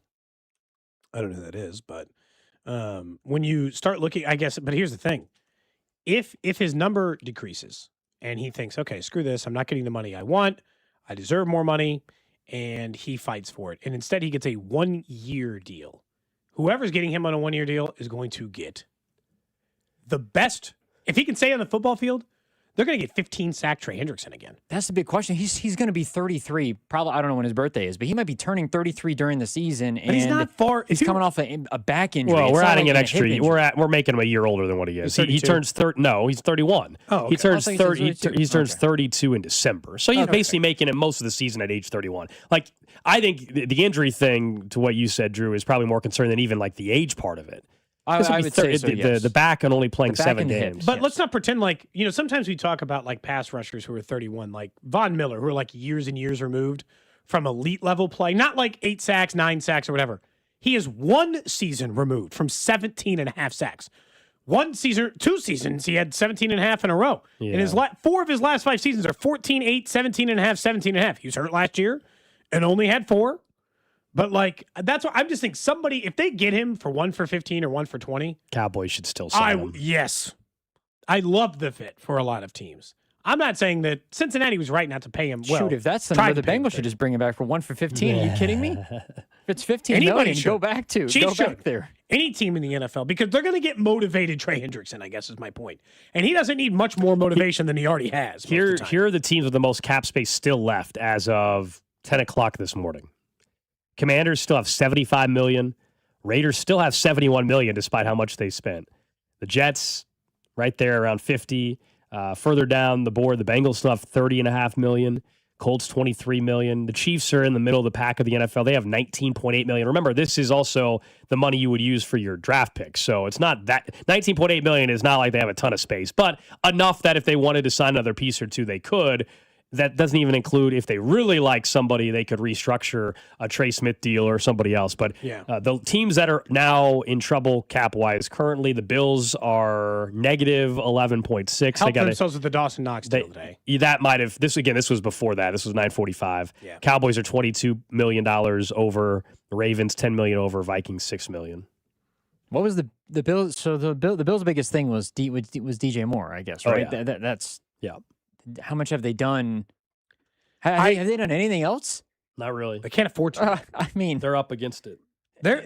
They sold. They did the same thing the Chiefs did. They just didn't get the chip. Like they did the same thing the Chiefs did. They put all of their eggs in a couple of year basket where they brought in veteran guys, overextended themselves, paid high rates to try to get a championship that just came up short. And so unfortunately for them, they wouldn't care. Right now, this wouldn't feel so devastating if they didn't also feel like they still have to get the championship, which is why they traded for DJ Moore in the end. They're still trying to like keep those hopes alive. Mm-hmm. Yeah. I really like the further and further away I get from that deal. I like that deal less every day. Bad deal for the Bills. Maybe I'll end up being wrong. That's fine. But the fact that they had to guarantee more money into 2028, so they're stuck with it even longer. The fact that he very well could just be Allen Robinson, and those first good big years were all because there was no one else to throw to on bad football teams, and who's to say? And their evaluation of wide receivers has somehow been worse than the Chiefs. Yeah. Like it's been, or equally as bad. I don't know. They haven't been able to find anybody in the draft or in the free agency pool that's been a fit. So I just don't like that deal for the Bills. That's all. Random question. For you, Gold. For you, Drew. 913-586-7965. Of course, over on YouTube, Twitter, Twitch, and Facebook, where we live stream the show. And you are welcome to interact with us on the chats over there. We like getting your answers over there as well on Twitch and YouTube. Like and subscribe. Pop to the top of your feed, and we can interact with you there. Of course, the random question today is brought to you by Kansas City Urology Care at KCUC. Remember, you see the best in KC. Visit kcurology.com today. Question I have for you guys today is, did the NBA make a mistake? And look, leagues make mistakes all the time because, they think some things are better for the league or aren't better for the league. The NBA has officially canceled a planned promotional event by the Atlanta Hawks. And for some reason you had missed this story, the NBA yesterday officially canceled the Atlanta Hawks Magic City Night. If you aren't familiar with Magic City, it is Atlanta's, I guess, premier strip club, if you want to call it that. Wing place. Famous just for a good its wing place. lemon pepper wings. And you might remember James Harden's got his jersey up in the rafters. It's also the strip club / wing place that caused the issue during the bubble that one of the players left the bubble for. Yes, but the event was not going to include dancers, but would include the food. They called it an iconic cultural institution of the city, emphasizing the history, cultural impact, and influence of the Atlanta landmark. So they had an event planned, and the tickets were going for big money. The Magic City Night promotion was going to work for the Atlanta Hawks, as in the tickets were going for a couple $100 a pop. Now you can get in for significantly less. The question I have for you today is, did they make a mistake by canceling this event? Was it bad for the league that the Atlanta Hawks would do a Magic City? I think Luke Cornett actually is the main one that spurred this thing along, actually. Yeah, I see what you did there. Spurred this along. He is a member of the San Antonio Spurs. Well done, Drew. Thank you. It worked out well. To Drew's point there was a Spurs player that basically caused this mess. So he put out a statement saying, he doesn't think that this should be a promotion, essentially, and he started, and Al Horford jumped on, former Atlanta Hawk, actually, and said that he agreed that the Hawks should cancel it, and that's what put pressure on the organization. Let me answer this two different ways. Number one, do I think it would be a fun promotion for them to do? 1,000%. Do I get why is someone... it kind of minor league baseball? Yeah. So is it a fun promotion? Yes. Do I get why someone that has season tickets and wants to take their kids that are 10 years old to the game, and then he has to explain, that it's strip club night essentially? You don't have to go to that game. But that might have been the game they had tickets for. Do I think that's a problem? Sure. Now, fans pre-ordered sweatshirts with Magic City on it and everything. I was going to say, there might be a hoodie where they don't know exactly what they're getting. Like, oh, Magic City, it sounds cool. They don't even know what it is. Dude, he's still gonna perform at halftime. But they had a DJ and T.I. and the Wings. They were just trying to celebrate something that is unique to their idea. First off, it's not a good idea. I think it is a good idea. I think all we do is talk about the Savannah Drew, Bananas. Says the guy that's never been to a strip club. Yeah. Says the guy that's never been and thinks they're disgusting and all this. That should actually make my point stronger. No, it makes no sense. That doesn't weaken my stance. It strengthens it. Makes no sense. The truth is that your job as a team. We talk about the Savannah Bananas or the Harlem Globetrotters or minor league baseball or the Royals. Your job is to get butts in seats and to draw interest to your team. This is the only time in the 6 years we've done this show that we have talked about the Atlanta Hawks. I can assure you that this is the first. I think they screwed up with. If they just would have offered their wings and stuff, there, I think the issue is they tried. They clearly were they knew what they were going for. Cody, they weren't going to be any dancers. Cody, it sounds like you would never go to a Hawks game, but you would take your kids to Magic City night. I didn't say I'd take my kids. You'd be all about this promotion. Yeah, Ruby's going to be walking around with a Magic City hoodie. Here's the other part. Insane. We don't have to make every event on the planet kid friendly. This is not a kid friendly night. Also, from the beginning, they said there were going to be no dancers. It's the NBA, though. This is not like you're making it sound like it's a performance at T-Mobile Center, and it's clearly like at Kauffman Center, and it's a Broadway play that's obviously not for kids. All This is 81 games have to be kid friendly. All 162. Adam Silver's deal is that it goes against their broader view. So like, why you can roll your eyes at it, but the NBA, their goal is to attract fans of all ages. That actually is what they're hoping for. The Magic City and Someone American says they're Fantasy supporting Limited Edition hoodie are no longer available for purchase at the game. They will deliver any pre-ordered merchandise. Now you're going to get like one-off merchandise that didn't even exist from an event that didn't take place. It would have been fun. But if I had kids and you had season tickets and it was a game you were planning on taking your kids to, I understand why you might have been concerned. That's all. I guess I would just sell them, Like, no one forces you to take your kids into places you're uncomfortable taking your kids. It is an option. Hey, son, we're not going to be able to go to the Hawks game. Why not? I don't have to explain. Like, you make it seem like every time I explain something to my kid, I got to go through like a diatribe of the bigger importance of, the what a strip club is, and I don't have to go. We're not going to the game tonight. All right, so if you, all right, well, you can, since you said it's not a big deal in general, Mr. Strip Club over here. When you're in Atlanta next time, have you been to Atlanta? Why don't you go there? I have been to Atlanta. Why don't you go there? Only once, twice? I don't know. I've been to Atlanta once or twice. The next time I'm in Atlanta for a length of time, fine. If that would make you feel better. But like the other part is, I don't know. I just don't I don't have to explain it in that way, Drew. Everything is not like a diatribe on like American society. Plus, Gold always tells me he likes to support the economy.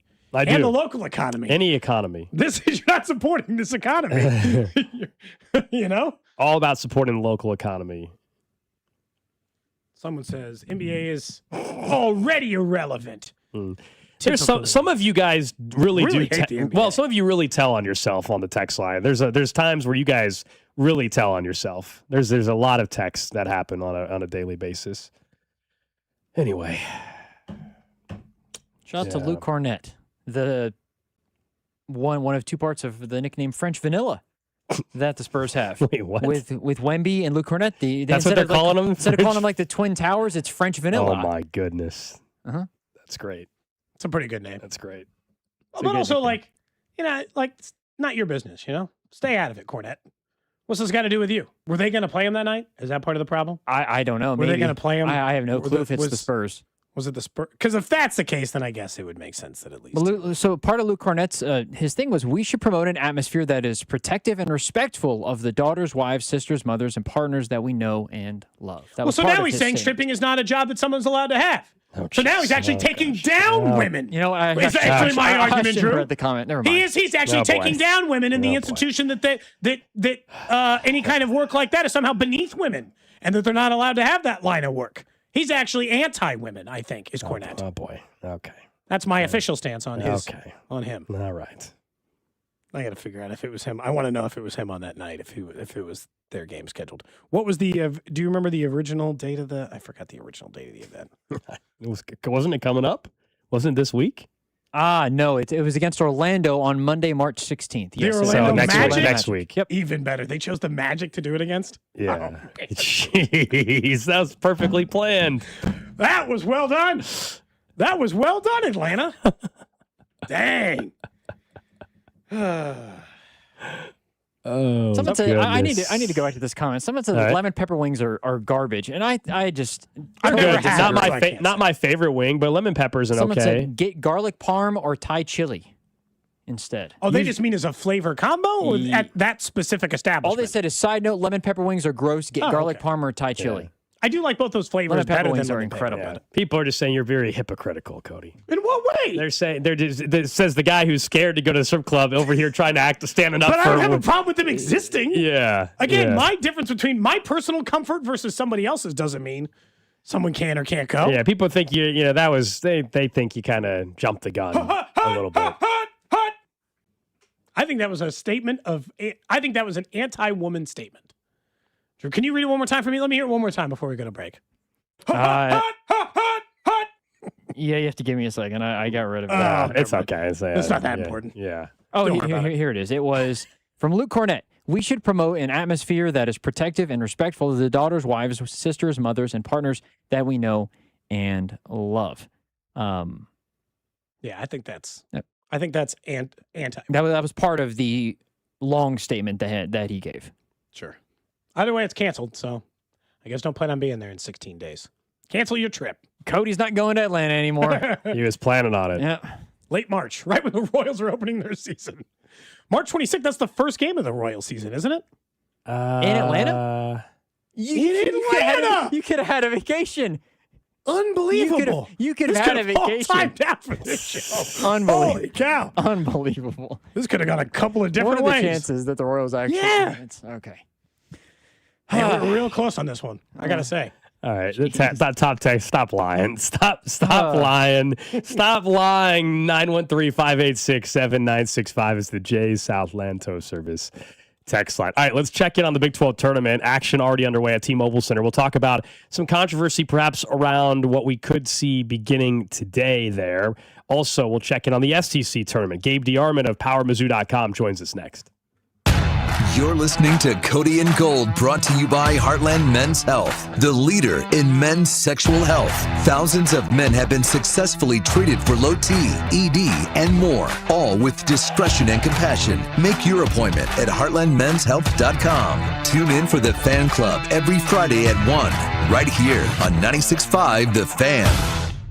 Have you been diagnosed with head or neck cancer? At Kansas City Proton Institute, we're delivering the future of cancer care with state-of-the-art proton therapy right here in KC. Proton therapy means increased precision, reducing side effects like dry mouth, difficulty swallowing, and the loss of taste as compared to conventional radiation. If you've been diagnosed, don't wait. Get your second opinion today and see KC's largest, most experienced proton therapy team. Visit kcpi.com. Kansas City Proton Institute, where you see the best in KC. Missouri, get ready. Circus Sports is giving you the chance to win owner Derek Stevens' wallet. From February 3rd to March 15th, you can take home your share of $250,000 in cash. Simply wager $100 and earn one share, wager $1,000 to earn two shares, wager $5,000 for a third share. Bet on anything from pro sports to college, straight bets to futures. Don't miss your chance to cash in and take home your share of Derek's wallet. Visit circusports.com for details. Must be 21 and older and in Missouri. Gambling problem? Call 1-800-BET-TALK.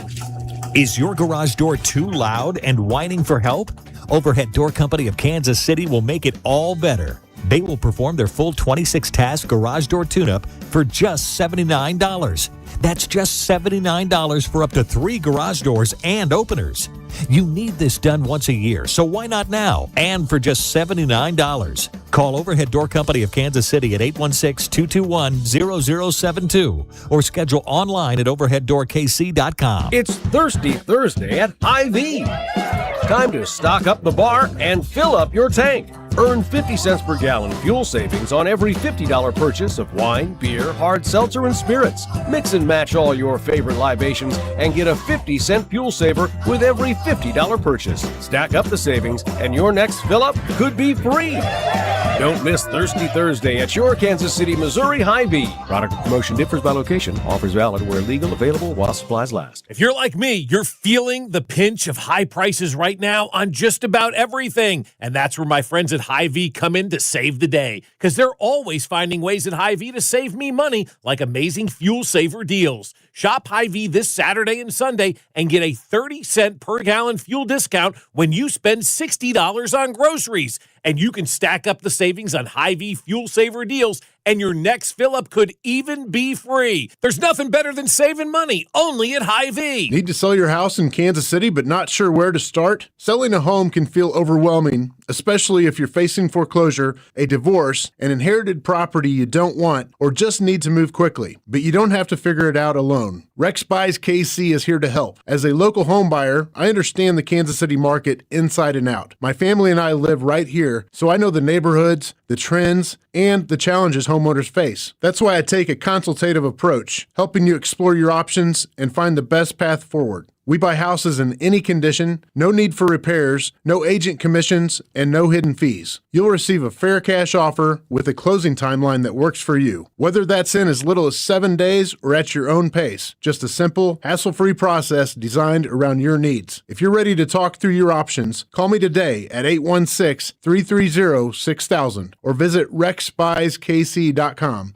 Let's find the right solution for you. Rex Buys KC. Local, fair, and focused on you. There's nothing like the sound of Royals baseball. When the boys in blue take the field, loyal fans tune in, turn it up, and stay connected. And where do Kansas City's most passionate sports fans gather? Right here on 96.5 The Fan. Sports fans are loyal fans. They support the teams they love and the businesses that support their team. If you're ready to grow your business and connect with a dedicated, engaged audience, call 816-522-0444 or email greg.bergen@odyssey.com. That's greg.bergen at odyssey.com. $5,000. That's the average amount of money people in the U.S. are now spending on gas in a year. $5,000. That's crazy. If you drive, you have to download Upside, the free app that gives you cash back every time you get gas. That's right. You can earn real cash back with Upside just by buying the gas you're already buying. You can literally start earning cash back today. I use Upside every time I fill up, and I've already made around $300. You're putting gas in your car anyway. Why not get real cash back? If you like free money,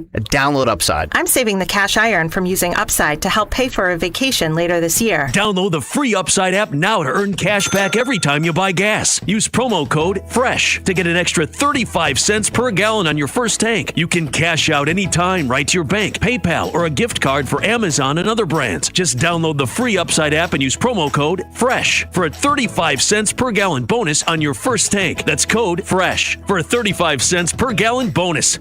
This is the story of the one. As a maintenance tech at a university, he knows ordering from multiple suppliers takes time away from keeping their arena up and running. That's why he counts on Grainger to get everything he needs, from lighting and HVAC parts to plumbing supplies, all in one place. And with fast, dependable delivery, he's stocked and ready for the next tip-off. Call 1-800-GRAINGER, click Grainger.com, or just stop by. Grainger, for the ones who get it done. It all comes down to this, folks. Yep, the entire season is on the line. But my throat has officially thrown in the towel. Sounds like you need Vicks VapoCool drops. They're max strength and vaporize sore throat pain. Whoa! These VapoCool drops hit fast! Speaking of fast, did you just see that play? Yeah, he vaporized that ball. That pun should have come with a penalty. Vaporize sore throat pain with Vicks VapoCool drops. Use as directed. Coming to Kansas City, the NAIA Men's College Basketball Championship. 16 teams, 15 games, 6 days, and 1 national champion. The NAIA Men's College Basketball Championship at Municipal Auditorium, March 19th to the 24th. Get your tickets now at NAIAHoops.com.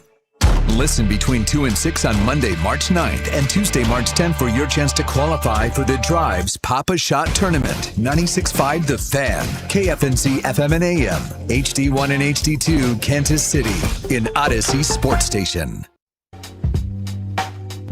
All right, 1 o'clock hour here on Cody and Gold. Don't forget, it is Heartland Men's Health Day on 96.5 The Fan. And for the entire month of March, they've got a special offer for local first responders and military families. Go to heartlandmenshealth.com for more information, more details at your consultation. And it's available at all 3 locations, Independence, North Kansas City, and in Overland Park. Heartland Men's Health, honored to serve those who serve all of us. Coming up in about 10 minutes, we're going to head out to the SEC a little bit with Gabe DeArmond from PowerMizzou.com as the Missouri Tigers get set for the SEC tournament. We'll ask him just the vibe around that team right now, how they're playing heading into the tournament, and also does he think they need to win a game to ensure that they are not playing in Dayton, Ohio? Also, what could happen in some of these other conference tournaments? Could that play a role in how comfortable they are? We were talking before the show about what's happening out west. The WCC, I think it is, with Gonzaga and Santa Clara tonight. I think Santa Clara is in no matter what, but if they win the at-large bid, or auto bid, then that changes. Good for Missouri. Where things are, well, no, not good for Missouri. Yeah, so we'll see how that plays out. Thinking of basketball and tournaments, we know in Kansas City, we got the Big 12 tournament going on right now. First game underway, about 10 minutes to go, 10 minutes to go. In this first game, Baylor down 61-52 to Arizona State. Then you got Utah, Cincinnati. Tonight, K-State taking on the 10 seed BYU. And then the late game is Colorado and Oklahoma State. I continue to see more conversation around the court. And that's what I'm actually interested in tonight as much as it is to go see A.J. DeBonsa. I saw Flory Badunga, his quote now on this glass floor that we're going to see throughout. He said, it's unusual but we've got to get used to it because that's where we're going to be playing. But it felt weird the first time. Remember, KU practiced there on Monday. They play Thursday night at 8:30. Bill Self said that the traction was not as good. It's something teams are going to have to get used to. I think it is tomorrow something to watch. The teams that played today, in the early going tomorrow, do those teams that did not play a game already, are they slower? Are they slipping? Are they comfortable on the court? Yeah. It's something to watch. I think it looks very cool from what people have said in person, like what they described. I'll see it tonight, but like even Harold Kuntz just tweeted out a video where after there's a dunk, like the glass shatters right underneath the rim. Like you can say not necessary, but or I think they put up their stats on the other side. That's cool. When they're shooting a free throw, the other end of the court has the stats on the floor. That's pretty neat, I think. I understand that it feels very like Ready Player One or like futuristic. I'm playing. I'm on a PS5 and I'm playing a game. But at the same time, these aren't meaningless games. I understand the Big 12 tournament games aren't meaningless.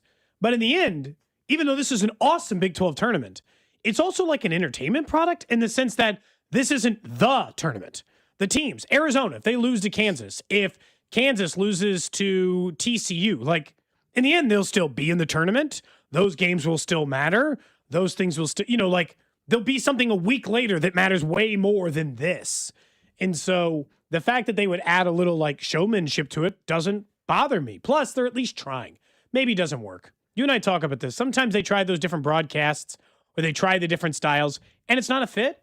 And then you just move on from it. And, like he keeps trying the Big 12 Louis Vuitton logo stuff. And it's not hitting for most fans, right? Okay, fine. Not every idea is a great one, but I have no problem with them trying it for this tournament. But you have to tell me. I am curious when we come back tomorrow what you actually make of the court tonight. Because all I've seen it on TV and reported looks better in person, which is the opposite of the intended effect or what it should be, but still. When you're talking about special effects like that, usually they look better in person than they would from a video on your phone or on a television screen.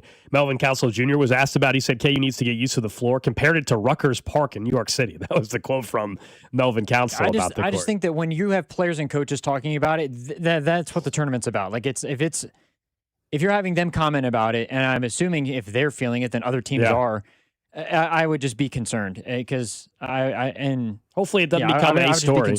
Yeah, hopefully it doesn't become a story once the game starts. Right now, the games haven't started for these teams, and so they're being asked about the floor. My guess is Melvin Council didn't go out of his way to talk about the court. My guess is he was asked about it. But we'll see. I mean, I not only from the cool factor as a fan, but I do want to see, does it impact any bit of play? The women's tournament, my understanding, nobody was saying that players were slipping all over the place during the women's tournament. So I don't think we're just going to start seeing players slipping. I think they tested this so they wouldn't let players play on it. Yeah, the company that has come up with this technology, they didn't convince the Big 12 to do without having some safety testing done on it. But yeah, I'll be interested to see what they try throughout the tournament and see if it's actually worth it. I'm convinced if it goes well that this is the court we'll see all across the country in 5 years. As good of starting on Thursday, we think this tournament will be. Do we think it's more than 5 teams who can win the Big 12 tournament? It's certainly Arizona and Houston, so we can just start I like there. Houston to win it. I like Iowa State the third most. If you look at the side of the bracket they're on, Houston's on the Kansas side. I wouldn't count out KU only because home field, home court advantage. They're the 3 seed, but can they be consistent for multiple games in a row?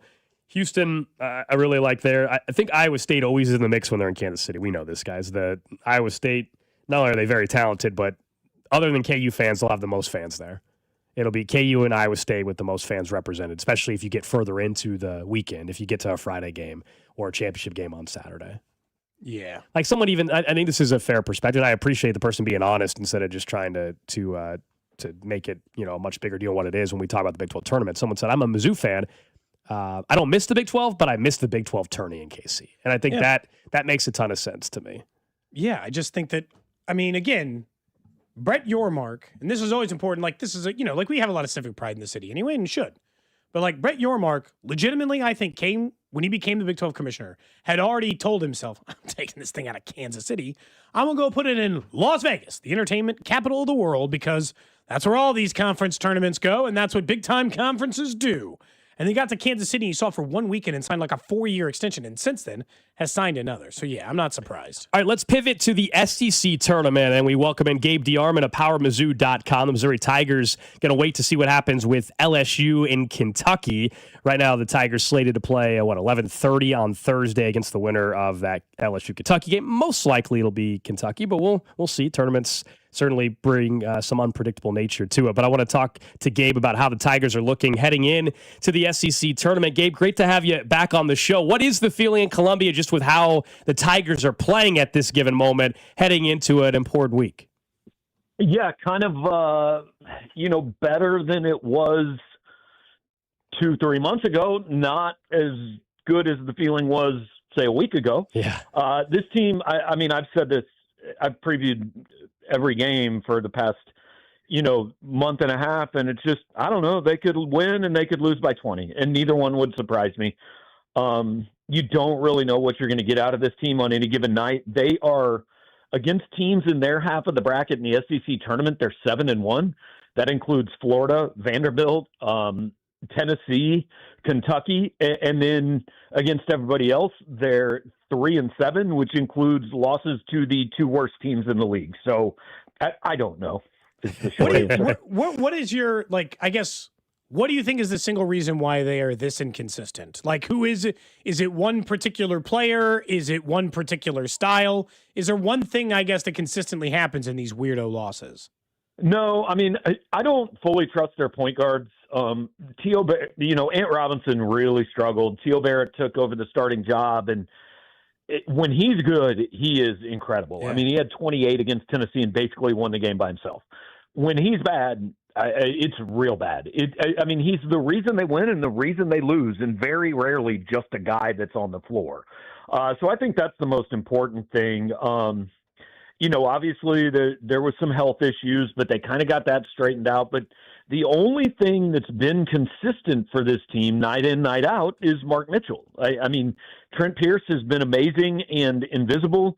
Jacob Cruz, has seen his minutes dwindle. Sean Phillips has been at times really good and at times on the bench for most of the game with foul trouble. Jaden Stone kind of hit a wall a couple weeks ago that they hope he's coming back from. So it's just, I think this is kind of college basketball, guys. If you're not one of the top 6 or 7 teams in the country, you can look Final Four good and you can look, not even NIT good. What do you think the Tigers need to do to shore up where things stand for the field of 68? I think they're in the dance no matter what, but are they going to Dayton, Ohio, or are they in the field? You go at various bracketology sites, and I think the latest I saw from Jerry Palm is he has the Tigers as an 11 seed avoiding the first 4. Yeah, they are right there, either as one of the last 4 teams getting a bye, maybe a 10 seed, maybe an 11, maybe in Dayton is one of those 4. They're right in that range. So what they need to do is not entirely within their control, right? It depends on it. Santa Clara beating St. Mary's last night did not help teams in Missouri's position, but Indiana, Stanford, Cal, Auburn, some of these other teams, VCU, San Diego State, New Mexico, what are they doing in their conference tournaments? If Missouri beats Kentucky on Thursday, I think Missouri definitely avoids Dayton. That's what it comes down to. The only way I can possibly see them not in the field at all is if LSU beats Kentucky, they lose to LSU, and then a couple bad things happen elsewhere on the bubble. We talk a lot about Kansas as like a team, when it all goes right, boy, it goes right. Missouri plays that way at times too. Do you think that they could, in the tournament, do that 2 or 3 games in a row? Are they capable? Do they have enough talent to be a Sweet 16 team this year? Do I think they're going to? No. Do I think that ability is in there? They had a 2-game stretch where they beat Florida and won at Kentucky. I think you'd be hard-pressed to find any more impressive 2-game stretch in college basketball this year. So can they do it? Sure. They're going to be either a very slight favorite or a very slight underdog in round 1, whatever it might be. They're going to play somebody like Wisconsin, Miami, Villanova, probably be a slight underdog, but they've beaten teams like that before. They could win that game. And then it's just a kind of house money game. You're going to go in against an Iowa State, Michigan State, maybe Nebraska, something like that. And I don't know, take your shot. And again, if you have beaten Florida, there's nobody You take away Duke, Arizona, and Michigan, I don't think there's anybody Missouri couldn't beat, but I certainly wouldn't expect it. Again, they could lose round one by 15 points, and they could be in the Sweet 16. And the Sweet 16 would surprise me, certainly, but it's not out of the question. I mean, I think in the first two rounds, there's a pretty decent chance they have the best player on the floor both times they play.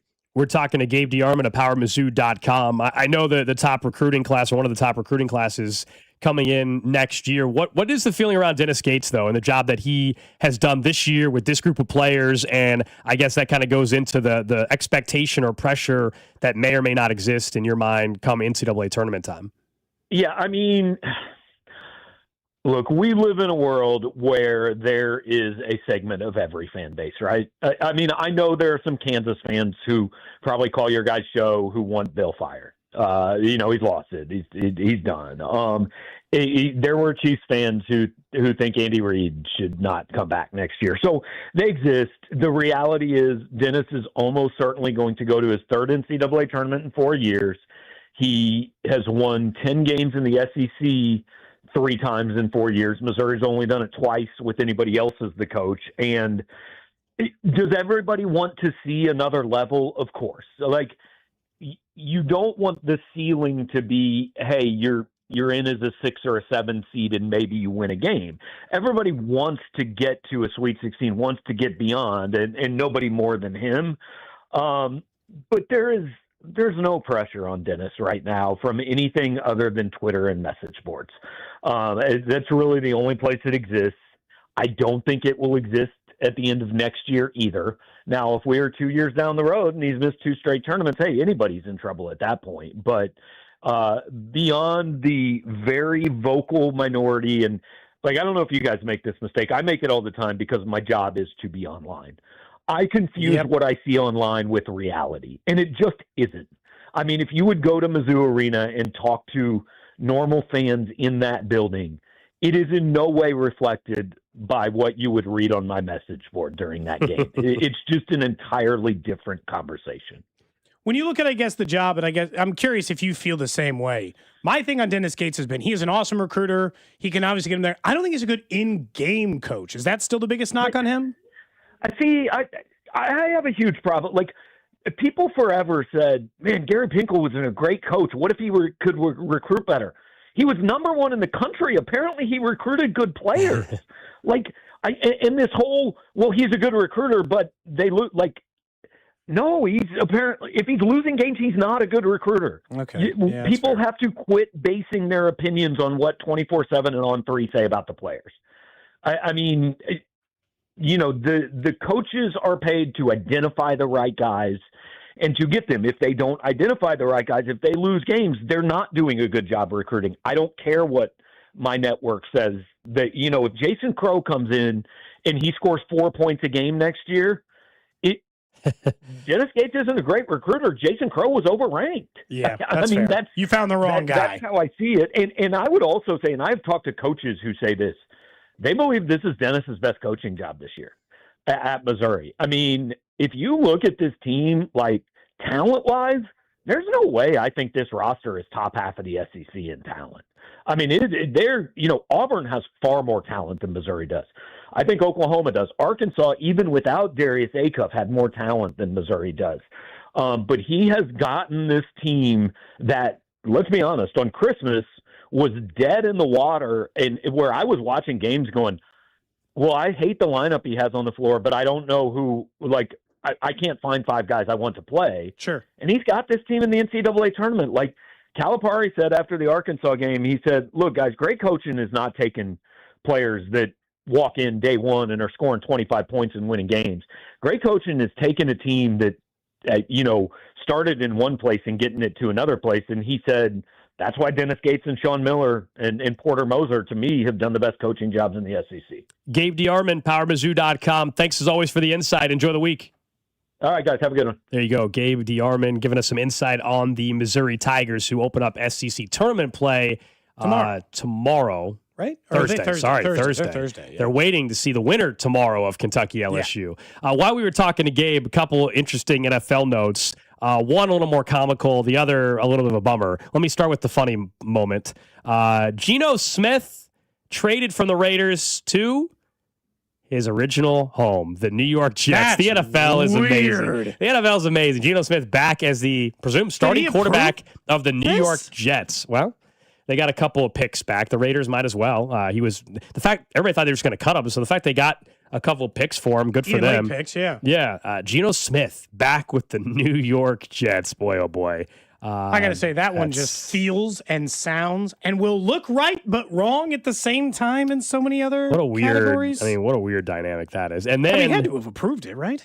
I don't know if he has a no trade clause. No, I don't think so. I know, but they might ask him if back he's to the interested. Jets. They might want to be like, "Hey, man, just a heads up, we're going to send you back to the Jets." Yeah, I don't know. Yeah, it's a good point. I'm not sure. Also, this one is a bummer though because I thought the Chiefs maybe could have been in on this market. Romeo Doubs reportedly signing with the New England Patriots. They had not done anything at wide receiver after they missed on a few other guys. The Broncos reportedly had inquired about Romeo Doubs as well, but he. According to two reports I see right now, looks like Dobbs is going to go to the New England Patriots. For 4 years and $70 million is the report from... Holy cow. $17.5 million per year. And so look, this goes back to the same thing. And why wide receivers... you draft a wide receiver, why you draft defensive linemen. Why you constantly draft them. Just never stop taking them and letting them leave town. Romeo Doubs, 4 seasons in the NFL.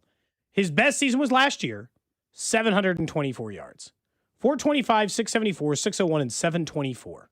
So, I'm not saying he's had a bad NFL career. He hasn't. He's been a productive NFL player.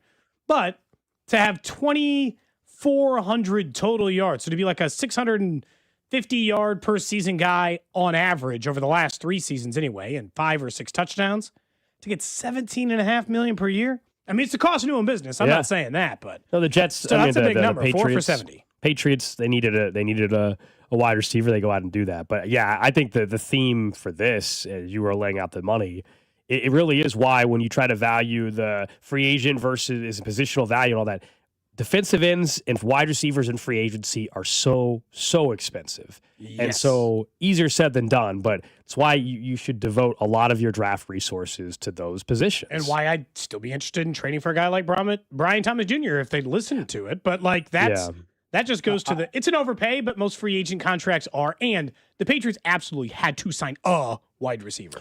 They had no choice. They were in the Super Bowl. They were too weak on weapons. Maybe this is the wrong guy, but they had to sign somebody. I'm intrigued to see what he does because if you look at the Packers, they had about 5 guys, 6 guys that they went to. As Dobbs. So if you take 4 of those guys out and you make Dobbs the number 1, is he actually a 1,000-yard guy? And you're actually spending money better than the Colts might be for Alec Pierce. The problem is that he might as well. He could also just be this, Yeah, of course. And if you're spending $17-18 million on him, you've messed up. If he's just that. You're paying him $17.5, $18 million a year to be better than he's been in Green Bay. Otherwise, you've slightly altered on this. Now they're still going to probably draft a wide receiver. Ideally, you should be paying guys what you think they're going to do in the future, not just on what they've done in the past. More often than not, you end up paying him for what they've done. Correct. But at 24 years old, he's a young wide receiver. You got to think we've got the better quarterback. Is what you tell yourself. We got the better quarterback. We got the better system. We've got more targets for him, like Drew said, and we'll make that take place. I can't get over that Geno Smith is a Jet again, though. That's just I'm just trying to think about oh man, for the Jets, that's one of the single biggest draft busts in their history. And look, they got a few, so it's not the biggest because he was a 2nd-round pick, not the number 1 overall pick. What if not a 1st-round pick? But told still. Jets fans, Geno Smith, fails, go somewhere else, gonna have some success in Seattle, and then eventually he's going to come back to the Jets. And then if I told you Sam Darnold's going to leave, he's going to have immense success in Seattle, win a Super Bowl, but he's not coming back. No. You got the guy that still turned his career around, but you got the crappier guy to come back to your franchise between the two. So not only are you bringing the guy back, you're bringing the guy that was not as good as the other guy that revitalized his career. And coming off a bad year. Not even coming off the good years like he'd had in Seattle, right? At least Sam Darnold, if you were to bring him back, he'd be coming off the good years. It's just weird. It's going to be weird to see him in a Jets jersey again. It makes no sense. You never see failed quarterbacks go back to the original team. That's crazy. Like, I mean, think about all I'm trying to think about, like, what would be a good example of that? Who's another guy right now who's failed and would go back? Like Baker being the Browns quarterback next year. I'm like, what? How did Baker end up back with the Browns? How the hell did that happen? Yeah. This reporting is all over the place with this. So for which part? Romeo Dobbs. Albert Breer just said they reached an agreement 3 years, 51 with a max value of 60. From Originally, him, Schultz said Jordan 3 for 60, Jordan Schultz says 3 for 60. But I saw 4. I don't know. Yeah, Rappaport says 4 years worth roughly 70. So does Schefter. So what is it? No. It's the agent, the wording. Somebody's fudging the numbers a little bit on what the total value is versus getting confused on what the real value. And now of Jeremy the deal Fowler is. says 4-year, $80 million deal. What is going on? See, yeah, somebody's reported. What is the number? Yeah. Schultz now says that it's 4 for 80. Okay, the new number 4 for 80. It's even worse than I thought. 20 but it sounds like it's not fully 80. It sounds like right. That's maxing out. 80, yeah, it's always funny money. It's because the agent wants to be able to say they got their guy an $80 million contract. In reality, it's $55 million or something. Interesting. All right. Up next, I do want to get to a couple other guys that maybe could be available for the Chiefs now that we're in a day and a half into free agency. We'll discuss that. A little update on Big 12 tournament as well. Right now on What's Trending, we'll do that on Cody and Gold. This is Wyatt Thompson, and you're listening to Cody and Gold, weekdays 10 to 2, right here on your home for K-State Athletics, 96.5 The Fan. Brought to you by Heartland Men's Health, the leader in men's sexual health. Thousands of men have been successfully treated for low T, ED, and more, all with discretion and compassion. Make your appointment at heartlandmenshealth.com. More rain and storms coming to Kansas City. Maybe some of those high winds got the better of your roof last week. Well, Century Roofing is the company and locally owned and operated that you want to trust with your home. I trust them with mine.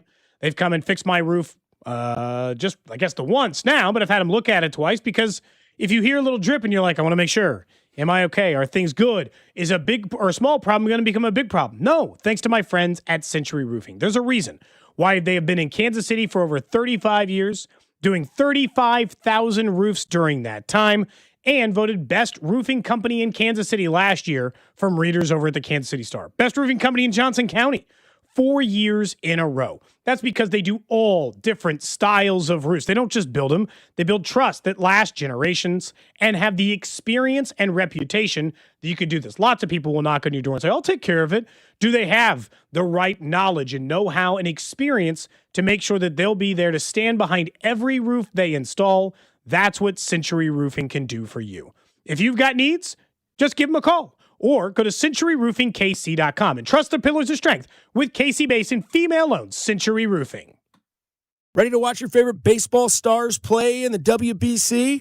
Get in on the action with BetMGM. Sign in to your BetMGM account and enjoy a WBC odds boost token to snag even more winnings on your next bet. It's easy. Just log into BetMGM Sportsbook app, add your WBC bet to your bet slip, and activate your odds boost token. If you win your bet with your token activated, you'll score extra winnings. 3 quick steps, and you could be on your way to extra winnings if your next WBC bet hits. The world's greatest baseball players are about to duke it out on a global stage. Don't miss out on the fun and some extra excitement to this year's tournament by signing in to your BetMGM account and grabbing your WBC odds boost token today. BetMGM and GameSense remind you to play responsibly. Gambling problem? Call 1-800-GAMBLER. See BetMGM.com for terms. 21 and older only. Missouri only. Existing customer offer. Subject to eligibility requirements. Please gamble responsibly. I wish I'd gotten treated for my erectile dysfunction sooner. Men, I hear this all the time from our patients. This is Jeff for Heartland Men's Health. And if ED is a problem in your life, resolve to get it treated today and stop having it affect you and the one you love. ED is simply a medical condition, and it's fully treatable. And at Heartland Men's Health, we have treatments that are effective in well over 90% of cases. Which means if you're like most guys, your ED will be a thing of the past. In fact, you could be having great sex within a day or two of your first appointment, and you'll likely find you're performing like you haven't in a long time. It's the new year. Resolve to get your ED treated and change your life. Call us at Heartland Men's Health. Your initial visit is only $99. It includes blood work, a medical consult, and if medically advised, a test dose. And if that test dose doesn't work in the office, your visit is free. Call 844-447-6600. That's 844-447-6600 or go to heartlandmenshealth.com. We have 3 offices: Overland Park, Independence, and North Kansas City. This is an important message for anyone struggling with $10,000 or more in credit card debt, medical bills, or personal loans. Due to ongoing inflation, job loss, and the rising cost of living, many Americans are facing overwhelming credit card balances. If you're drowning in credit card debt, you may qualify for powerful debt relief options currently being offered by National Debt Relief that can significantly reduce what you owe. You don't have to declare bankruptcy or take out a debt consolidation loan. You could qualify for this debt relief option and only have to pay back a fraction of what you owe. Act now to see if you qualify. With thousands of 5-star reviews online and an A+ rating with the Better Business Bureau, National Debt Relief has helped over 1 million consumers with their debt that qualified for this relief option. So don't wait. Call the Debt Reduction Hotline now. Dial 800-428-5757. 800-428-5757. That's 800-428-5757. Hi, I'm Jacob, your friend and an actual jeweler at Chain Company. I'm proud to work for a family business that's been committed to the highest quality standards for nearly 100 years. Your dream engagement ring is designed for quality every step of the way. We set your diamond by hand, never with machines. Prong tips are beautiful and secure, and intricate details are thoughtfully crafted. At Shane Company, there's no shortcuts, just craftsmanship. Because a friend knows true love deserves the highest quality. Visit us in store or at shaneco.com. Shane Company, your friend and jeweler. My name is Whitney Allen, and I'm a widow. My husband, Ryan, died. We never thought we'd ever have to use life insurance, but the unexpected happened. With Ethos, signing up was fast and 100% online. You can get a quote in seconds, apply in minutes, and get same-day coverage. No medical exams, and you can get up to $3 million worth of coverage. I'm grateful we were prepared. Get your free quote at ethos.com/radio. That's ethos.com/radio. Paid spokesperson. Time spent on application may vary. Online health questions required. Do you owe back taxes or have unfiled tax returns? The IRS won't quit until they get your money. Here's great news, fresh from those in the know. Major changes have happened at the IRS. If you owe more than $10,000, you may be eligible for a 99% reduction of what you owe. Haven't filed a return for a while? Their happy clients are talking. The IRS was going to levy my bank account, but Guardian was able to prevent that and fix all my IRS issues. Thanks again, Guardian Tax. Need relief from crushing tax debt? The IRS now has special programs. Guardian Tax knows all about them. Personal or business, this is the fresh new break you've been hoping for. We aren't the company you call when you need a hug because you're scared of the IRS. Guardian Tax is the company that wins when you need it most. Guardian Tax Service is really great to work with. They really helped me out. I'd recommend them highly. Call now for a free confidential consultation. 800-499-1424. 800-499-1424. 800-499-1424. Today is Heartland Men's Health Day on 96.5 The Fan. 3 locations: Overland Park, North Kansas City, and Independence. For more information, go to heartlandmenshealth.com. Brought to you by Kelce. Trade on anything. Big moments are coming up. The Film Awards, March basketball, midterms, and now you can trade on what happens on Kelce. Trade your opinion on a live market with real prices, real payouts, and no house. Download the Kelce app. Use code FAN to get $10 when you trade $10. Kelce. Trade on anything. You're listening to 96.5 The Fan from the DM Injury Law Studios. Mike's got this. Car, truck, or motorcycle wreck? Remember, Mike's got this. 816-888-7500. Mike's got this. Hey, it's Scott Parks, and we've launched Beyond the Pitch KC, a podcast on how Kansas City landed the world's largest sporting event, presented by Commerce Bank. Visit commercebank.com/soccer26. Subscribe on the Odyssey app or wherever you get your podcasts. What's trending? Cheddar, mozzarella, Havarti. What's trending brought to you by Gann Asphalt and Concrete. One contractor, all things parking lots. Couple notes in the NFL as it pertains to the Chiefs. They have not signed anybody today, but last night it was about Tyquan Thornton coming back on a 2-year deal. Travis Kelce officially coming back on a 1-year deal. I guess I shouldn't say officially. Nothing's official, but you guys get the point. Not till Wednesday. 1 year, $12 million. Travis Kelce also was on the Pat McAfee show earlier today and spoke about his decision to return to Kansas City. A former Chief did sign somewhere today. That is Isaiah Pacheco signing with the Detroit Lions. So seems like a nice fit for him. Had a great first 2 years at Kansas City, but it was, of course, time to move on. I do think it's a great fit, and I think Campbell's going to love him. So, obviously, he's on the NFC side. So, until they face in the Super Bowl or whatever. Yeah, best of luck. Best of luck, Isaiah Pacheco. Really, really, really nice kid. Next up on What's Trending, latest around the NFL is that Geno Smith is back with the Jets in a 6th, 7th round pick swap in which the Raiders will eat a huge chunk of the money. It's obviously a quarterback upgrade based on nothing. They have nothing in New York. But it's just kind of funny because obviously that's where he was originally drafted, flamed out, and eventually had to reset his career there in Seattle for a stretch of time. Romeo Dobbs also signed a 4-year deal, 3-year deal for an indeterminate amount of money. I got no idea. I've seen 68, 70, 80, and 51 all reported.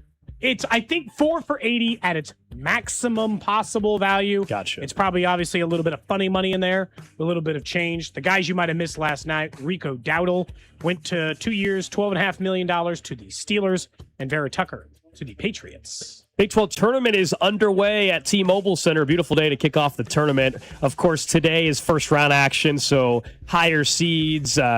Good news, cheap tickets if you're trying to go out to the tournament. Sure. Baylor and Arizona State about to wrap up, 30 seconds to go. Arizona State's going to move on. They're up 82-73 on Baylor. Utah, Cincinnati, the next game tips off around 2 o'clock. And then tonight, a game you'll hear right here on 96.5 The Fan, Kansas State taking on BYU in the 10-15 matchup. And then the late one this evening, Oklahoma State in Colorado.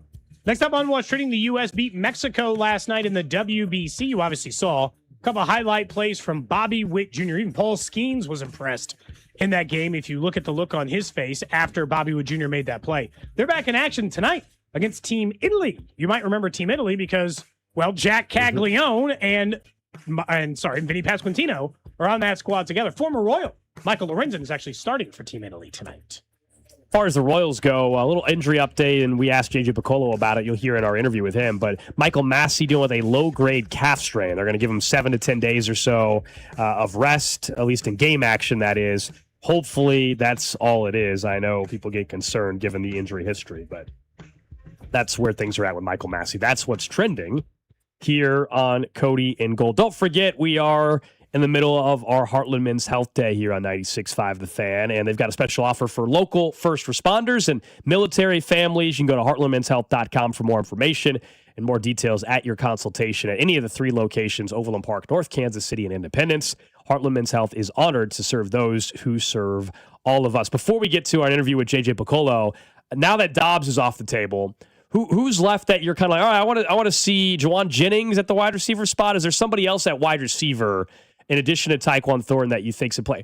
I understand the trade market. I was thinking free agency, but I get it. Brian Thomas Jr. In the free agency market, there's names too. We know Brian Thomas Jr. is available. Doesn't mean he's getting traded necessarily, but he's available, and I know you're very interested in him. And my whole thing, it's not that I don't think he's a good addition. I love the fact that he got 2 years of control. That's phenomenal, plus a player option.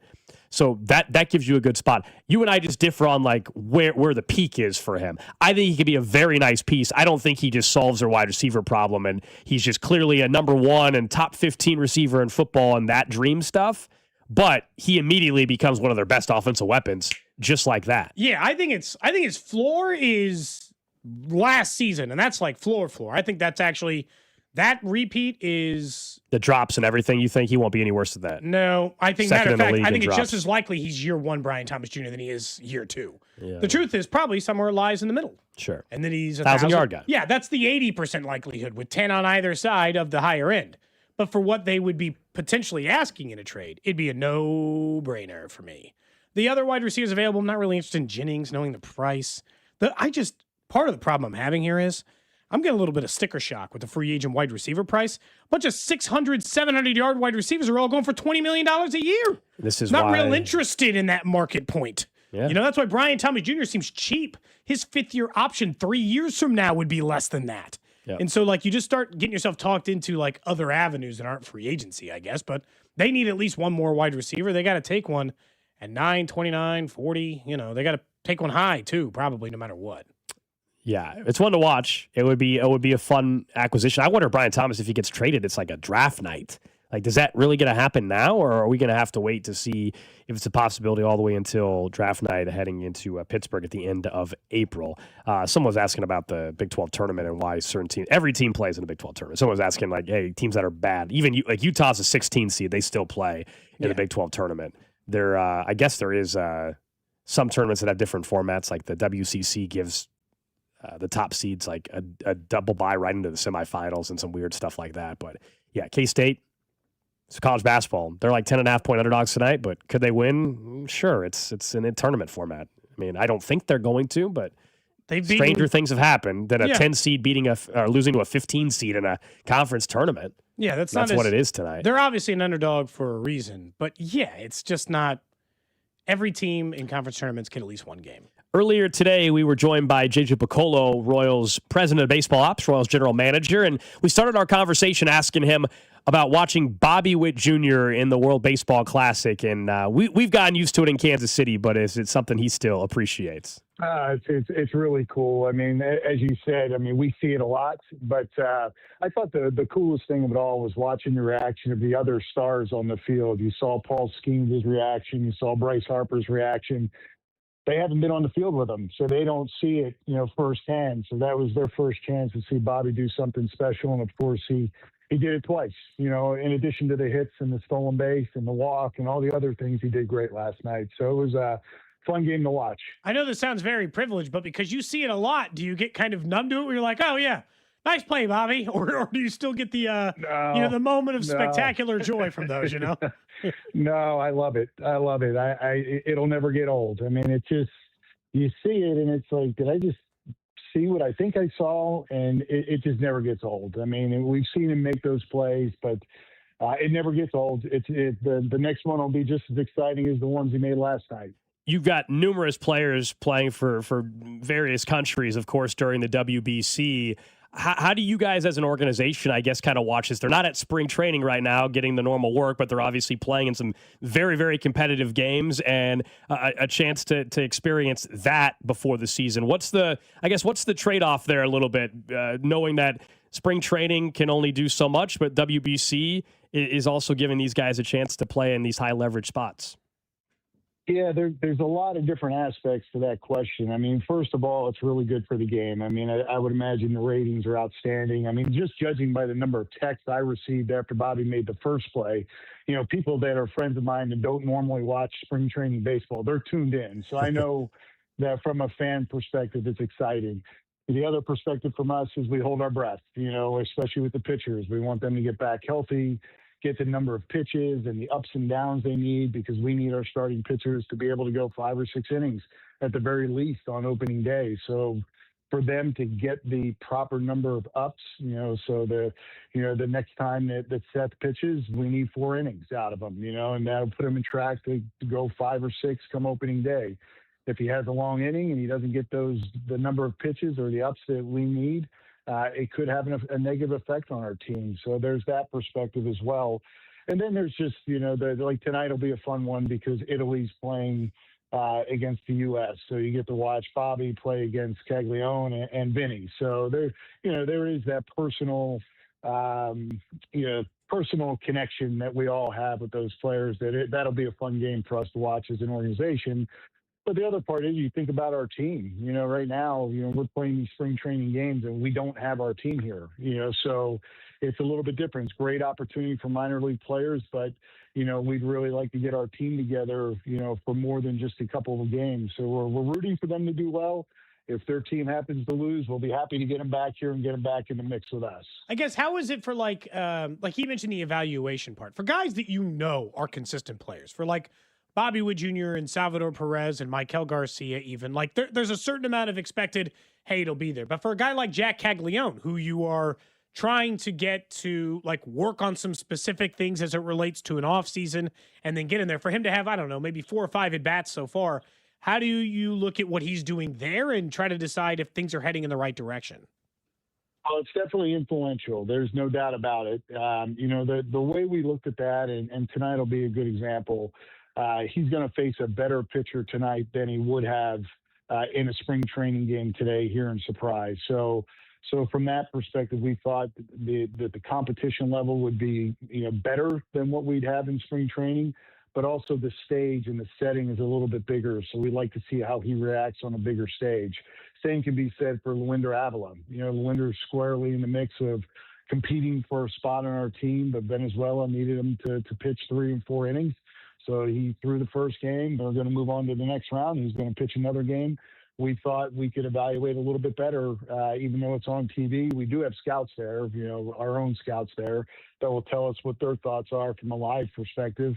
But we thought the competition level's better, and we'll learn more about Lewinder and Jack. So there are some positives in players that are competing for a spot on our team to play in those tournaments and see how they respond. I know that you've obviously mentioned the fact that he's competing for a spot, and that likely, based on history, you guys like to keep those guys stretched out or in the possibility of a starter role. But just briefly on Lewinder, what do you make of his, if at some point this season, let's say at any point, maybe it's later in the year, he ended up as a bullpen guy, what do you think his higher end potential is as a back end bullpen guy?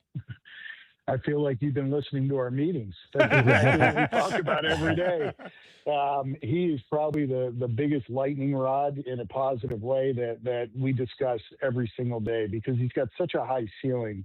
We really believe that he's got the ability to start and be an impactful starter, but we also, know that he can go to the bullpen and be an impactful back-end reliever.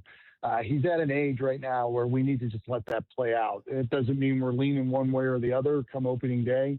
You certainly want to break with your best 13, but there's got to be the right opportunity. I mean, the one thing we do know, he's not pitching the 9th inning. He's not pitching the 8th inning on opening day. We have the two guys that are going to do that will do it all season.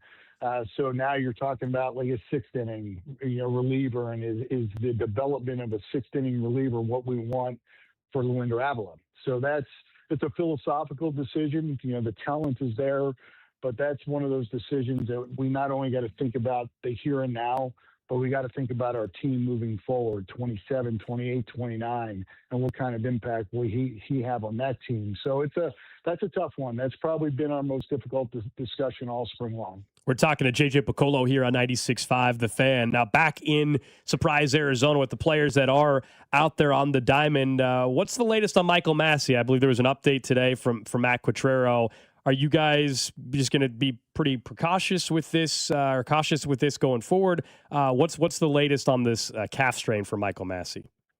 Yeah, I think the good news is it's low grade, and our training staff is optimistic. He's probably not going to play for the next 7 to 10 days, but he'll be active. He'll be on his feet. He just won't be playing in games. So we had a very similar injury with another player earlier this spring, and it took him, no more than 10 days to get back. So I think we'll know more about it once we get into day 4 and 5. Is this progressing the way we thought it would? And if it does, it certainly, lends itself well to opening day. If it seems to be prolonged and we got to slow it up, then we have a decision to make on Michael's situation come opening day. But the initial report was low grade strain. We are definitely more cautious this time of year than we would be, say, in August, when we'll push it a little bit more. Sometimes 80% of one player is better than 100% of the alternative, and that comes into play a little bit more later in the season. But right now, it's about having a good foundation so this doesn't linger and he's playing injured for a month or so. For just one of those other younger players we mentioned to go outside Avila, Noah Cameron obviously was a really good starter for you guys last year. How close to what he looked like last year are you guys seeing early on from Cameron, or better? Or, what's he looked like so far in spring for you? He's been good. His command's good. He's repeating his delivery. The interesting thing with Noah, last year he came in here to make a statement and try to make a push to make the club. This year he's going to be on the club. He's 4th in Rookie of the Year voting. He certainly, what he did last year has earned a spot on the club opening day. So he's approached it a little bit different. He doesn't have to dial it up, quite the way he did last year, because he's earned that right. And that's what happens with guys as they get older. They use spring training to get ready for the regular season, as opposed to coming in and really having to compete for a spot. We don't want guys to get complacent. That's certainly the fine line, especially for a guy in his second year. But I think what we see right now is exactly what we were hoping to see out of Noah. He's throwing strikes. He's getting his work in. He's gotten into a couple jams. He's gotten out of those jams. And that's good for spring training as well, because they need to feel the traffic that'll be on the bases, because come the 27th, it's for real. We can't use the spring training rule and pull them out and put another pitcher in to finish the inning and put them back out for the next inning. So sometimes getting into a little bit of traffic is good for the starting pitchers, and he's experienced some of that as well. I don't think we've had a chance to talk to you since you guys went out and acquired Starling Marte. Where's his ramp up at right now, and is he on track to be ready to go and obviously on the major league roster potentially by the time you get to opening day?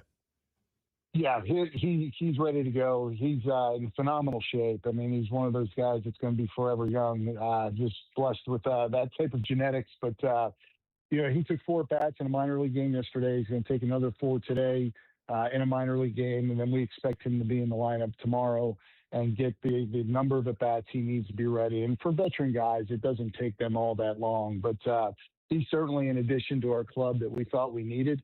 You get that veteran presence. We still have the expectation that Cags is going to get a lot of at-bats, and Isbell and Lane Thomas and Isaac Collins. But, I think Starling knows exactly where he is in his career. He sees a good opportunity here. He's a tremendous clubhouse presence.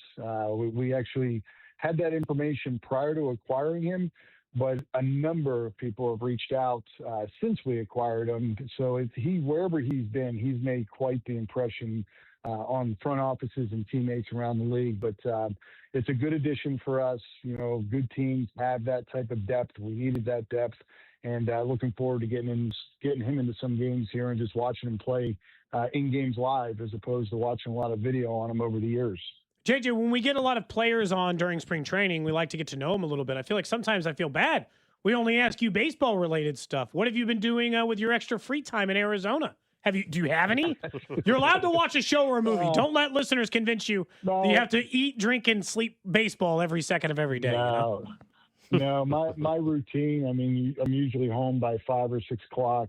Fortunately, my kids are all out of the house, so my wife is here with me, so I get to spend the evening with her. And typically, we dive into Netflix and the different streaming apps out there, and we get latched on to certain shows, and that's usually how I fall asleep. But typically, I'm long gone by 9:30 at night. And I'm out, so it's usually on the couch there, and then wake up around 12:30 and make my way to bed. Now, you mentioned Netflix. I can't let you go without asking what you've been watching.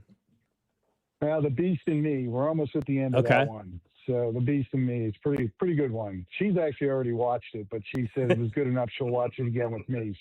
So that's the one we're watching right now. That's the one with Claire Danes, right? Yes. Okay. Yep. I haven't seen that one. Yeah, would you recommend it? Oh, yeah. Yeah. No, it's really good. Kind of, not quite murder suspense, but it's a suspense, show. I don't think it's based on a novel, but it's a good one. It is. There's definitely plenty of suspense. So that was JJ Picollo with us earlier. Got the Netflix recommendation. Add that to